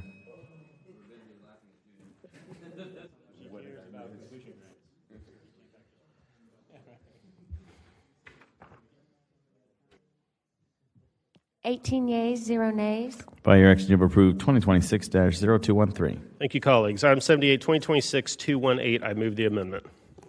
Got a motion second on the amendment. No one's in the queue. All in favor of the amendment signify by saying aye. Aye. Any opposed say nay. The amendment carries. I move the bill as amended. Got a motion second on the bill as amended. Councilman Lannon. Thank you, President. So we just approved my bill against, not against cash completion grants, but providing a guardrail. I just want to make sure for the record on this, everyone understands the discussion we had in finance. This is TIF funding only, and it's for items the Finance Committee actually put in the DIA budget last fall when we went through the budget, or last summer. So again, a yes vote on this. It is not taking money from your district taxpayers. This is TIF funding only, generated within the CRA that the Finance Committee approved during budget time for them to work towards contracts on this. So again, just wanted to point out that this is money. We actually made changes during the budget season to move it from general to be all TIF funding. So that is why I'm a yes on the next two. All right, my official endorsement for finance chair for next year. No one's in the queue. Did we move the amendment? Good? We did. All right, open the ballot, record your vote.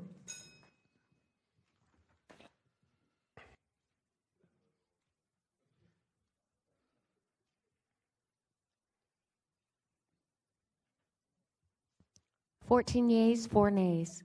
By your action, you have approved 2026-0218.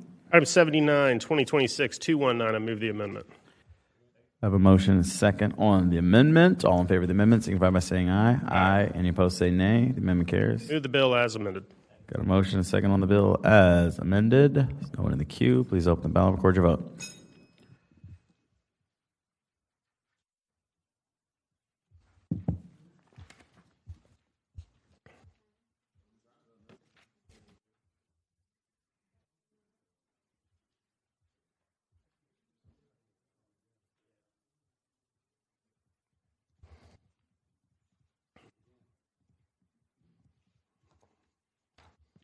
Fourteen yeas, 4 nays. By your action, you have approved 2026-0219.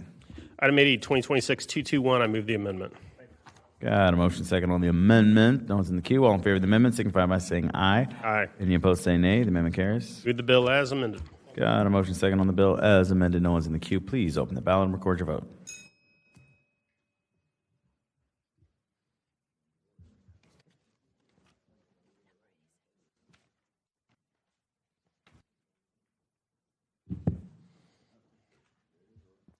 16 yeas, 2 nays. By your action, you've approved 2026-0221. Item 81, 2026-223. I move the bill. Got a motion second on the bill. Past President Salem, you're recognized. Thank you, Mr. President. I've voted against this bill in I think 2 committees that I'm on, and let me tell you why.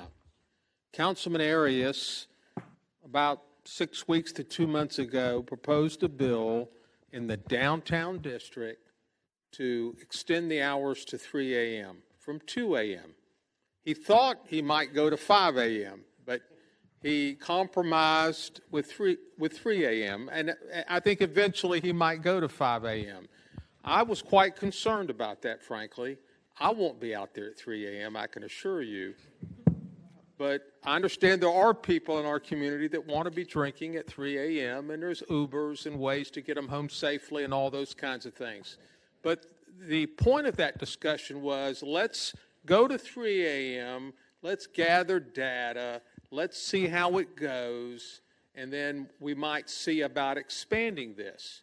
In fact, interestingly, I went to a notice meeting today by Councilmember Johnson, who has some legislation that he will be proposing, which will mandate that data collection from JSO, JFRD, DIA, and others to see what the changes are from that legislation. So I personally would like to see that bill put in place and some period of time go, 3 months, 6 months, with the 3 a.m. before we start expanding it. So now, all of a sudden, we're putting Brooklyn out there. I just don't think it's a good idea. I think we should wait, gather the data on the downtown area. I frankly think the downtown area should be the area that goes to 3 a.m. and maybe 5 a.m. That should be the area where we do expand the bars. But so I will be voting against this. I hope we get the data at some point through the legislation that Dr. Johnson is proposing, and then we can see if we want to expand it further. Thank you, Mr. President. All right. No one else is in the queue, so please open the ballot, record your vote.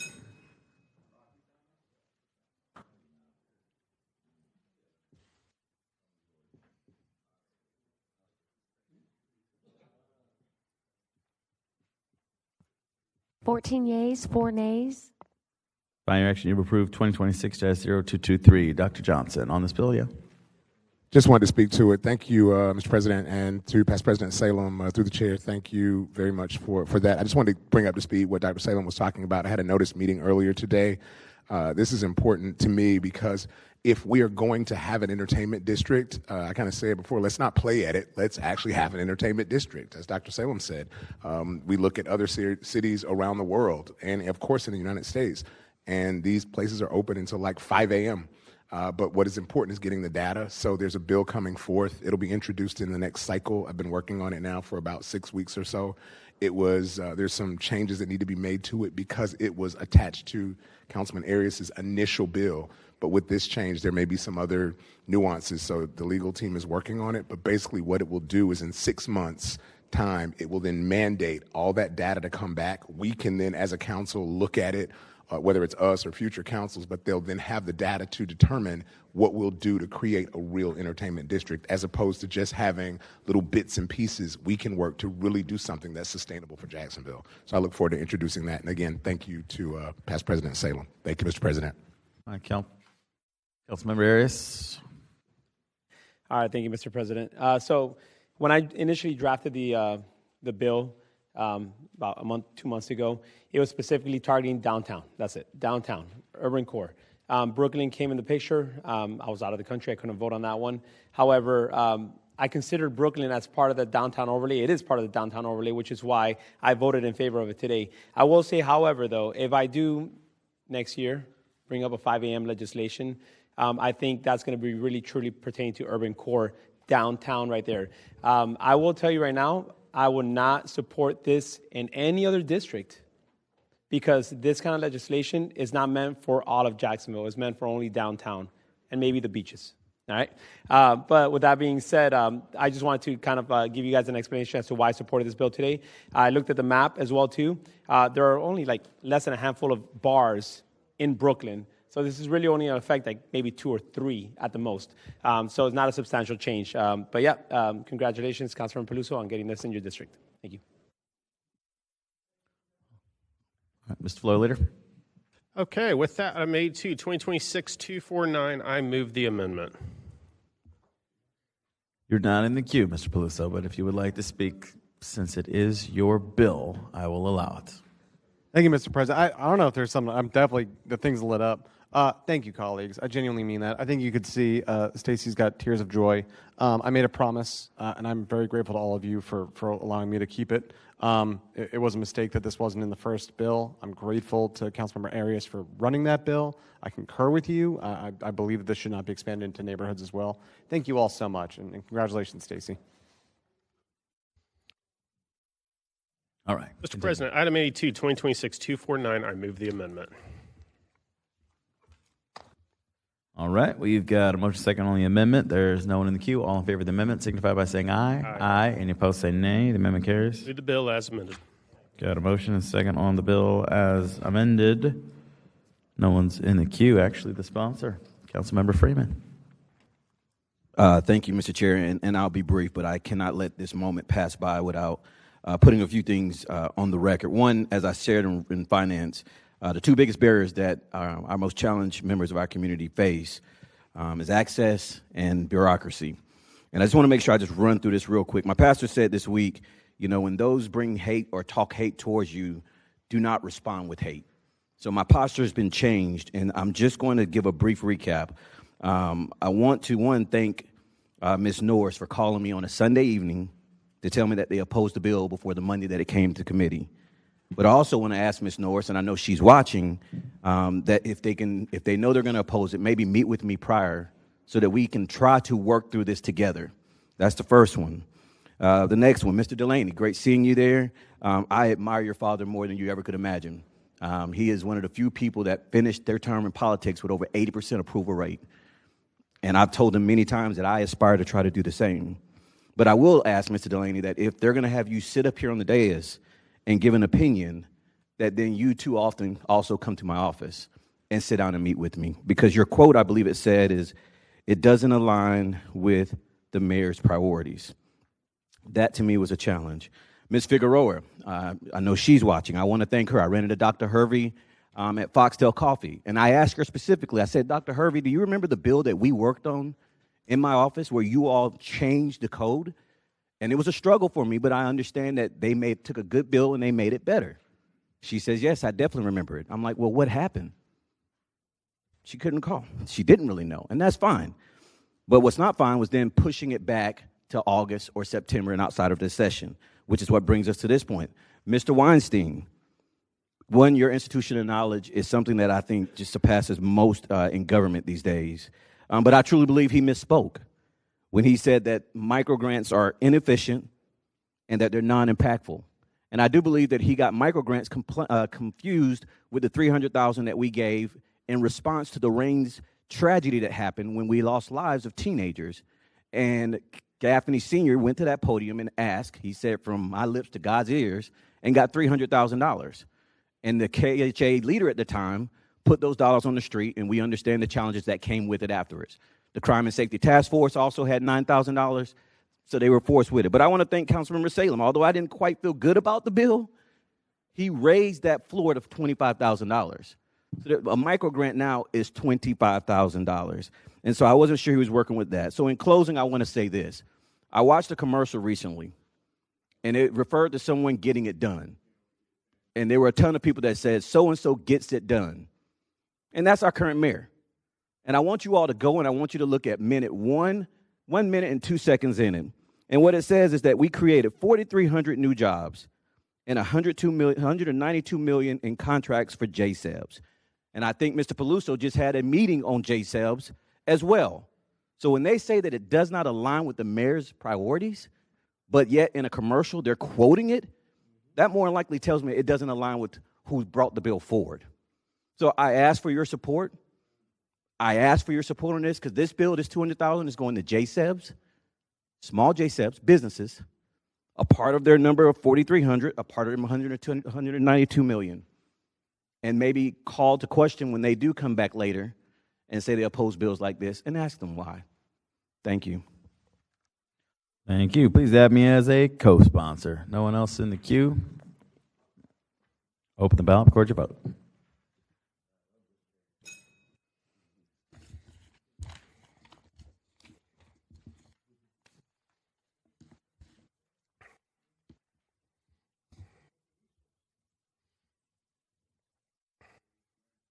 Seventeen yeas, 0 nays. By your action, you've approved 2026-0249. Councilman Freeman gets it done. Thank you, Mr. President. And I wanted to make sure I got through the vote before I asked this. I challenge each of you all to track this and see if it gets done. I don't care if we're Democrat or Republican up here. When we pass bills, we do it because we feel it's best for our constituents and our community. It does not just belong to the executive branch. Collaboration. That's all I'm asking for. So I'm looking forward to this. It's on our agenda tomorrow now for JSEP committee. You're welcome to come join us in the JSEP special, and we'll hear what the board talks about. Thank you. All right, Councilmember Boylan, you're on the queue. Thank you, Mr. President. I supported the bill this evening, and I understand the rationale of Councilmember Freeman pushing it forward. But I would be remiss if, as the council liaison for PSG, to encourage my colleagues next year and working with the administration in maintaining the level of funding, if not even increasing the level of funding, to support the work of the PSGs going forward. It's going to be a challenging year for them as well. I'm going to count on Mr. Councilmember Freeman to live up to his word to support and encourage the increasing of the funding for the PSGs next year to make up for this $200,000. Thank you, Mr. President. All righty. It is time for second reading. Mr. Teal, may you please read the bills?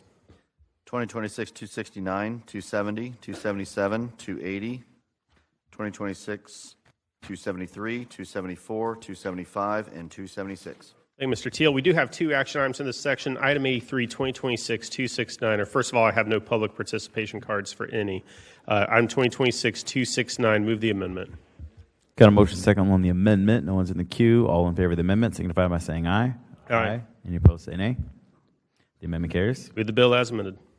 Got a motion second on the bill as amended. Those in the queue, please open the ballot, record your vote.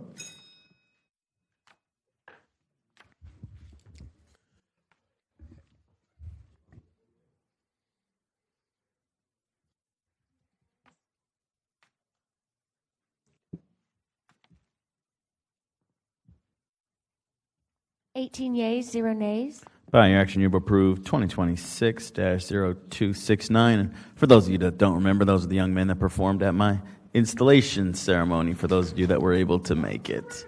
Yeah. Colleagues, item 86, all right, one more action item tonight. Item 2026-280. Okay, colleagues, we got one action item left here. 2026-280, we are going to take action on this item tonight, but there are several steps for this. Council President, you first need to announce that the bill is being discharged from committees. All right, upon request of the bill sponsor, at least Mr. Peluso of the introducers, he made that request through his office to my office today, and I granted that request, so I am discharging this bill from committee. Understood, sir. I move to declare resolution 2026-280 as an emergency. Got a motion and second on the emergency. No one's in the queue. All in favor of the emergency signify by saying aye. Aye. Any opposed say nay. The emergency passes. Mr. President, I have a floor amendment that has been passed out. It is fairly self-explanatory, just adding the emergency language, so I move my floor leader amendment. I'll second it. Got a motion second on the floor leader amendment. No one's in the queue. All in favor of the amendment signify by saying aye. Aye. Any opposed say nay. The amendment carries. I move the bill as an emergency as amended, and I have no public participation cards. We have a motion and second on moving the bill as an emergency as amended. There's no public participation. Councilmember Peluso, you recognized. Thank you, Mr. President, for recognizing me. I didn't know bills could move that fast, guys. This is really something else. I am great. I'm very grateful. Thank you, Mr. President, for allowing for this process to go through. The reason why we had the emergency, why we're in this place right now, is the James Beard Award, obviously highly prestigious. If you've never been at Chancho King, highly encourage you to go. It's in Murray Hill, the place where Councilmember Salem grew up. It's right off of Edgewood. It's an incredible place. They have really, not only do they have great food, but they've also got great events throughout the week as well. The owners, Maria and Chasen, are both up for the James Beard Award for Best Chef, which is like obviously the top tier. It's like getting the Oscar for Best Actor. Point being is this resolution will be used as a part of their application for the James Beard Award. We'll know if they've won by June 15th. Highly encourage you all to go out there. Very grateful to you this evening. Thank you. All right. Dr. Salem, you were in the queue. Do you wish to speak? Yes. Please. Thank you, Mr. President. I in no way, shape, or form want to stop voting on this bill, but how do you have, and this is through the chair to Ms. Mary, public participation on a bill that we just discharged? How does the public weigh in on that? I want to be educated. Through the chair to Councilmember Salem. So this was already marked for public participation because it's on second reading. So in this instance, there were no individuals who came forward with and filled out a card. So what we did, though, in the process was make sure that it was clear the bill was being moved for action this evening before the public participation cards would have been taken up, so that anybody who was present to speak on it would know that you're speaking on the bill slated for final action, as opposed to just participating in public participation with the expectation it would go to committees next week. Thank you. All right. No one's in the queue. Please open the ballot. Record your vote.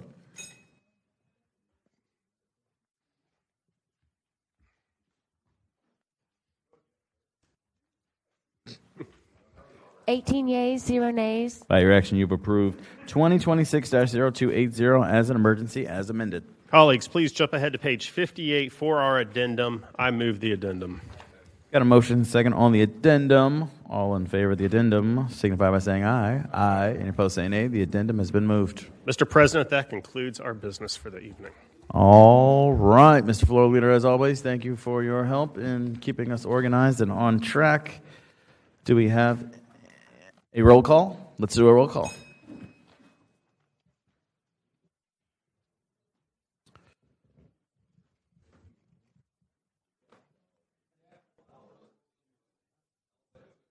Councilmember Pittman?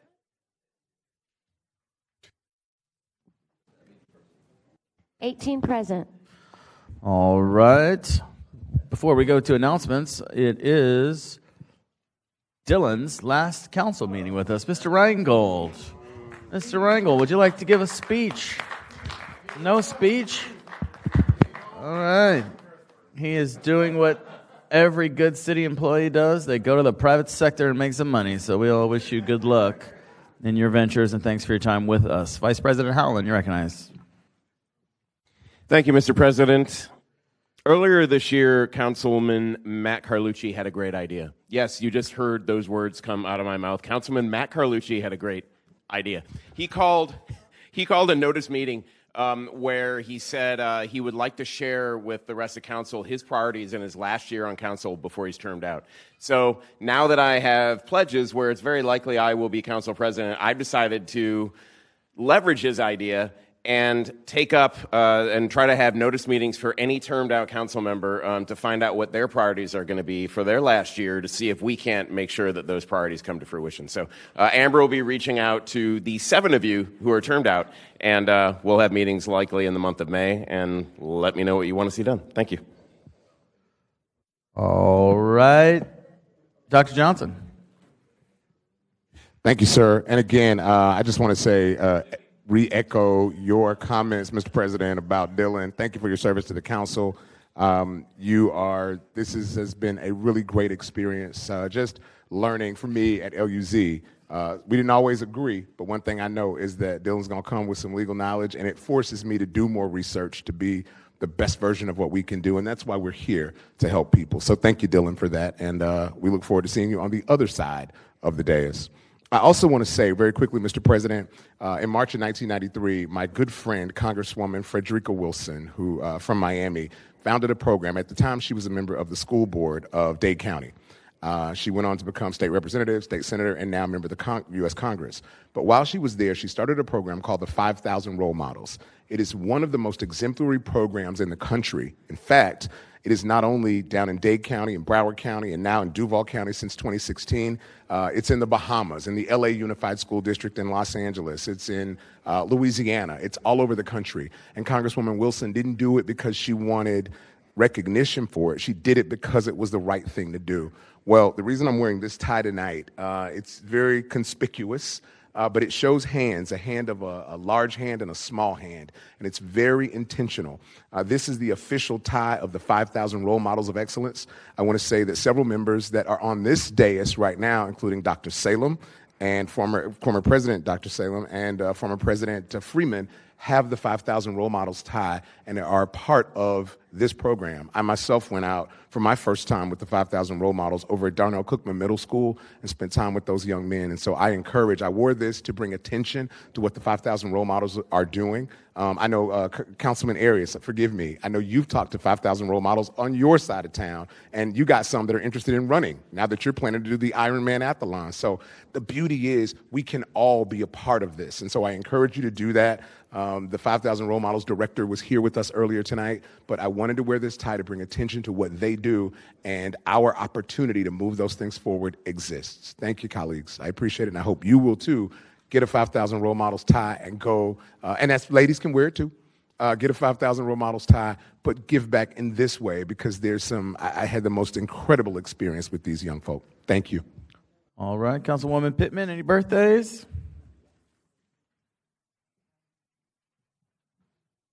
First of all, I want to give a little credit to Councilman Miller, who is the assistant to Councilman Lanin, to helping him, keep organized. I was hoping you were able to say something a few minutes more, but anyway, we thank you for supporting him and getting him organized, but he makes sure everything goes smoothly. I also want to acknowledge Councilman Johnson. Last week, I had an opportunity to go to the annual award that LISC has, and they had several awards, and our Councilman Rockman Johnson received the Janet Owens Award, and I'm sure if some of you all know who Janet Owens was, she was definitely a community advocate, especially for housing and community outreach. So let's just give him a big round of applause for him receiving such a beautiful award. And again, I want to remind you all, if you all are receiving awards or highlights in the community, I think our community needs to know what you're doing. All you have to do is just shoot me a text or email because I want to make sure that I recognize you and your endeavors in the community. We do have birthdays scheduled for May the 5th, and let's give it up for our Councilman Roy Diamond. And so you want the Stevie Wonder style, or you want just the regular? What you want? Oh, you good? You good?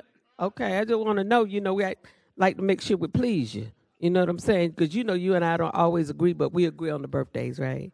All right. Y'all ready? Let's sing happy birthday. Happy birthday to you. Happy birthday to you. Happy birthday, dear Roy. Happy birthday to you. Happy birthday, my dear.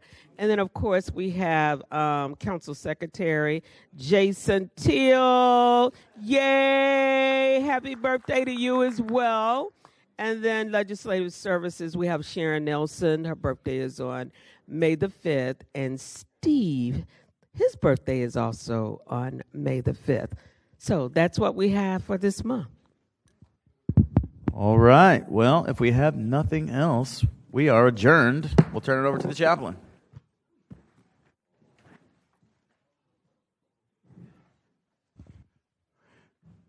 Thank you, Mr. President. Let's not take our birthday celebrations lightly. It's always good to have one.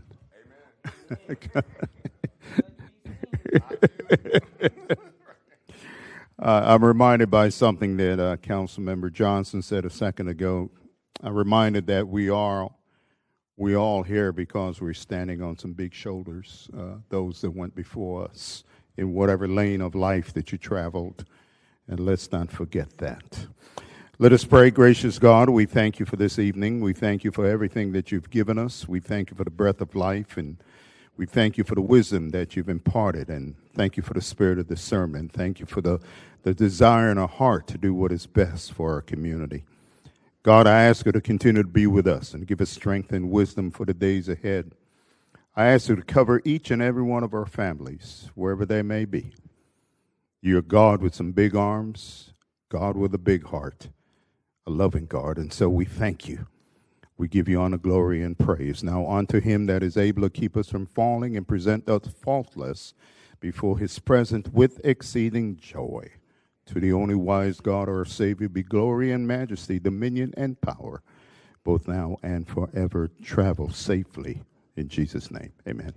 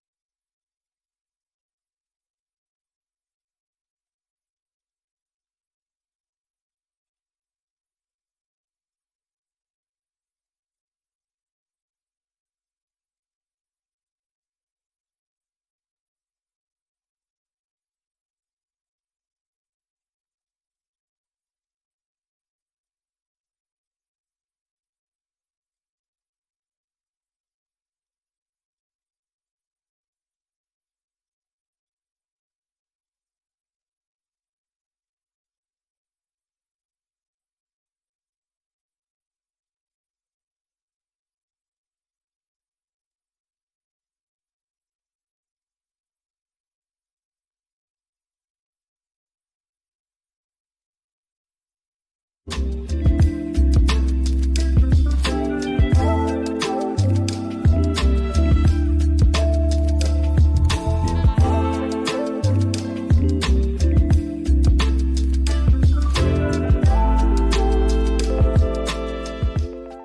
lot of seniors, a lot of individuals without cars call my office and let me know they can't make it to City Hall. It's in the area where I live at.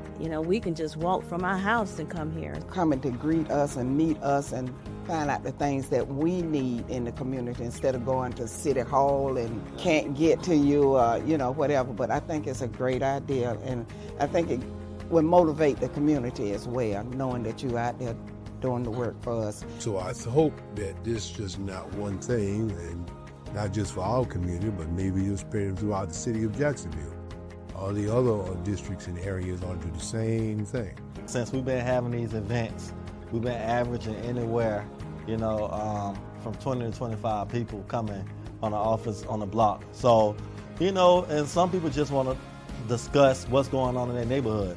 Some people just want to meet me. Some people, just want to give us ideas or just find out what's going on. At the end of the day, it's about bridging the gap, meeting the community halfway, and that's why we're here today. I just want to take the load off their plate. If I can make their life a lot easier by coming to their homes or coming to their backyard, I made a big difference right there. So for me, it's how can I make the constituents and the community lives a lot easier. That's what we're here for, to make a difference.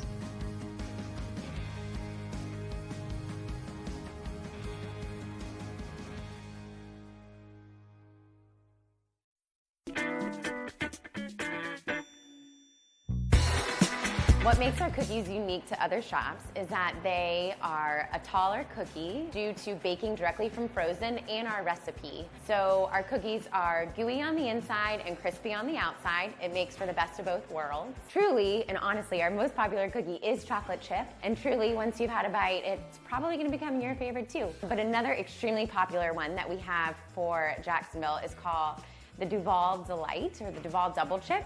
And so it's semi-sweet, chocolate chips, walnuts, and Heath Bits. The Heath Bits kind of caramelize, and that one is unique to our city and our store. Something that's also unique to us is our frozen dough to go. So we are able to package all of our frozen dough, and you are able to bake it in the comfort of your own home. We're also looking to get more involved in different community events. It's something also that makes Cookie Fix unique. So you will see us out at the J Fund, which will be coming up here in early 2026. And we look forward to getting more involved with some of the school fundraisers and PTAs. So we're very grateful to be here, and thank you, Jacksonville, for all of your support.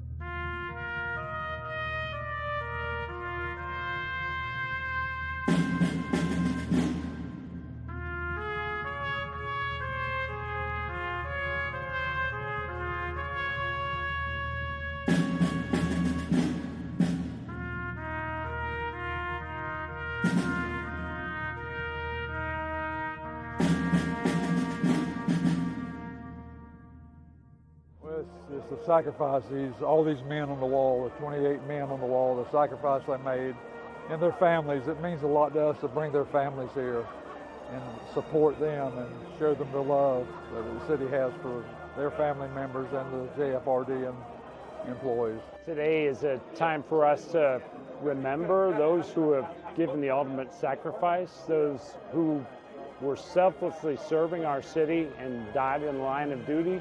And so once a year, we come together and not only remember and honor and reflect on what they did for us, but we also make sure the families, that they really know that we're all here for them and that we will never forget their loved ones who have given their all for us.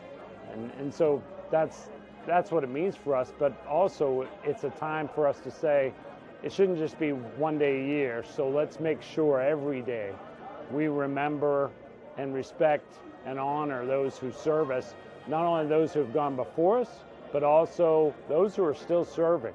We need to make sure they understand we have their back and we're going to be there for them no matter what. This is a tough job. This is a dangerous job, and if we've got to remember them, because there will be, unfortunately, more names in the future added to this wall.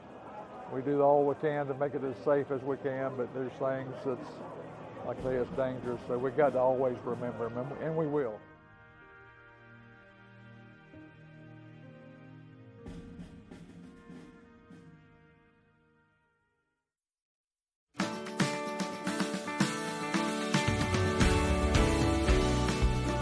Day Spa is a place for women who are dealing with any of the challenges of life. When you come here, this is a luxury spa that donates a percentage to our private foundation. So this is not a nonprofit spa. This is a for-profit spa that gives back.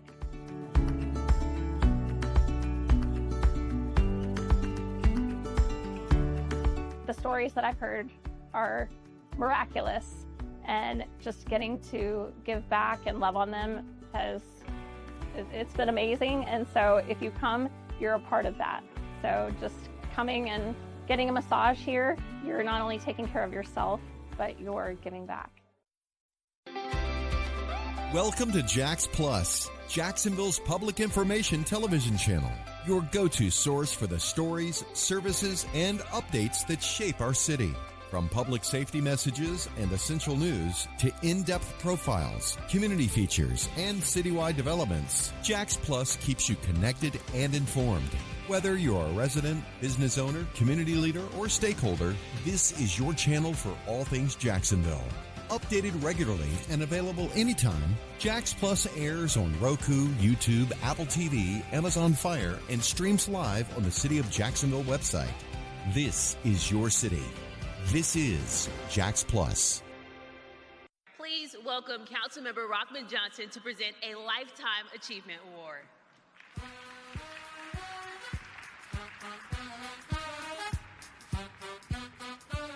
Maya Angelou once said, "On the pulse of morning."